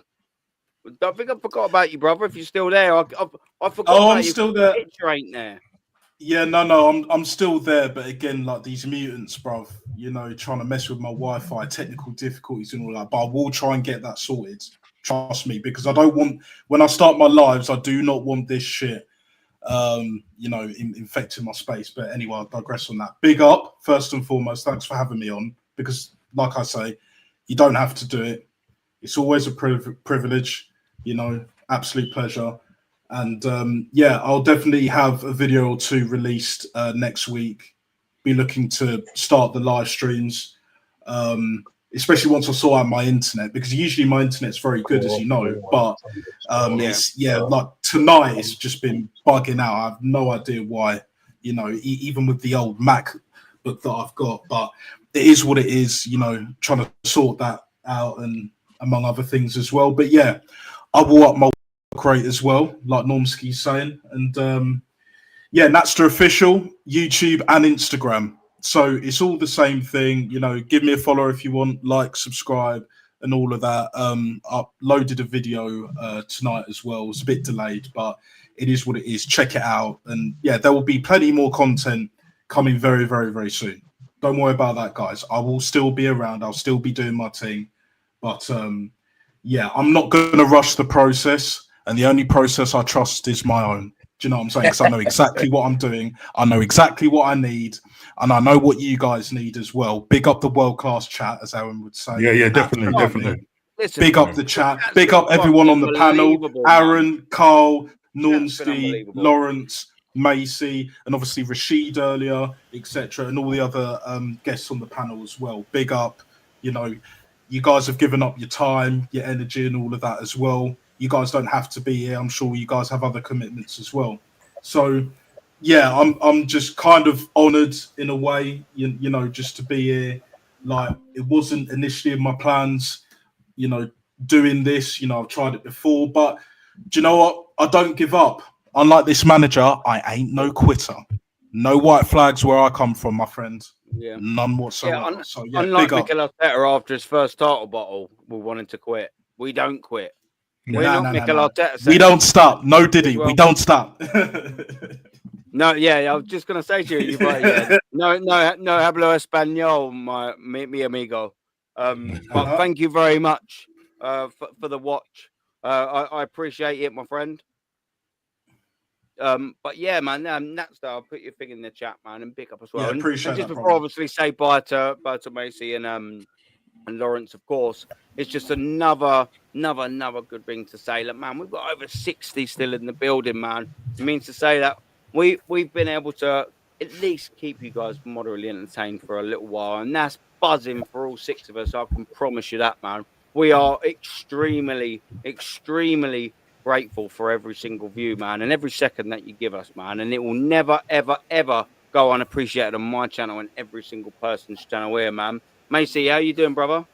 Yeah, I'm doing great, Aaron. Yeah. So once again, I'm glad to be back here on your channel once again and to talk about the level the destruction of this football club and the fact that it will never ever change to the way that it used to be back in the 19s to the invincible season. So it will be the same. Like I just don't know how long we're going to continue on with this mediocrity that we are as a football club, because we're stuck next season with this manager, and no doubt I can guarantee you Ian Wright will wheel out some more merch at the end of the season, and it will say a journey to be proud of, guys.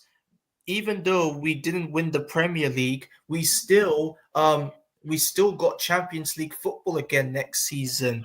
I can guarantee you Ian Wright will wheel out some other merch. I cannot stand that bald-headed looking Bobby Lashley dickhead of Arsenal. I respected Ian Wright. I think for me, he was perhaps him and Ori were the best strikers at this football club, but Ian Wright as a pundit, he has absolutely made a fool out of himself. Like he has turned himself into the biggest joker of them all. Him, Ray Parlour, and Martin Keown, all three of them need to hang their heads in shame. Who would you say was the worst out of them? Because I want to do a little thing just quickly for you. Who's worse out of the ex-Arsenal pundits? Is it Keown? Is it? Yeah, it was Keown, because right? Do you remember Is Keown your number one? Is he the worst ex-Arsenal player? Because do you remember like 2 years ago in the 2022-23 season when we were about to play City, Keown came on at TalkSport, and then I think who was the host of TalkSport? Was it Jim? Was it like Jim White, wasn't it? Yeah, Jim White asked him. He said, "Do you think Arsenal can challenge for the league?" And then Keown said the most disrespectful thing in my lifetime. He said, "Oh, but it doesn't matter, Jim. We can still get Champions League football because you know, second place is a trophy." Like absolute disgrace. It's funny you should say trophy as well, because you know what? I'm going to present Martin Keown with a trophy. But I've been waiting for that. You tied me in nicely. This is yours, Martin Keown. You've won Aaron's Wanker of the Week. You really are the biggest piece of shit. Did you get that in a Secret Santa gift or something? No, I had it a little made up and just, we're waiting. But yeah, you are Macy's Wanker of the Week, Martin Keown. Yeah, I mean, he was the best worst trophy he's won. Yeah, he was the worst of all the pundits. Like for me, he was an absolute top defender for us. He was playing alongside legends like Tony Adams, Sol Campbell, prime legendary defenders.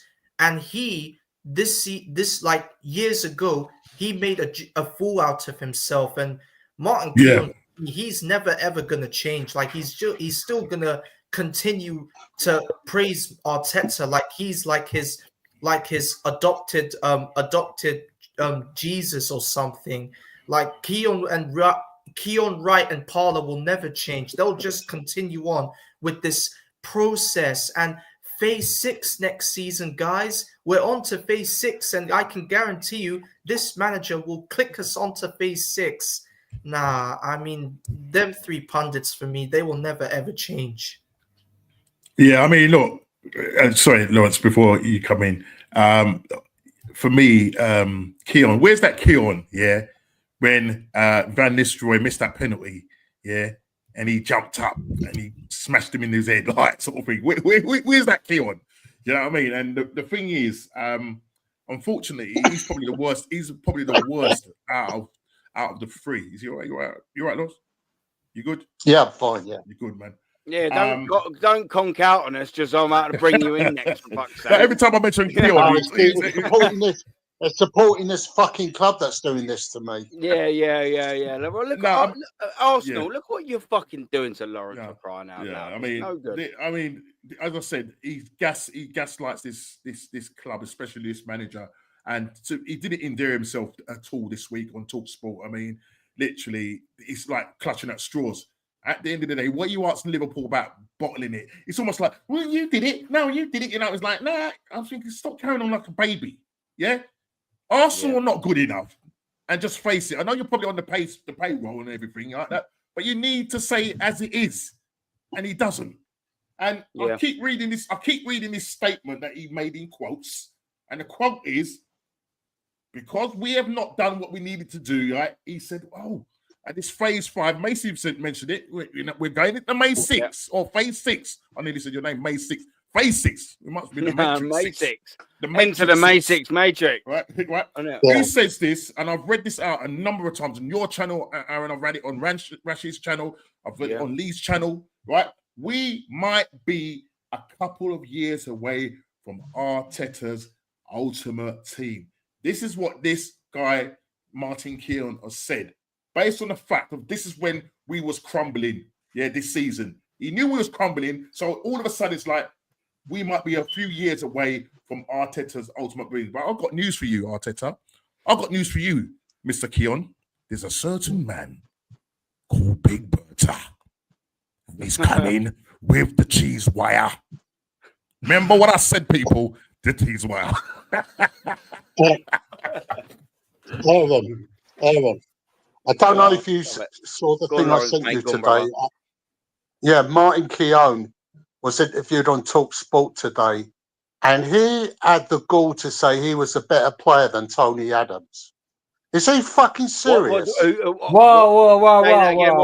Hold up, wait a minute. Take that off. Totally rewind. What? Don't tell me Keown said that. Say that again, Lawrence. Say that again slowly. Slowly. Okay. I sent a link to Aaron. I sent a link to Aaron today from an interview that Martin Keown did on Talk Sport with Jim White and Simon Jordan. Yeah, man. If you play the audio, brother. I will play the audio. And he said we're going to go for another 2 hours. He was a better player than Tony Adams. Fluff your pillow up downstairs on that sofa, love.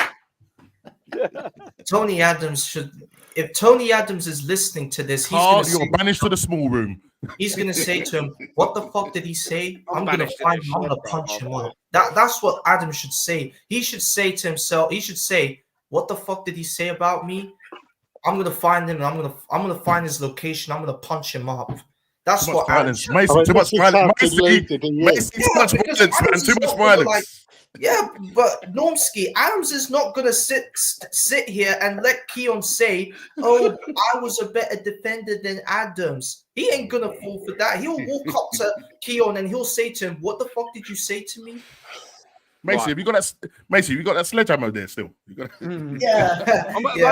Macy's probably just got some murderous weapons in the other shot of that side. Isn't it? You know what I mean? Just a collection of death there, isn't there? The only weapon I've got is a screwdriver. Yeah, I mean, Macy's trumped you there. I think, my friend. He's got his fly swatter, mate. He's got the reach. He's Roger Federer settings of that. Right, listen, it is what Lawrence. I'm going to play it out louder. Yeah, now, ready? Don't fully comprehend the blind. Is the sound okay? Turn it up a bit, mate, Aaron. You got the volume on your mic. You got to remember, before he arrived, no one was thinking they were going to win anything. But then you've got Arne Slot comes into Liverpool and wins the title in his first season. Eric Ten Hag won twice as many trophies as Arteta has, and we all batter Eric Ten Hag. Arsenal are about to set to open formal talks with Bukayo Saka over a new contract.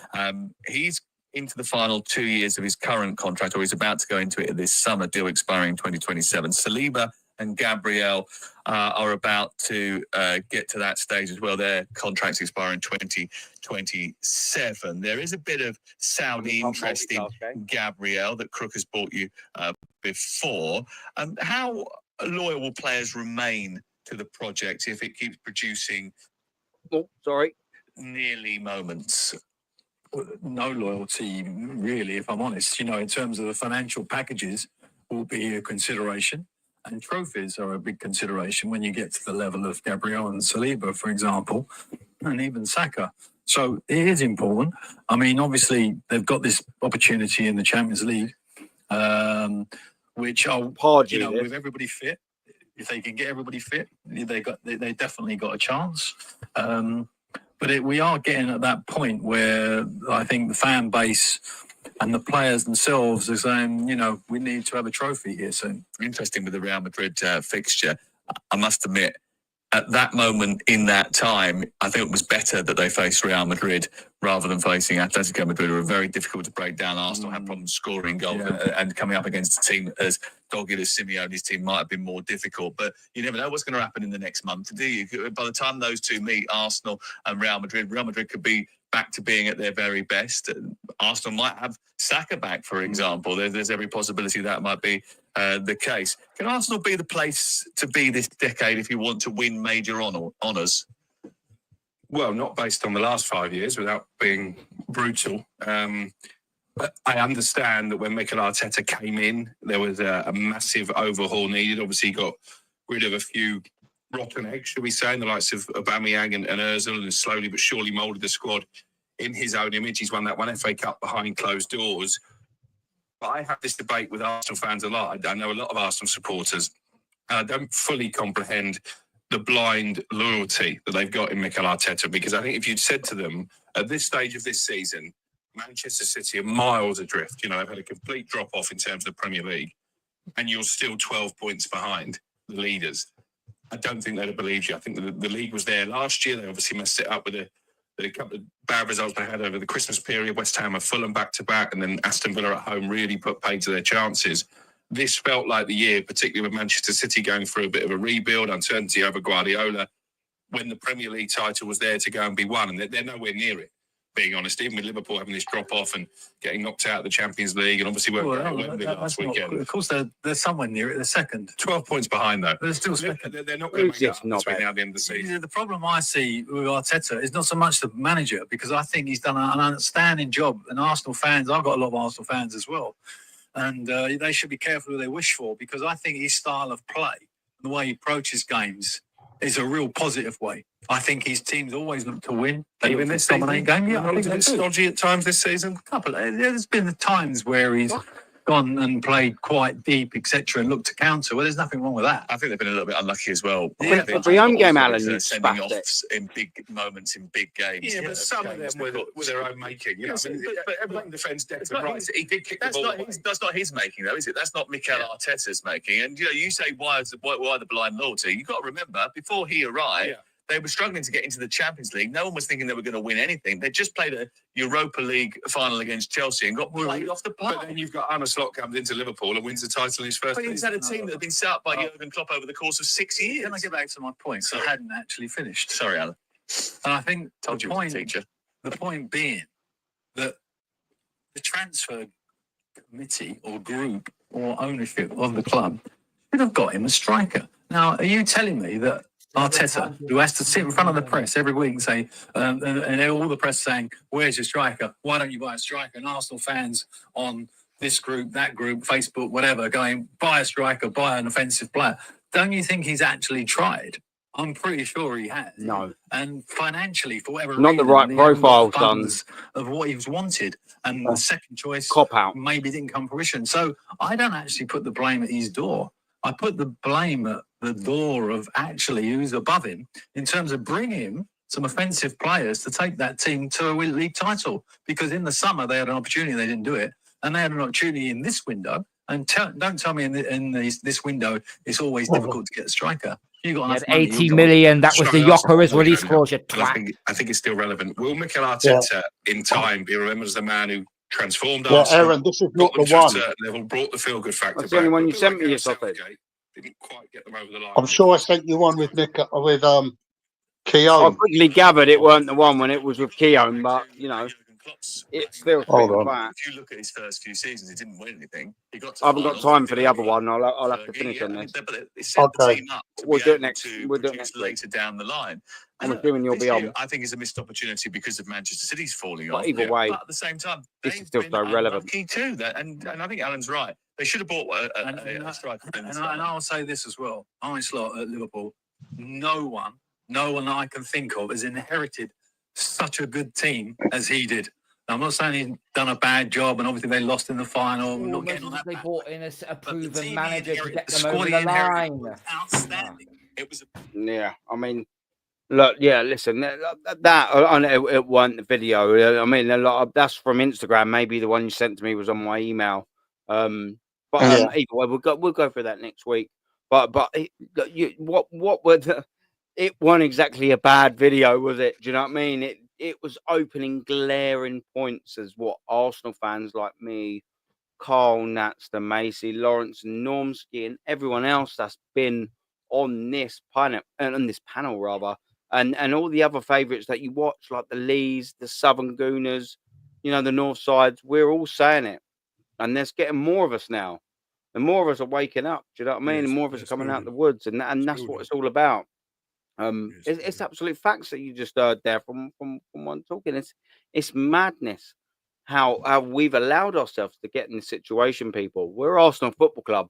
Let's not forget that, and let's also not forget whether you're a top gooner or we all want the same thing. Do you know what? The in between is the problem. We all want to win everything. All of us do, but I'm not willing to wait 50 years for it. And that's the difference. When you've got, and Cole knows, I won't name names because that's not what I'm doing. When the person's saying you wait as long as you can, you just wait as long as it takes to win. I've waited 21 years. I was 16. I was 16 years old the last time Arsenal won the Premier League. I'm 36. Wow. What are we doing here? Like I couldn't eat. Back at that time, I could only buy a lottery ticket. I could buy cigarettes. I think it was 16 still at that time before they changed it to 18. How times have changed. I haven't even been legally allowed to drink in a pub since Arsenal last won the Premier League. I was basically 9-10, bruv, last time we won the league. I wasn't even in high school yet, bruv. Like that is nuts. That's mad. But again, I'm not waiting 50 years. Yeah, I'm not waiting 50 years like Chelsea did. And people forget, before Roman Abramovich, Chelsea were basically what we are now, but worse. Yeah. And the further we fall down, it will take even longer than 50 years for us to win a league title. And we won't win a Champions League in my lifetime. Or any of our lifetimes. 139 and years. That's the sad thing. Yeah. Very sad. The problem is once you get into this rut, it's very hard to get out of. Yeah. It's very hard to get out of. And then because what happens now, I mean, you're seeing Man United. That's why now, Berta's got the most painful, biggest job on the planet. To do. Yeah. I mean, Man United and Arsenal, two great clubs that used to be massive rivals, used to be fighting it out in the late 90s and whatever. Now look at us now. Look at us now. You know, it's. I mean, listen, we're second, but bro, come on. How's it in 2025? People, we still can't get a striker. A big club like Arsenal, third biggest club in the country, and we can't. We are the most bantered club. This is what it is, and unfortunately, it's the fans. Because we go out and say the most ridiculous things, and they wonder why we're the most hated fans. And we're trying. What I'm trying to say, as guys here on other channels, we are trying to address this and bring it back. We're trying to bring back standards. But you get people in the chat, like a certain man that's probably not there no more, telling us, well, what you hear? If you don't want to hear it, then don't hear it. Go and stick your head in the sand somewhere else. But I'm not going to be having my head in the sand, and I'll keep saying it. I know people that were Arteta in. Full stop. You couldn't change their mind. Now they're singing. They're singing from a different hymn sheet now. They're singing from my hymn sheet now. And I'm not turning around going, I told you so. Now they've now seen it. Their eye, the scales have dropped. The Arteta scales have dropped off their eyes. They've unplugged from the Arteta matrix, bro. They've unplugged. They've unplugged, brother. That's what it is, bro. I know this is probably one of the Aaron. I know this is probably one of the longest goodbyes. And it's going to get quickly longer.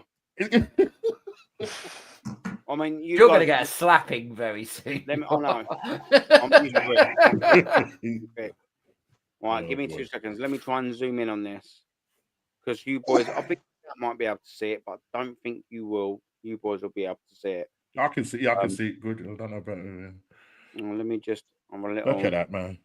Look at that. Look at that team. Oh shit! Sorry. Control Shift Plus. It might. Oh yeah, I don't know what. Yeah, but either way, what I'm looking at, is what you're saying about the demise of Arsenal Football Club, and even the demise of Manchester United as well. So I pulled this up for a specific fixture. Yeah. 20 years ago, Arsenal versus Manchester United was the biggest game in football. Fuck the El Clasico for a couple of years. For a couple of years, there was nothing bigger than Arsenal versus Manchester United. That's what it was all about. The lineups, and this is where the drop off is. Just in the Premier League, but just in Manchester United. Carroll, sadly, on that day, they had Giggs, Neville, Sylvester, but Scholes, Neville, Ferdinand, Van Nistelrooy, Rooney, Heinze, Ronaldo. We had Reyes, Lehmann, Torre, Edu, Campbell, Vieira, Lauren Lundberg, Thierry Henry, Ashley Cole, and Dennis fucking Bergkamp with Robert Pires and Van Persie and Fabregas on the bench. What have we got now? Like, that's the point. That's the point that I'm trying to make. That's a squad. That's a squad you can go into battle with. You could win any of them trophies with that squad. Not only is that a representation of how far the leagues probably fell, especially as Arsenal and Manchester United fell. And look at the standards that we are not at there now. It's embarrassing. The standard of English football's on its arse anyway. It's absolutely pathetic. I mean, that's why I like bringing little bits like this up, because we can listen very well with our ears, but we also listen better with our ears and our eyes. And sometimes it takes both for people to hear it out, man. But listen, I will absolutely wrap it there. It's just a madness. Yeah. I just felt was relevant there. People in the chat, I will actually go now. Big up, honestly, chat's been world class. For everyone here that's given me this bit of your time, I'm extremely grateful to every single one of you, always, because we're putting the same message out. I will call it there. And big up, everyone. Enjoy the rest of your Friday night. I'm going to go get steaming drunk downstairs and sleep on the sofa and apologise in the morning. I don't know about you lot, but Arteta out, Aaron out. Everyone out. And everybody out. And the set piece coach.